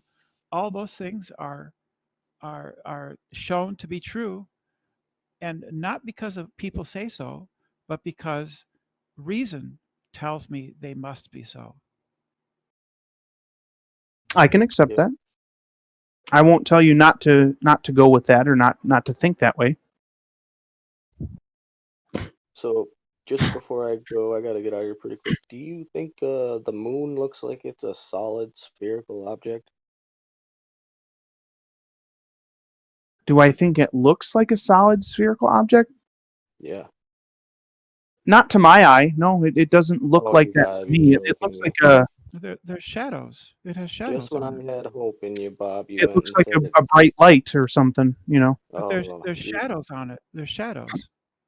Well, there's something on it. I mean, I can't go to it and look Those and are see. Oh, that's a shadow. I just know that there's dark spots and stuff on it. No, it's not just dark spots. Bob, You can come on, man.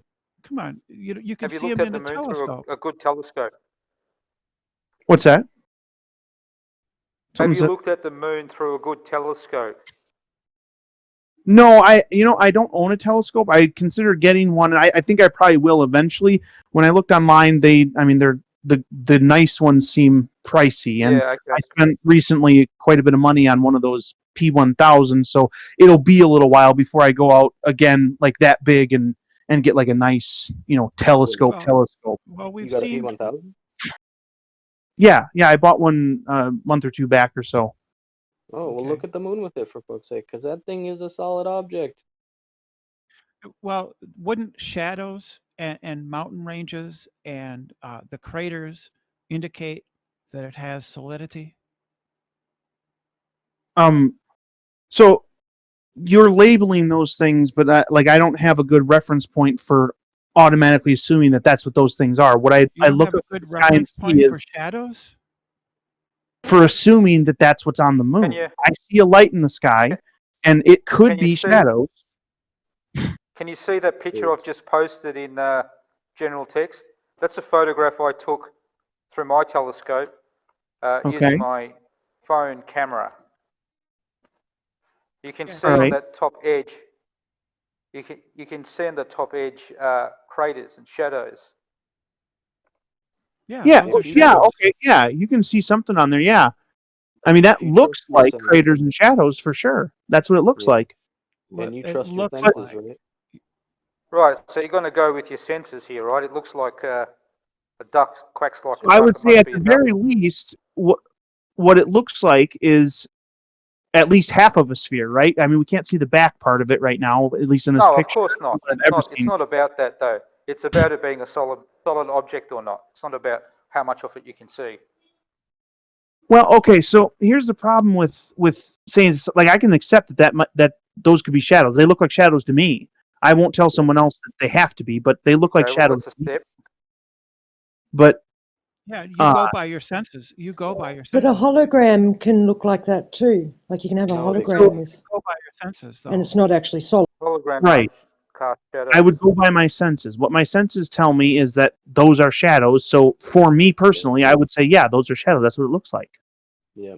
But what I won't say for sure is that something up there in the sky that I can't even get remotely close to acts the same way as everything down here on Earth. Like, I mean, Why wouldn't it? it would be like me standing on a table and pointing to the chairs and seeing, see, they must be tables because I'm on the table. Like, I mean, that's not reasonable. Well, the chairs have shadows, don't they? That's not the Or point, can though. you not know if the table has shadows? Can you not know if chairs have shadows? I can't assume that the rules for shadows on Earth automatically to apply to things that aren't on Earth. Why not? Why not? I mean, I can. Like, it's not like I'm incapable. I can. I'm just saying I won't personally assume that not? as true. Why not?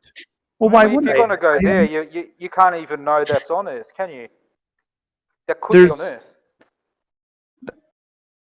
what could be on Earth? The moon. Have you seen all of the Earth? No. No, So I how haven't. do you know the moon's not on it? I don't know if I'm misunderstanding the question or if, like, it's obviously Well, I mean, not on the Earth trying to up show, there, right? The same way I know a plane is trying to on the show ground, it's up there, your logic right? in your logic.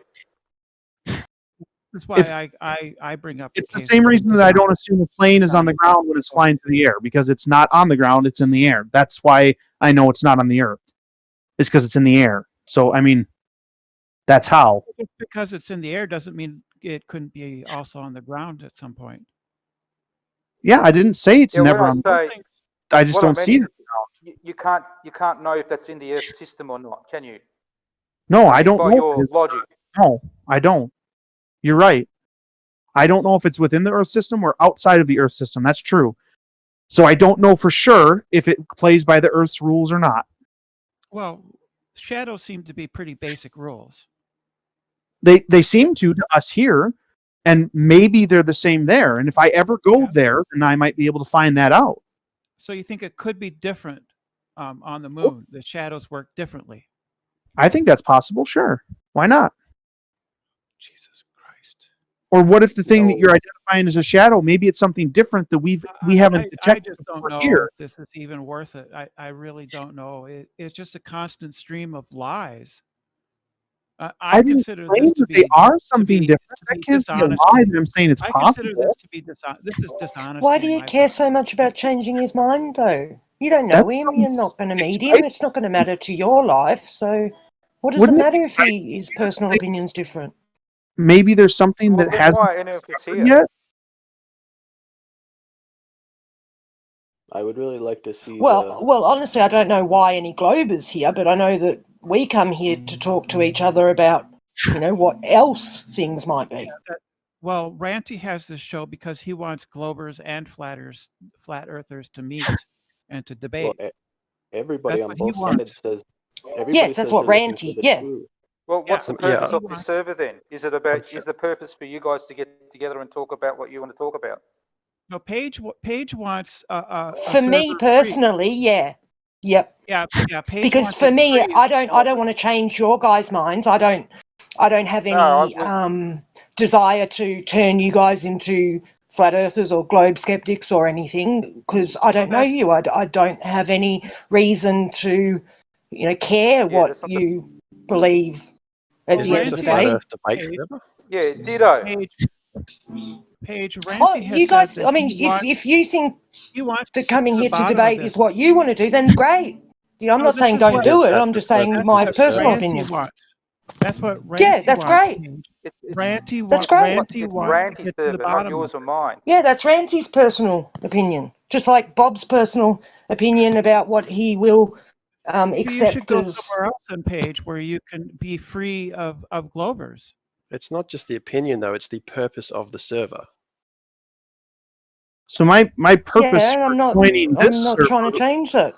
like it would be I listened to the show before I like jumped in here and started talking to people like on the channel or whatever, and I noticed more than once like people like there were good points made, but then sometimes somebody would make a bad point, or they would make an argument that maybe sounded good but wasn't like logically sound. So my intention was to get in and like attempt to facilitate structuring the conversation in a more like foundationally strong way, so that because like one of the first things I tried to get across whenever I started coming in was this idea of establishing a standard before you get like deep into the conversation, because if you don't establish a standard beforehand, it doesn't matter what either side says about anything, because they'll just say, well, I don't think that.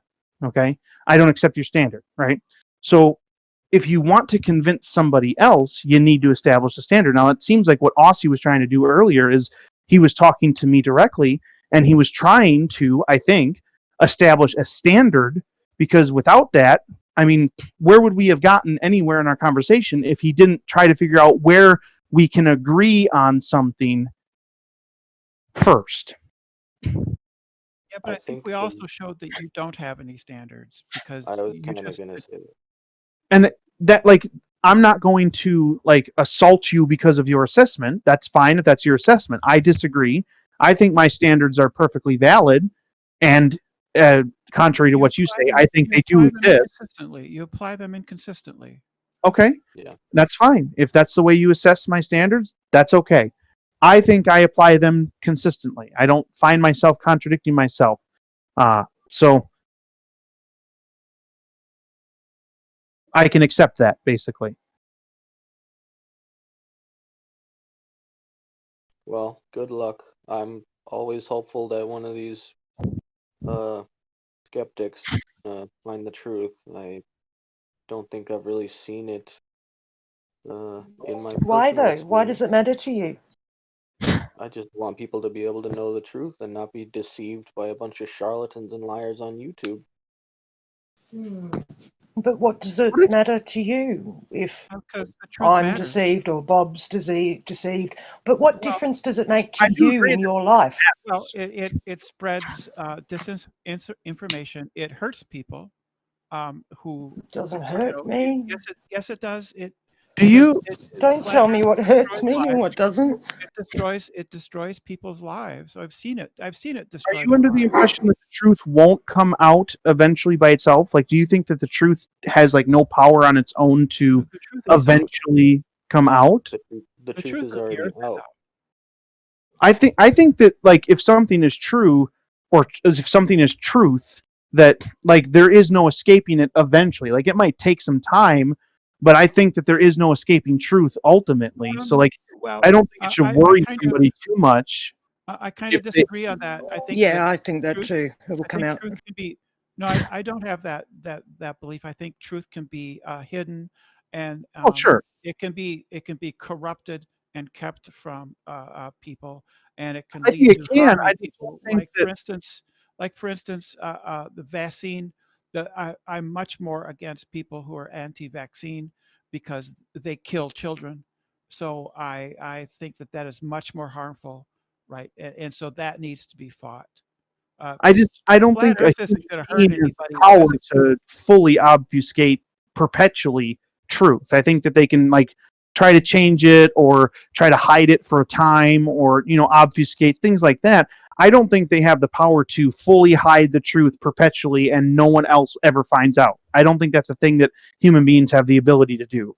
There's just too much work and variables, and that like there's just too much power that would be involved in a human being hiding truth that well. I think to have a blanket distrust in all of science and believe that millions of people are perpetuating a huge conspiratorial lie to try and steal reality from you is a dangerous idea, and I think it leads to I don't think that. I don't think that there's millions of people in on some lie or whatever. Well, there has to be. There would have to be, yeah. No, there doesn't. Yeah, yes, there would. absolutely does. No, there really. No, there really wouldn't. That's not how a lot of people assumption. There's millions of people. not- There's millions of people in space programs alone, Yeah. and that's Yeah. just How, Right, how many okay, people? No, there's only like how 550 many that have people been would to have to be space. lying? think about what you're saying though. Like the person who builds the muffler for a minivan doesn't have knowledge of everywhere the minivan goes for the entire time the minivan is in service. Okay, You're they just know how to underestimating. build a muffler, so it doesn't have You're to involve underestimating the it numbers can of people involve that have like to be lying. 3 people at the top, and then No, them How many? only giving that's not others the case. certain information. That's How just many not I mean, people do you think it would take then to keep this lie under wraps? I don't think it's a matter of keeping a lie under wraps. I don't think that's the.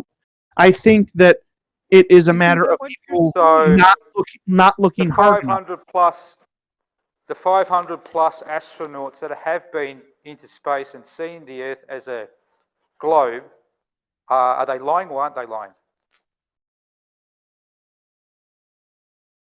I don't think anybody lied. They told you it was a model. They said it's I a don't century think model. it's simple as that. And there's a couple They've reasons why. seen it. One, nobody's having to work particularly hard to convince people that like we live on a ball. So it's not like everyone's working super hard to keep this thing going. Like almost everybody thinks we live on a ball, right? So it's not like there's hard work going into keeping that going. It's just a There thing that would most be. people think is true. There would On top have of to be that, though. your example of the astronauts that go like there's a lot of things that could take place that would actually make them think they did go to space, there would have to be a lot of people, and in it therefore that they accept wouldn't it be because lying in that if it sense. A wasn't, They lot of would things actually could have think they were taken safe. place to make. You said a lot of things could have taken place to make the astronauts believe that they went into space. Yeah, Could you give us an idea on what these lot of things might have to be?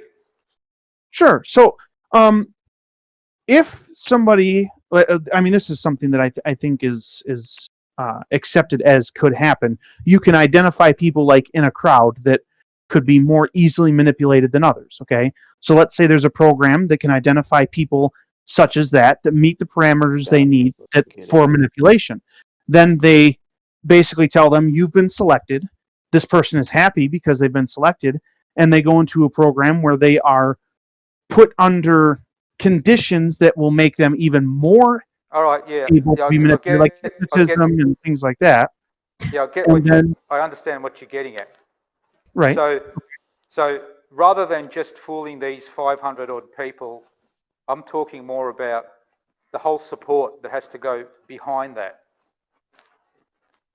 What I'm saying is that support isn't something that's actively working against them. They could have done this, I mean, 60 years ago with 10 people, and then everybody else since then has just been working on the precept of, well, we don't have to go back and invent the wheel. They did this, so now we're working on this. But Bob, Yeah, just but think those 10 about- people would have Go to ahead. grow exponentially through time because They would. you've 10 got to set up people, more 10 and more elaborate systems to fool 500 people that you're sending into space. And the more don't elaborate have to systems fool you anybody set else. up, the more people you need to support those elaborate systems.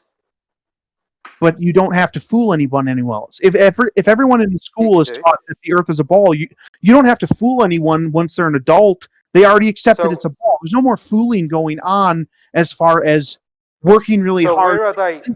where are they going when they go to success and there's live pictures of them floating in the ISS? I have no idea. Where would they go for that? And I don't know. how would you fool them into believing that they're actually floating? I don't know. I mean, they could be doing That's something the with a point. plane. You They don't could know. do something underwater. There's all kinds of things they could be doing. Possibilities are In the based. water. They right? know they were in the water. What are you talking about? Really in the water. You really think you're going to be able to pull that off with 10 people knowing the truth? I think you're misunderstanding what I'm saying. No, I understand what you're saying. I don't think you understand what you're saying because the amount of resources that would have to go into fooling people would be immense. No, it wouldn't. You wouldn't have to fool course people it would. anymore. No, it wouldn't. Bob, just think about the number of people it would take just to produce the fake images and videos and data and put up balloons to fake GPS. Okay, And weather What about the teams of Here's my response. Okay? CGI Do experts? you think that there is an intelligent creator that created our universe? The fuck does that I have to do with don't know. anything? I don't know. It's religion. Do you think that there is? I What does don't that have know. to do with anything?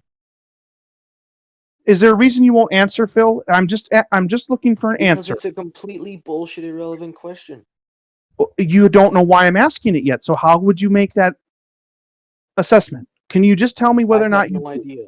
The right answer You have for no everyone idea. is I Okay, have so no idea, just like was. there are people who claim that they do know for sure, right? I don't think so. I think they'll You claim don't we've think got anyone the on Earth claims that they know for sure that God exists? You don't think one person on Earth claims Oh, that? God exists. Oh, yeah. There's people that claim that Right, their okay. belief is true. They claim that they absolutely know it for sure, right? They do. Okay, do you believe But they them haven't got that anything they know it really for sure? evidence. In their head, they know it for sure. Okay, What so they how told do these themselves. millions or billions of people all over the Earth know this thing for sure, just like you are saying about the space station and space and astronauts, even though you're saying they don't have any evidence? It can happen, false analogy, obviously, man. because it happens, right? That is such a bullshit It's a analogy. it's a faulty analogy. That was good. They don't correlate. That was good, Bob. That was good. You admit that it happens, and it didn't take somebody constantly working on the lie super hard with every individual or anything like that. What it took was a few people deciding these are the rules, this is the deity, and this is how you're going to interact with them. And then from there, for years and years and years and years, it grew and got bigger and bigger and bigger because people kept not checking the original work. That's how it can happen. Prove that That's where your analogy is wrong. NASA not lying. There's a difference. That's where There's a your difference. analogy falls apart. That's where you're incorrect and wrong with your analogy. All right, elaborate. Because people are checking. People are checking space. Okay, People are checking A science. bit like people checking the globe. It's a slow process. It only happens to a couple of people at a time. What I keep hearing from you there guys, no- we don't have to check. We don't have to go back and reinvent the wheel. It's already been done. We can move past that. We don't have to go back and reinvent the wheel and check this and that. It's already been done. So what I keep hearing from you is that it does not need to be it keeps getting by checked people now. and verified. It's always it's being verified And every that's time exactly we launch a what those rocket. religious people will tell every you. time another It's country verified. puts something in space. That's exactly what they'll tell you. That if you talk to a Muslim, he will tell you it's been checked and verified. Won't he? Bob Come Dole. on now, dude. Bob Dole. What? Bob Dole. If God didn't exist, what would change about the world? Good point, Brenda. How's he supposed to ever answer that? That's another What a question. silly question. Limitless The point possibilities. is, There's no if way the someone Earth can was assess flat, that. things would change. If religion never- didn't exist, there'd There be would be a more I people. never said it would change. I didn't make that claim at all. So the point is, the reason that your analogy is bad is because if God didn't exist, nothing about the world would change. But if the Earth was flat, almost Millions of everything people would change. They No, would but change their fuck all- daily habits. They would You have no change way what to they assess do on a whether or not Sunday. the They world would if change. religion didn't exist. You literally cannot assess that. You have no way to test it. Your claim That's is not based the reason entirely on that- your own conjecture. Fuck, that is not the reason that's a bad analogy. That's a bad analogy because there are not millions of photographs and videos and God satellites and God measurements and shit that have been faked all But over there's the world. lots of testimony of miracles and healings and Testimony is shit. We have direct you know, evidence of the healing water and Pictures of oceans, whatever else they talk about. all of this evidence of God. That's what they'll tell you. You've lost me, dude. But That's you a won't bullshit accept the evidence, analogy by so so it'll far. be pictures and it'll be measurements and it'll be math, and they'll show you, see, look at how all this stuff works. God made all of it, but you wouldn't accept it, would you? Because Show that's me not these what. videos of fucking God. Show me some videos of God. Where you got them? Did you I'm not not hear saying I what I wouldn't said? accept it. I'm not saying I wouldn't accept God not being real. What I said was, what they'll do is they'll take pictures of trees and animals and oceans and say, see, give me this a is picture of God. the and evidence. I'll He made I'll this. give me a That's picture what of God. Give me a picture or evidence of God. Give I'll us have it. a picture of bending space-time. No, listen, if I gave you a picture right Okay, I now, will right now. you that it was a picture of the Creator, you would not accept it. you would say that's a picture, and there's no way to verify that that's actually the creator. That's what you would tell me if you were intellectually honest and actually wanted to be reasonable and logical. If you would accept the the whole picture thing of with the God is you person can't I see God. claim was the creator, if you would just say, oh, it's a picture, so I accept it, you don't want truth. Bob, You can't if you see had God. as much, if by you had as much Bible's evidence own- for God, if you had as much evidence for God as there is for the globe, I would believe it in a second. In a You fucking didn't answer second. my question. What the fuck's your question then? Why would it not happen with the globe or space or astronauts? Why would it be any more difficult for that than it would be for them to convince them about the religious thing? It wouldn't be any more difficult. As I just told you, the analogy is horseshit because there are piles and piles of evidence of the That doesn't globe, answer the not question. for God. It is Considering both are based There's on 7 billion human beings that prove They creation. tell you So that they do have evidence. This They is would where say I they check do out. have evidence. both are based on Android pictures I'm just or saying that's writing. what they would say. They would say there's 7 billion anecdote. human beings. There's animals, and like that's what they would say. This is where I check out. This was a good conversation until now. I'm gonna have to take off. Negator, Brenda, Later. Paige, good talking to y'all. All right, good night. Ciao, Phil. I don't think they Both, appreciate both are based on both ideas are based on photos, though, right? Okay, a photo of the creator or a photo of the Earth. Just photos.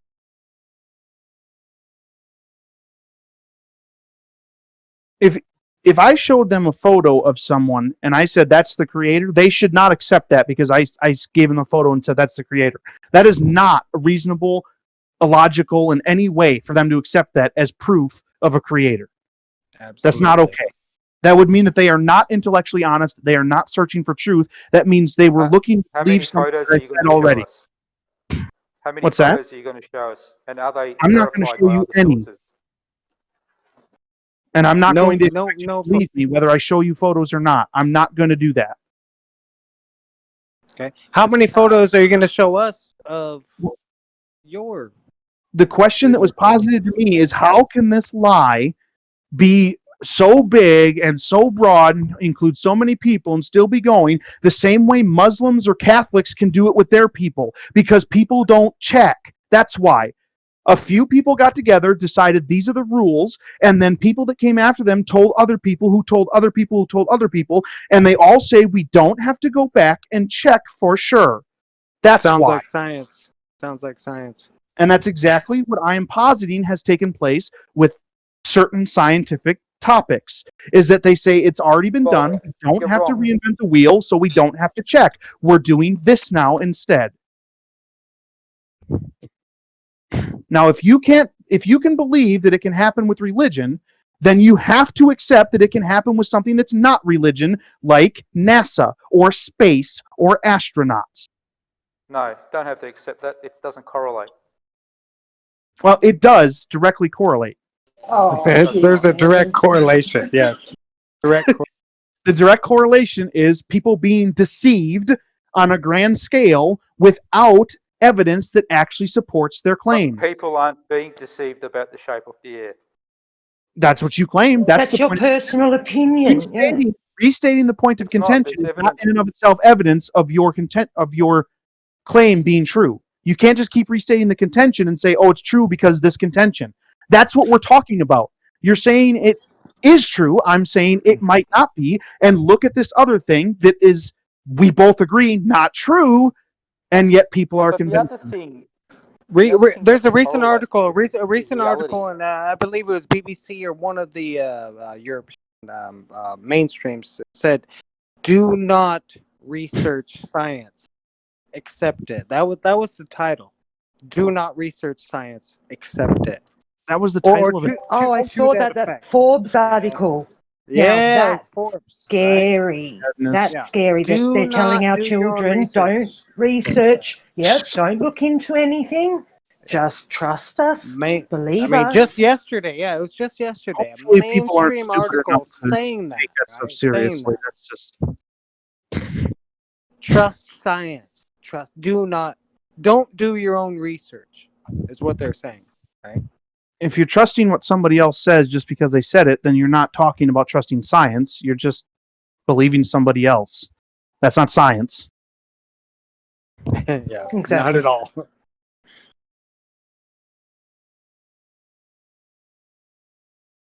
All right, it's past midnight here. It's about midnight 30 or so. I'm going to be done for tonight. Yeah, I'm currently at work myself. Well, that was brilliant to listen to, Bob. You're amazing. Some really good thoughts coming out. So thank you. It was very enjoyable to have it on in the background, listening to everything you said. I appreciate that. I'll probably. I think Ransom said Pleasure.